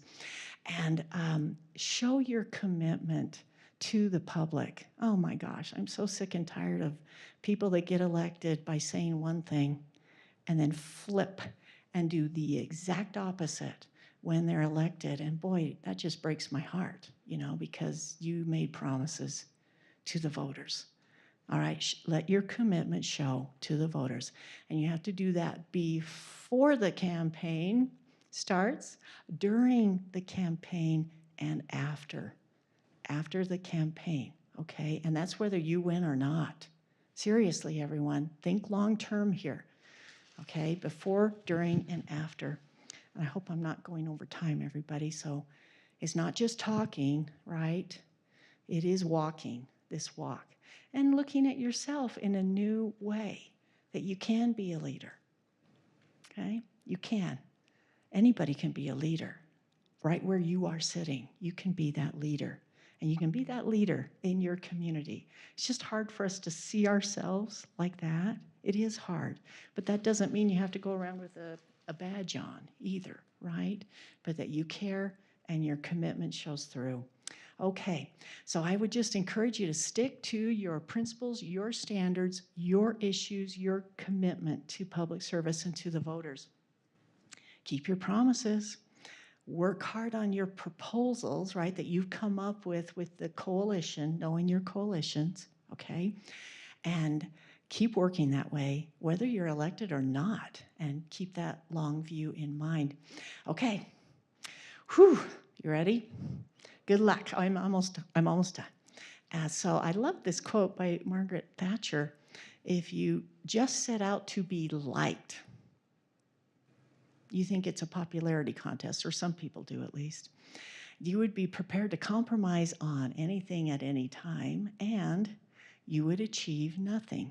That's not the legacy that you want to leave if you're elected or not. You really do want to achieve good things to improve our country, improve your city, improve the county, improve the state. Believe me, government needs all the help it can get, okay? And there's no perfect law, there's no perfect answers either, but we've got to keep trying, right? Okay, I'll leave that up. That's Martha Hughes Cannon, by the way, right? The Utah's first state legislator elected across the whole country. Woohoo, good for her. Amazing woman. Okay, I don't know how much time I have left. Okay, I'm happy to answer any questions. I've tried to give you way too much. So, any questions? Go ahead. I have a question. When you're talking about coalition building and reaching out to different groups like Rotary, Kiwanis, in your experience, which coalition, which group did you align yourself with or get to know that was really surprisingly successful? Give us an example of a group. Wow, this was a great matchup. Oh, well, I think the Chamber of Commerce is important, right? Just because of the money that is there. Not that that's bad or good, but just they are active people. They may not be able to help you as much on your campaign, but they are good for fundraising, okay? And they are spread out through the community, right? Some may be in your district, some may be more citywide, countywide, but they will be able, they talk, right? They talk to each other. They really want to see your professionalism. So I would definitely, make sure you do a good job when you work with the chamber. The Rotary clubs are quite a big deal in the small cities. Okay, a lot of people run for office out of there. That's what I've seen. We have our political parties that aren't as much involved with the nonpartisan races, right, up in my county. But I would think that the neighborhood groups, especially the neighborhood groups in the high voting district areas, you need to know those neighborhood groups, okay, if they're in your city or your county. Really, really important. And I'm so sorry that I can't think of more people for larger counties. Okay, I'm just trying to, like I say, I'm a small fish in a small pond. But does anybody else have any other ideas on that? Any other coalitions you'd recommend? Unions, right, especially for statewide or countywide, right? Very important. They can help you. I think for municipalities would be Voice and Fire. Oh, yes. Oh, ding, ding, ding, ding, ding, ding. Oh, yes, they totally swung my election for me last time, and I didn't even know it, right? Because I was reaching out to everybody. She said police and fire. Yes, because they care about who their leaders are, and they're watching, and do not burn them. And that is not a pun for the fire people, okay? Do not burn them. They care. Now, I know I've never tried to pressure city workers myself, just because a lot of them have been pressured and they move out of the city, okay? So I just tried to present my campaign, right, especially to the high voting district areas and as much as I could on the rest. But, you can do it in a gentle way, let's put it that way, right? Show that you care, that you're committed. Boy, we could talk about that more too, but they're not going to formally endorse when they're working in the city or in the county. To me, that would be unusual. But you never know in the larger counties, right? Larger counties or cities, yeah. I would also say to not underestimate your PTAs and other of those school groups.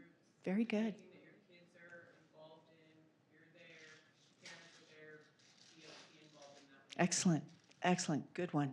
Any others? I was gonna say, like, the local radio station and newspapers. I think we talked about the newspaper, but the local radio station Mhm. on there. Because especially if they have like a talk hour, right? And you want to get to know them, now, they're not a coalition, right? They're the media strategy. But boy, yes, you want to talk. Be able to connect you with other Mm-hmm. groups too. Mm-hmm. That's right. And they'll be able to talk about you if they like you, right? Not just paying them money to talk about you, right? Okay. What else? Anything else? Okay. Oh, go ahead. I think one more you should do is if you are running at a bigger level, you're always going to get, I just mentioned this, is you're going to get people sending out emails from different groups telling you, asking you questions. Answer the questions because you'll get those endorsements too at a bigger level. But be careful of some of them are kind of looking for different kind of information. If you skew it wrong, then they say this is what you're going to do. So reading the emails that come through, because once you file, these groups are going to start emailing you. You will get Oh, yes. Yes, and to me, that's the interest group strategy, right? Which is slightly different than the coalition strategy. But yes, that's why that interest group website is there because, you know, even in a small pond, we're getting those kinds of state level organizations that are trying to see if we will support them, right, and endorse them. And that's where you're trying to judge, okay, what do I stand for? Do I want to, you know, be adopted in, so to speak, with this group? Am I going to be able to really stick up for them or not? You have to make that decision. Okay, I thought there. Go ahead, Sheila. So it's kind of playing off of your comment just now. I'm wondering if those comments are more at the legislative level as opposed to, you know, municipal or local or even some county office positions where you're not making policy at the state level. I know that some of those positions are advocating for policy, but it seems so much like it might be to your advantage not to answer questions that are outside of your purview. Oh, I would agree. And I don't know. Yeah. I was wondering. Right. So when people call in or message you Yes. and ask you those questions, are you obligated to answer in that space, or is there Or say, you can say, I'll get back with you, right? I'll get back with you. You know, thank you for the interest. You know, give me some time. I just think of that Mark Twain quote. Mark Twain quote. My dad told this to me a lot growing up. It's better for people to think you're a fool than to open your mouth and remove all doubt. Remember that? Yeah, so sometimes you just have to smile and say, well, let me get back to you on that. Don't be afraid to do that. Or if you don't know the answer, say, look, I'm going to do some research on that. Give me your email and we'll talk about it, right? And I'll then call them back. You don't have to be on the spot with all the answers, you know, immediately, right? You can control yourself. You don't have to be bullied or badgered into saying something that they're going to get you on. You know what I'm saying? What can I say? We just keep trying, right? We'll just keep trying. Okay, I'm going to turn it back to you. Thank you, everyone.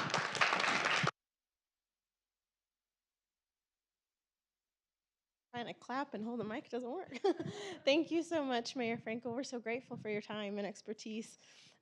We are at the end of the day, our last session. I'm really excited to bring up Lindsay Nicola. Lindsay is the Deputy Chief of Staff for Salt Lake City Mayor Erin Mendenhall. And prior to that, she was Communications Director for the mayor. So that's what she's going to be talking to us about today. So Lindsay is great, not just to help you get elected in teaching you about comms, but also afterwards, what you do after you get elected. So we will give her a minute to set up, but we're excited to hear from Lindsay. Thank you.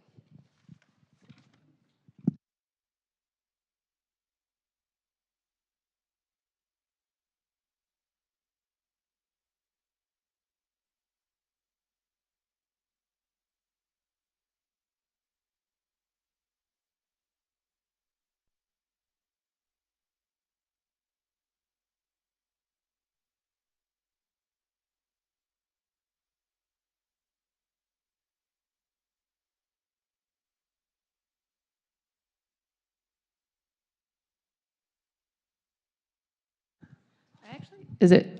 Oh, that's really loud. Hi, everyone. I'm Lindsay Nicola. I am Salt Lake City Mayor Erin Mendenhall's Deputy Chief of Staff. Prior to that, though, I was her communications director, and I've been working in the communications field for, I don't know, a long time. I'm almost 40, so it's been a bit since college. So I'm here today to talk to you about media training and how to use communication strategically as you go about your time on the campaign trail and even before you file. So today, this is kind of my table of contents here. We're going to talk about some uncomfortable realities. Then we're going to pivot into messaging, pitching, interview prep, crisis management, and then I'll have time at the end for Q&A. And hopefully I don't talk too long and take up a bunch of the time, but I want to leave time for you guys to ask any of the questions that you have. So yeah, uncomfortable realities. So more will be expected of you. And I'm sure you've heard this about 1 million times in this room today, but as a woman and in this state, there are many expectations placed on us. Becoming a public figure only adds to those expectations, so prepare yourself. Do you think that when they were painting any of these portraits, that anyone was ever like, hey, Bob, do you think you should smile in the portrait? And if you do smile, should we use teeth, no teeth, cross the arms, uncross them? And I just find that that is the level of detail that goes into thinking about what we look like and how we act as we move about our daily lives, right? Like heavy is the head that wears a crown, right? That's kind of what's expected of us. So you are going to have to pivot a lot if that's what you want to do. I have a couple of examples. First is Ana Valdemoros, who's here. She's a city council member for Salt Lake City. And I remember 2020, COVID, they pivoted to their Zoom meetings. And I would sit there, and it was before anyone ever knew that Ana was pregnant. And I'd sit there, see her like eating her chips on the camera. She's like having like a craving, and she's eating Pringles. And I'm like, oh, Ana, she's pregnant. But then in the chat, because they had the chat open at the time. They didn't know to shut it off. But in the chat, people were like, I can't believe she's sitting there eating. Like people were just, and that is what people do. I mean, I see the back end of Mayor Mendenhall's social media. I know what the commentary is, right? You're being watched all the time, and it's a lot. And one of the things that I have written down for myself to say to you is that you have to know your boundaries. Because if you want to kind of just be yourself and be that hard and fast version of yourself, you have to decide that. And you have to be comfortable knowing that it's not going to please some people and that it's going to make some people uncomfortable. And then if you aren't in that mode, you have to decide who you want to be when you're walking into a room based on an audience. And it's something that I call mom and dad. And as a female leader, sometimes people that you're leading, they want mom, right? They want the person who's going to be feeling and who is going to care about you and who's going to get level to level with you on an empathetic level and make you feel cared for. And sometimes people need dad, right? Like they need that hard leader. And I just have seen it done two totally different ways. I've seen people who are really good at flexing between those two variations. And I've seen people like, I was volunteering at a center in McAllen, Texas once. And it was where people would come after they came out of ICE detention. So they'd cross the border, they would go into the ICE detention, they'd be in there for like 30 days, it was terrible. Then they would come out and they get dropped off on a bus on a corner, and these people ran this center where they're like, come in, we'll give you clothes, you can sleep on the floor until we can figure out for you where you're going.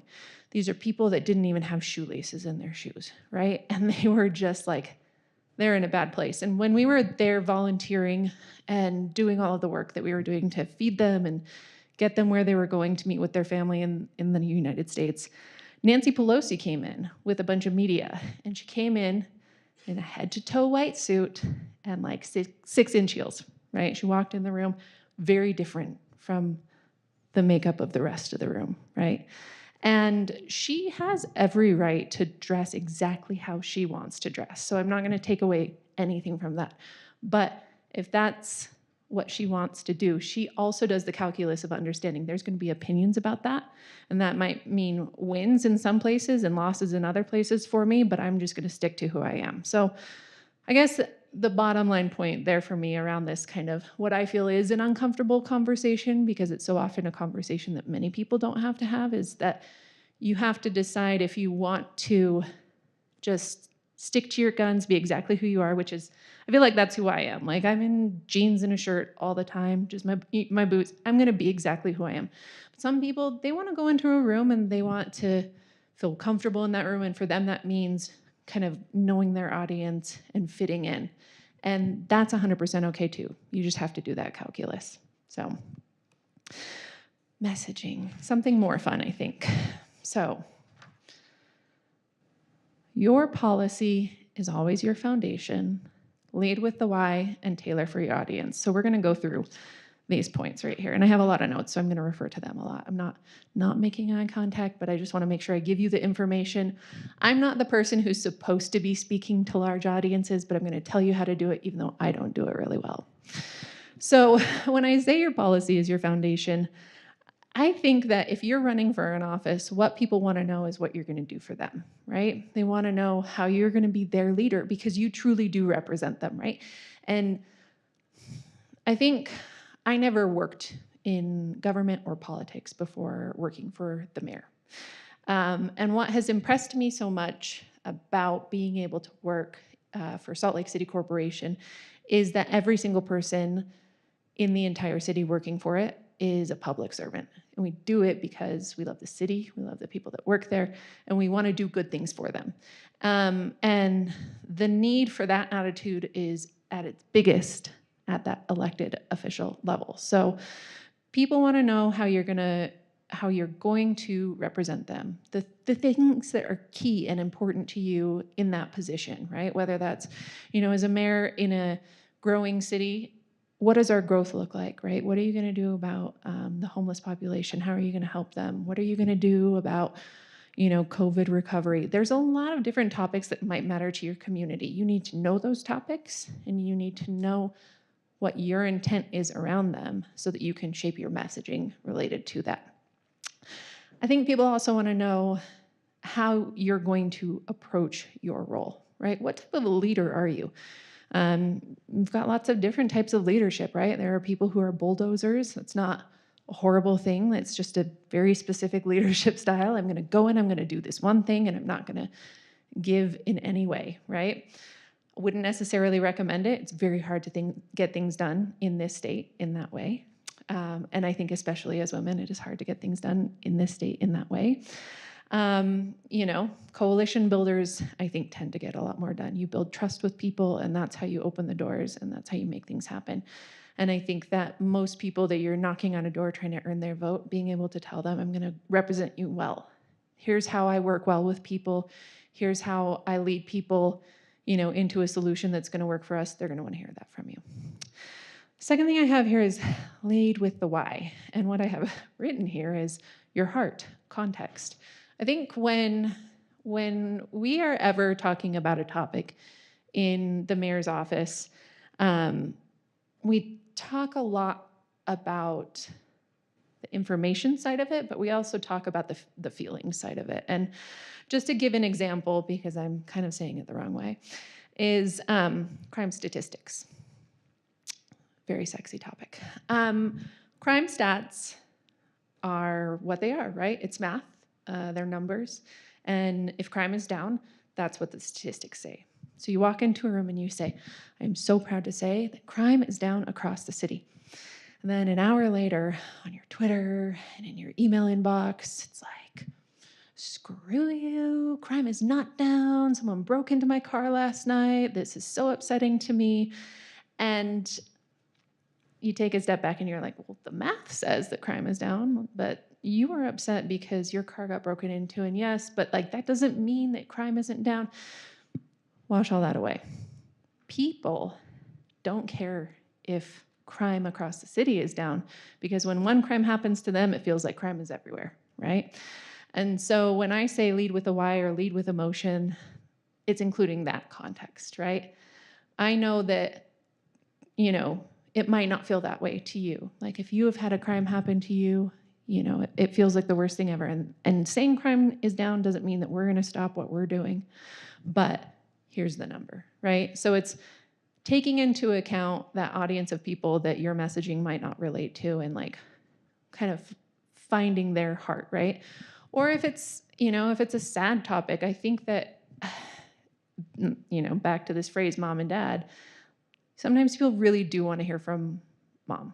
And I think being able to go into a room and show a little bit of vulnerability, which is not weakness, but it's just humanity, it goes a long way for a lot of people. So never be afraid to show humanity. I think it draws people to you. It's a magnet. And I think it's one of the best ways to open people up to conversations. So, and then tailor for your audience. Oh, do you like my screensaver? Tailor for your audience. You know, walking into a place like, you know, a country club is going to be very different from walking into a community council meeting. They care about different things. So before you ever walk into a room, you're going to want to think to yourself, okay, who are these people that I'm going to go talk to right now? What might they care about? Community council, they're going to care about what is going on in their community. You know, a country club, they're going to care about what? Maybe the economy, growth, things like that. So you can really tailor your messaging to the people that you're going to talk to. And I think it's important to do that because the last thing you want is for someone who, you know, if someone's not here for media training today, right now, they're on their phone and they're like, this is boring. And that's totally okay. I had to come and talk about something specific, but you don't want to do that in a room full of people that you want to earn their vote, right? Yandere had a note for me, which is stump speeches. And I made a note for you, which is to talk about kind of the components of a stump speech, because what you will do over and over and over again is in your campaign is you'll give a stump speech in a million different ways. And it's all the same thing. It's just done slightly differently over and over again. You'll get really good at it. But you lead with who you are, why you're running, like why it matters to you, which is your heart, that humanity side of you. Then you get into what needs to change, what needs to happen. The real why of why you're running, which is that maybe you saw a problem. Maybe you see potential that is not being tapped in your community. Whatever it is, people want to know those things. So why? Why are you running? And then you finish out with why you're the person to do with it. Why you're the person to do it. And why are you the person to do it? And I think it is so important as women, I'm sure you've heard this in this room today too, be confident. Why are you the person to do it? You probably do a million things in your day-to-day lives, a million things that go unseen by lots of people, but that you feel the weight of because you're doing it, right? You're fully capable, you're strong. It's okay to show that to people. I can go and I can do these things for you because I do these things every single day of my life. Don't ever shy away from believing in yourself, because if you don't believe in yourself, the person whose door you're knocking, they have no reason to. Go out there with confidence. You've earned it. All right, then my screen isn't going forward. Pitching. Okay, pitching, not baseball pitching, media pitching. And this is actually, I don't want to say it's easy because it feels uncomfortable to go to someone and say, hey, talk about me, because that's basically what you're doing. But there are some good tips, I think, that I have for you. Court the relationship. When I started as Erin's comms director, every single morning I would wake up and I would get a text from Ben Winslow from Fox 13. And it was maybe like a GIF, or it was just like, hey, what's going on today? Ben texts, I think, every single communications person in the world every morning. And that's what makes him good. That's why he has such good stories. That's why we know him. He is on it. He courts our relationship. We should be doing that for him, right? Some mornings I tried to beat him to it. Morning, Ben. Here's a GIF, and here is what's going on. But it's a perfect blueprint for what you should be doing, which is introducing yourself to your local media that are going to be covering your race. So dig into Google. Find out who covered the last race in your area from your local outlets, figure that out, send them an email. Hey, my name is Lindsay Nicola. I'm running for office. Wanted to reach out, let you know a little bit about myself. I'd love to meet up for coffee. Let me know if you have time. Get face-to-face. Face-to-face is the best way you're going to build a relationship with someone, not over email. It's always face-to-face, right? And then what you're going to do is you're going to become a reliable source of information for them. You're going to keep them in the know. Hey, I want to let you know I've got a campaign event where we're going to be doing a service project filling sandbags today. Just letting you know, maybe I'll see you there, maybe I won't, but I'm keeping you in the know. As that ball starts to roll, it starts a little slow, and then it starts to roll faster and kind of gather that moss, so to speak. My last point here is always be trustworthy. And I think that that is so important. If you are ever, if you are ever anything with a journalist, it is earnest and trustworthy, because they read into that. And I work with some journalists who are not the most trusting people, and it's been so hard to just like pry that from them.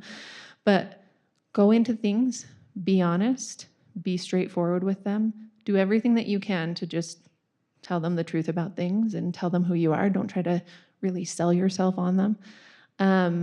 They don't like that kind of like, I don't want to call it car salesmanship, but you know what I mean when I say that.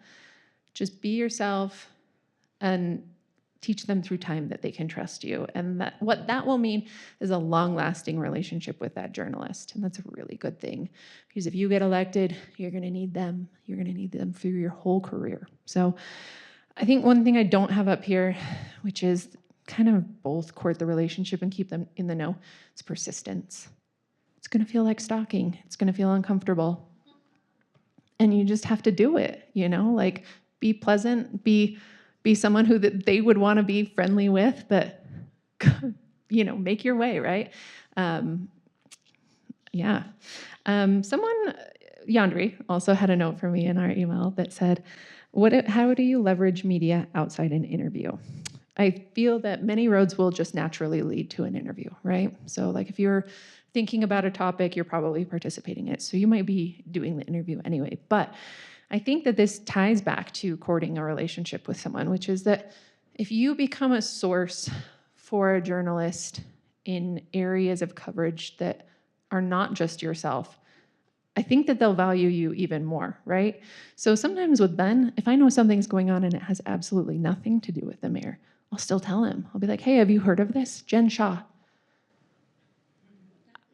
I feel like I'm the one who told Ben that something about Jen Shaw that he ended up tweeting came from me, right? Like I was like, did you hear this? And he was like, no. And it's because I'm in a Bravo group on Facebook and someone knew about it and had a picture of it. I was like, did you hear about this Jen Shaw thing? Because he's covering it. And he's like, no. And I sent him a screenshot. And the next thing you know, it's on his Twitter feed. He's covering that thing. Like how do you leverage a relationship with them outside of their coverage of you is just by being a source, because their whole job is getting coverage into the news every day. And if you can be valuable to them in other ways, why not, right? Be there, help them do their job, and they'll help you do your job, right? Interview prep. This is what I love. Sorry to breathe so heavily into the microphone, you guys. This is why I will never run for office. I will never run for office. I don't really ever go in front of the cameras except for one time in my life, and I'll tell you about it in a minute. But it's because I'm so bad at it. But I do know what makes it good, and I help others to be good at it. It's just not my thing. So do the work. Research, research, research. Practice, practice, practice, and then execute. So let's talk about research. First thing you're going to do is, we talked about this, research the journalist. Google them. Find out what they've covered. Read what they've covered. Understand the tenor of the things that they've covered. Are they a nice journalist? Do they cover things in a generally positive way? Are they a hard-hitting journalist where everything that they cover is a gotcha story? Do you want to talk to them? I don't know. But Google them, figure it out. You can also call people. So you might come across stories that they've written and you know a person who's one of the subjects. Call that person up. Hey, Jenny, what did you think about Ben? Ben's a nice guy. I trust him. You can probably trust him then too. And then you might find out that there are other people that you can't trust, and that's not fun. But it's always good to know. It's good to know who you are going to sit down with and speak with so that you can approach them in a very specific way, because there are reporters who I will approach as a completely open book, and there are reporters who I will approach very cautiously, just knowing that they're gonna take what they want from the topic and make what they want from it, and that's not always a good thing for my elected official. So the second part of research, which is the second research the topic, right? If someone wants to talk to you about a water reclamation facility in your district, your job ahead of that interview is to know everything you possibly can about that facility. And I think that this part of it is fun because you get to learn so much more about something very important to your city every time you do research, whether that's knowing about the material that they fill a pothole with, or knowing about the way that, the city council elections work. If it's ranked choice voting, you become an expert on all of those topics. So it's good for you. You'll be able to talk about it forever, but basically what you want to be able to do is go in and speak as an expert about the topic. I think another thing that I wanted to make in this point was that one thing that I'll often do with a journalist is I'll ask them beforehand, before an interview that they're doing, hey, I wonder, would you be able to pass along your questions? Or if you don't have questions, maybe just give me a general sense of what you want to ask in this interview, so that I can come more prepared to that interview to answer the questions that they're going to ask me, so that I don't have to say, oh, I don't know that one off the top of my head. Let me get that for you. It's not the worst position to be in, and if you don't know something, never make it up, because then you have to go back and correct it, and it's a whole thing. You can always say, I'm not 100% sure. Let me get back to you on that. But it's a good idea beforehand to try to get that from the reporter so that you can be more helpful in the interview, because I view it like that. You're being helpful to them by sitting down with them and talking with them about a topic, and so you want to come prepared to the table. And then the last research is, I would say, especially if you're running, research what your opponent is saying about this topic. And it's not to refute or combat what they're saying necessarily, but if I were your comms director, I would be researching what they're saying, and I would be thinking about how to differentiate you from them. What does differentiate you from them? And sometimes there's not something that differentiates you, and that's okay. That's okay to be on the same page as someone, about something, good or bad or whatever. But there are often areas where you can distinguish yourself, and so figure out what they are, and you can do that also by researching. So the practice getting out what you want to say and how you want to say it. What I mean by that is if you're going into an interview about any topic, what you should do beforehand, and this is what I do, is I write 3 key messages. If I could write the headline of the story, what would the headline be? I'm going to say those words and hope that those words make it into the story, right? I'm going to say it in a longer way, right? And they might put it in the story, which would be great. They're not going to take everything that you say and do that. So you don't, like me, this is like word vomit. I'm just talking a lot to you guys right now. You never want to talk this much to a journalist because you have no idea which part of it they're going to use. Not everything I'm saying is golden right now, right? So you want to be really concise about the good things that you want to say them in those good ways, and just make sure that that's the essence of what you're saying to them over and over again about any given topic. Then, once you figure that out, you're going to, sorry you guys, I have it set like this because I'm a little bit anxious about information security. So if I walk away from my computer, I want it to close like a minute later, which is not always a good thing, and I should have changed it before this. Now that you're prepared with your messaging, you're going to want to practice with someone and have them rapid fire questions at you. You don't want to know those questions. Sit down with a friend, say, this is the topic, ask me anything. Just fire them at me. I don't want to know what you're going to ask me, and then do it. And just talk your way through it and do it until you get it right. It's like, basketball practice basically, but with words. And then the final part is practice by treating every conversation that you have with someone like the interview, right? So you're talking to someone, work it in, like work your messaging into that conversation. And you know, your husband might be like, why are you talking to me about a water reclamation facility? And you're just like, just go with it. But just work it in, because it makes what you're saying more natural to you when it comes time to say it to a journalist, so that it doesn't sound to them like you're trying really hard, which you don't want it to sound like that. You want the words to roll off your tongue. Then the final thing is execute. Go into that interview confidently, knowing that if you've done the work beforehand, you have everything you need in your toolbox to just own this interview. And so I want to go back to that part that I said earlier about journalists who maybe might not have the best intentions. I love journalists. I was a comms major at that building right across from us.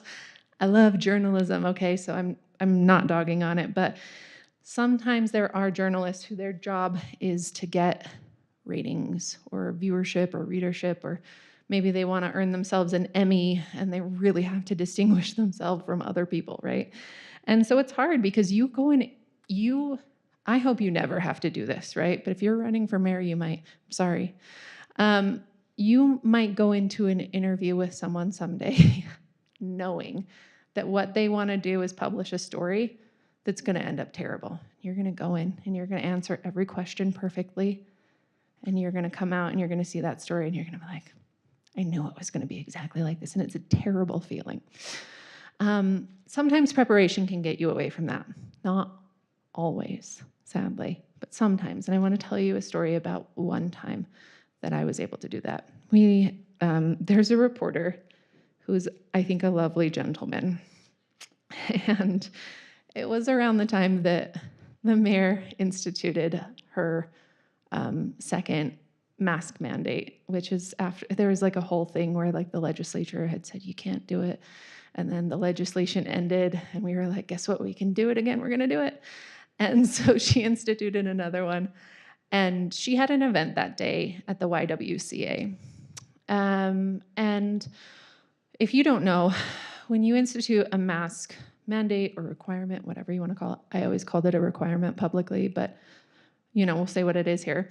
If you institute a mask requirement, there is legal meat behind that, right? The way that she did it, it's through an emergency order. It becomes a legal thing. You can be cited for not wearing one where you're supposed to wear one. You can be fined $2,000. Who enforces those rules? Is it the cops? Okay, those are like all the questions that are involved in that, right? We know this. We went to the YWCA. This journalist was there, and it was so clear that what they wanted to do was a story about the cops don't want to enforce this, but they're going to have to enforce this, and this is not their job to enforce this, but it's all about masks and it's a bad thing. And my mayor couldn't do that interview. She had to go right to another interview after, and so I had to do that interview, and it was the one interview that I have ever done. And it went well. It was like I was ready for it because I was ready for him. And I stood there in front of the camera, and every single question that he asked, I answered it. Different words, but in the exact same way. So one of the questions that Yandere had for me was pivoting from hard questions into your messaging. My messaging that day was that when we had our initial mask requirement, largely and across the board, Salt Lakers were for it. They put their masks on. We didn't really have to do anything. We never cited anyone for it, and we expect for it to be the same. Then the question would come, well, what happens if a cop has to enforce it? Well, you know, we were really lucky that with our last mask mandate, so many Salt Lake residents were just so good about wearing their masks. We expect for the same thing to just happen again. And we're really happy that people are wearing their masks. We encourage them to do it. And it's what happened last time, and we think that's what's going to happen again. This went on for 45 minutes. It did. And he never stopped me and said, stop answering the same way, because I wasn't answering the exact same way every single time. But I did. Like I answered that question with that same messaging, just like, you know, it was like different shades of blonde hair, right? It was the same thing across the board, just differently. If you ever have an interview like that, Get exactly what you want to say down on paper. Figure out 50 different ways to say it. It does not matter what they ask you. Well, are cops going to be mad? Are cops going to be mad that they're having to do this thing? You know, last time we had a mask requirement, people were so good about it. We expect for that to happen again. We don't really anticipate any problems. Do it. You don't have to answer their question the way that they want you to. You are not required by law to do that. And I wouldn't do it. So don't do it. And I would say that that is actually true for lots of things, right? So if you go into an interview, it's a good interview. Someone's asking you about subject X, but what you really want to talk about is Y. You can find a way from X to Y, and I would do it because that's the only way that you're going to get your key messaging into the story. You don't want a story about something that doesn't matter to anyone. If this topic over here is what matters to people, pivot. And there's a way to do it. There's always a way to do it. What I think is interesting about this is XYZ, go to your topic, right? Just, you can lead the horse to water. So do it. The last topic that I have on here is one that I feel is timely, as I have been hanging out in thigh-high water recently on 17th South. And that's crisis management. And I don't have a slide with a saying on it or anything after this, but what I will say is there's two kinds of crises. One is the kind that just happens to you, like flooding, and the other is the kind that you dread happening, but will happen at some point and you have to be prepared for, and it's like a really hard thing to deal with. And I'll talk a little bit about both. I think as candidates, this applies to you. You might not be running the city or the county or your city council or your school board or anything like that yet, but you are still a resident and what happens in your community matters to you and you can show up. So I will say one of the things that so we had flooding over on 17th South Wednesday night, right? Wednesday night, I think at like 8 o'clock, I went up. I didn't go home till 2 in the morning. And someone who was out there the entire time, who is running for office, obviously my boss was, but Dan Dugan, council member District 6, was up there the entire time. And he was up there as soon as I got up there the next morning, he was up there. And I was so impressed with Dan. And I will say, this is just me talking to you, not part of my job, but I was surprised to not see more candidates there doing the thing, right? This is your city. You know, if you're running for whatever you're running for, not just mayor, not just city council, but any job that might be open in the city come this fall, if I were a candidate, I would have been there. Spring runoff happens for a long time. If there's anything in your area that goes wrong, if it's a flooding, if it's anything else, an earthquake, show up. Go out and be seen doing good for your community, because I'm sure it's what you want to do. Sometimes people don't do that because they're like, oh, maybe I shouldn't, maybe I don't have a role there. You have a role there, and it's as a community member. I feel like we're all helpers. We help each other. It's humanity. Do it. Leap into action. The crises that we don't expect to happen, but that do happen, tragedy.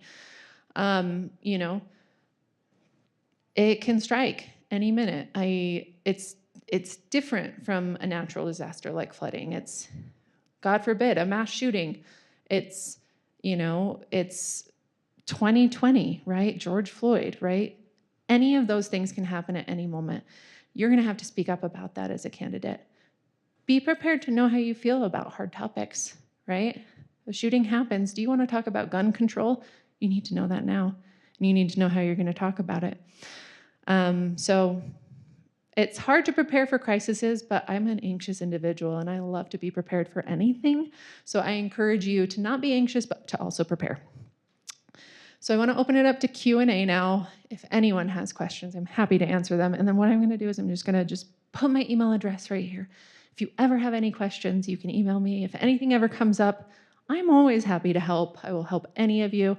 But what I will say is the real thing that you want to be doing is, as soon as we're done here, just chasing Heidi. Because I want to say your deck, people pay a lot of money for that information. And the first thing that you should do when you go home is take that deck, copy and paste all of it, break it down into a Word document table, put check boxes next to everything and start checking all that off. Because that is how you run and win a campaign. She just gave you the playbook of a lifetime. So, yeah.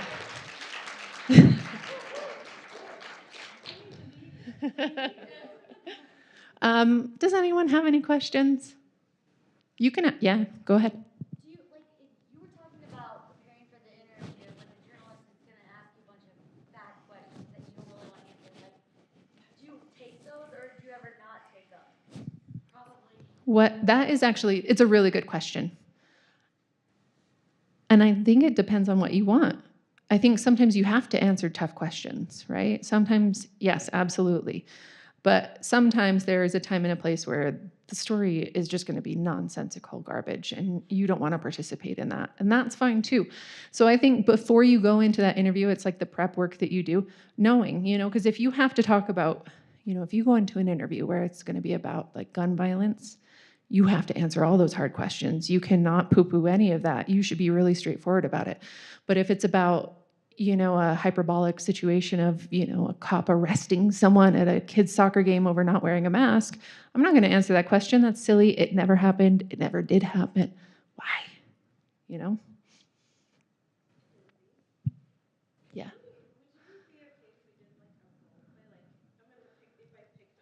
Yeah. Well, yeah.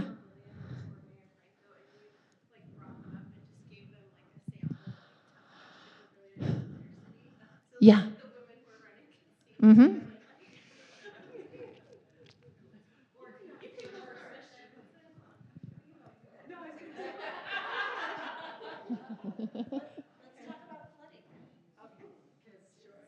Oh, yeah. Oh, so let's play this out. Let's pretend that in each of your areas there's been just like some massive flooding, right? And for, 2 months or so, say, you and your municipality or your city, you've been preparing, you've been building sandbags, you've been kind of gaming out like where things could flood, where you are.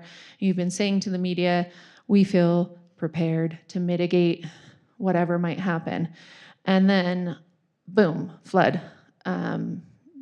Everyone's out in the street sandbagging. The whole, city team is out on the street sandbagging.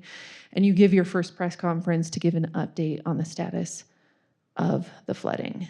And so my question for you is, well, you said you were going to mitigate everything, and look at this. What is that? Is that mitigation? Well, a good thing to know is that our city actually is along one of those rivers, and we have been actually preparing for this.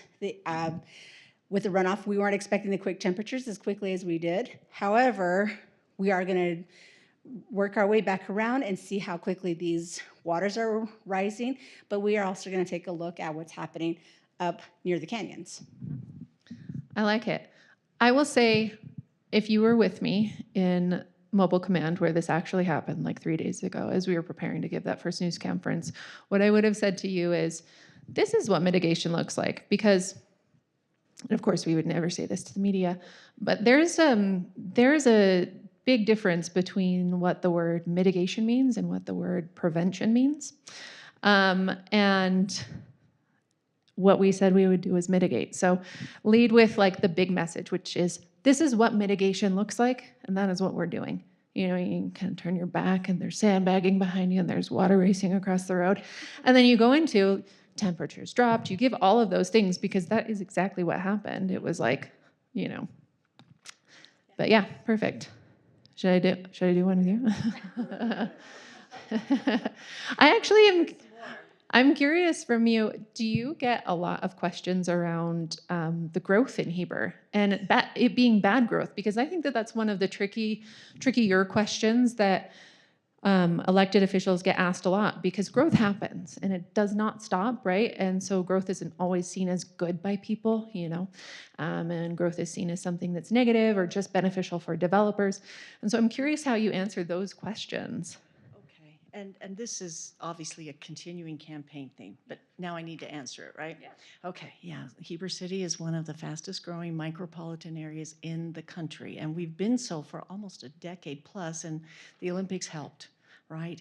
And so what I'm trying to do is make sure that our roads, our water, our electricity, our sewer are building the capacity to handle that growth, and we're meeting new standards that we haven't met before. We're meeting them before the state is requiring us to meet it. So we're making sure that growth will handle its own traffic and that we'll be able to build for the future. Okay, but what about Tommy Jones? He's a farmer. He can't afford his house anymore because he's driving, this growth is driving housing prices up. People won't be able to live in Heber. Generations of people who have called this home, what happens to them? All right, well, as a member of the Wasatch Open Lands Board, we have developed a program 4 years ago and passed the open space bond so that we can preserve the agricultural heritage in our county. And so as chair of that board, we've been preserving a couple of 100 acres, and we're giving options to farmers so that they can save their land and get tax benefits and preserve the agricultural heritage in our county. She's a professional. Hey, those are our issues. Those are our issues. Thank you. If you want the slides. Yes, put your email address on there. Does anyone else have anything that they want to talk through? We don't have to. Yeah? Oh, I'm just saying, tell me more about those nasty journalists, please. Well, remember when I said you prepare for interviews, you call people? It's funny because some of them, I've had communications directors from other cities call me and say, hey, we've got this journalist, they reached out. I'm kind of worried, like, what's your experience been like with them? And we have those conversations, and I don't think it's a bad conversation to have, but it's good to know what you're walking into. So I would call anyone who might have interacted with a journalist that you're about to work with that you don't know much about, and just get a read on them, because sometimes it's easy to walk through the door and chat with them, but other times you don't want to be an open book. So I'm also a comms director for the state, and I will often ask for questions ahead of time before my Yeah. You don't necessarily have to take full interview. Yeah. Sometimes also, Frame it, I just like to be prepared when you yeah. Or I think if it's I wouldn't necessarily say I'm doing this around like super tricky topics, but sometimes you do have to just answer questions in written format because you don't have time for an interview as well. And that, I think, is always something to ask for if there's an option for that as well. I mean, face-to-face is great, and with TV you have to do it face-to-face, of course, but sometimes there's a venue for that as well. I just had a comment, is that I have not very many experiences with journalists yet, but one time somebody had misquoted me, and then they called me, and I kind of chewed them out and made them cry, and I didn't mean to do that, but like I didn't really like it, and it was like off the beat, and then another person had called and left a voicemail, and I was feeling a little bit panicky, and somebody said, you know what, you don't have to call them back right away. You don't have to talk to them right now. You can put it off. And I wish on the first case, I would have said, it's not a good time for me, but can I call you back later when I wasn't so miffed, and I Yeah. could have composed myself a little bit better. Oh, I yeah. think that might be a nice thing for people to hear, is that, you don't always have to talk to them right when they call you, and it's not very nice for them to cold call you. I feel like anyone who has a significant other like understood that scenario immediately of like count to 10, right? But yeah, I also think a journalist will try to get a hold of you at any time. I used to have people calling me on Thanksgiving. It was rude, right? But that just goes to show you like how often they'll kind of like pop up around things. So you're right. You don't have to call them immediately. Actually, one of the very first questions that I always ask in an interview for my principal, I say, hey, thank you so much for reaching out about this. What does your deadline look like? Get back to them. You have time to work on your messaging. You don't have to talk to them right then. Never talk to them right then. Don't go off the cuff. I mean, you can if you want to, but you don't need to, and it's honestly a great idea to just be super prepped for things. So ask them what their deadline looks like. Great, your deadline is this. I have some time over here. Just wondering, would it be okay if you passed along the questions that you have, or just sort of what your line of questioning is, just so that I can come to the table prepared to talk to you about this. Looking forward to Thursday. Hi. I think just one thing also understanding is potentially there's going to be a reporter who lives in your community and is probably against things that you're trying to do for the city. They will reach out to you during that. Yeah. She's right. How do you deal with the social media mob situation? Woof. I've seen on Erin Mendenhall's Twitter that she gets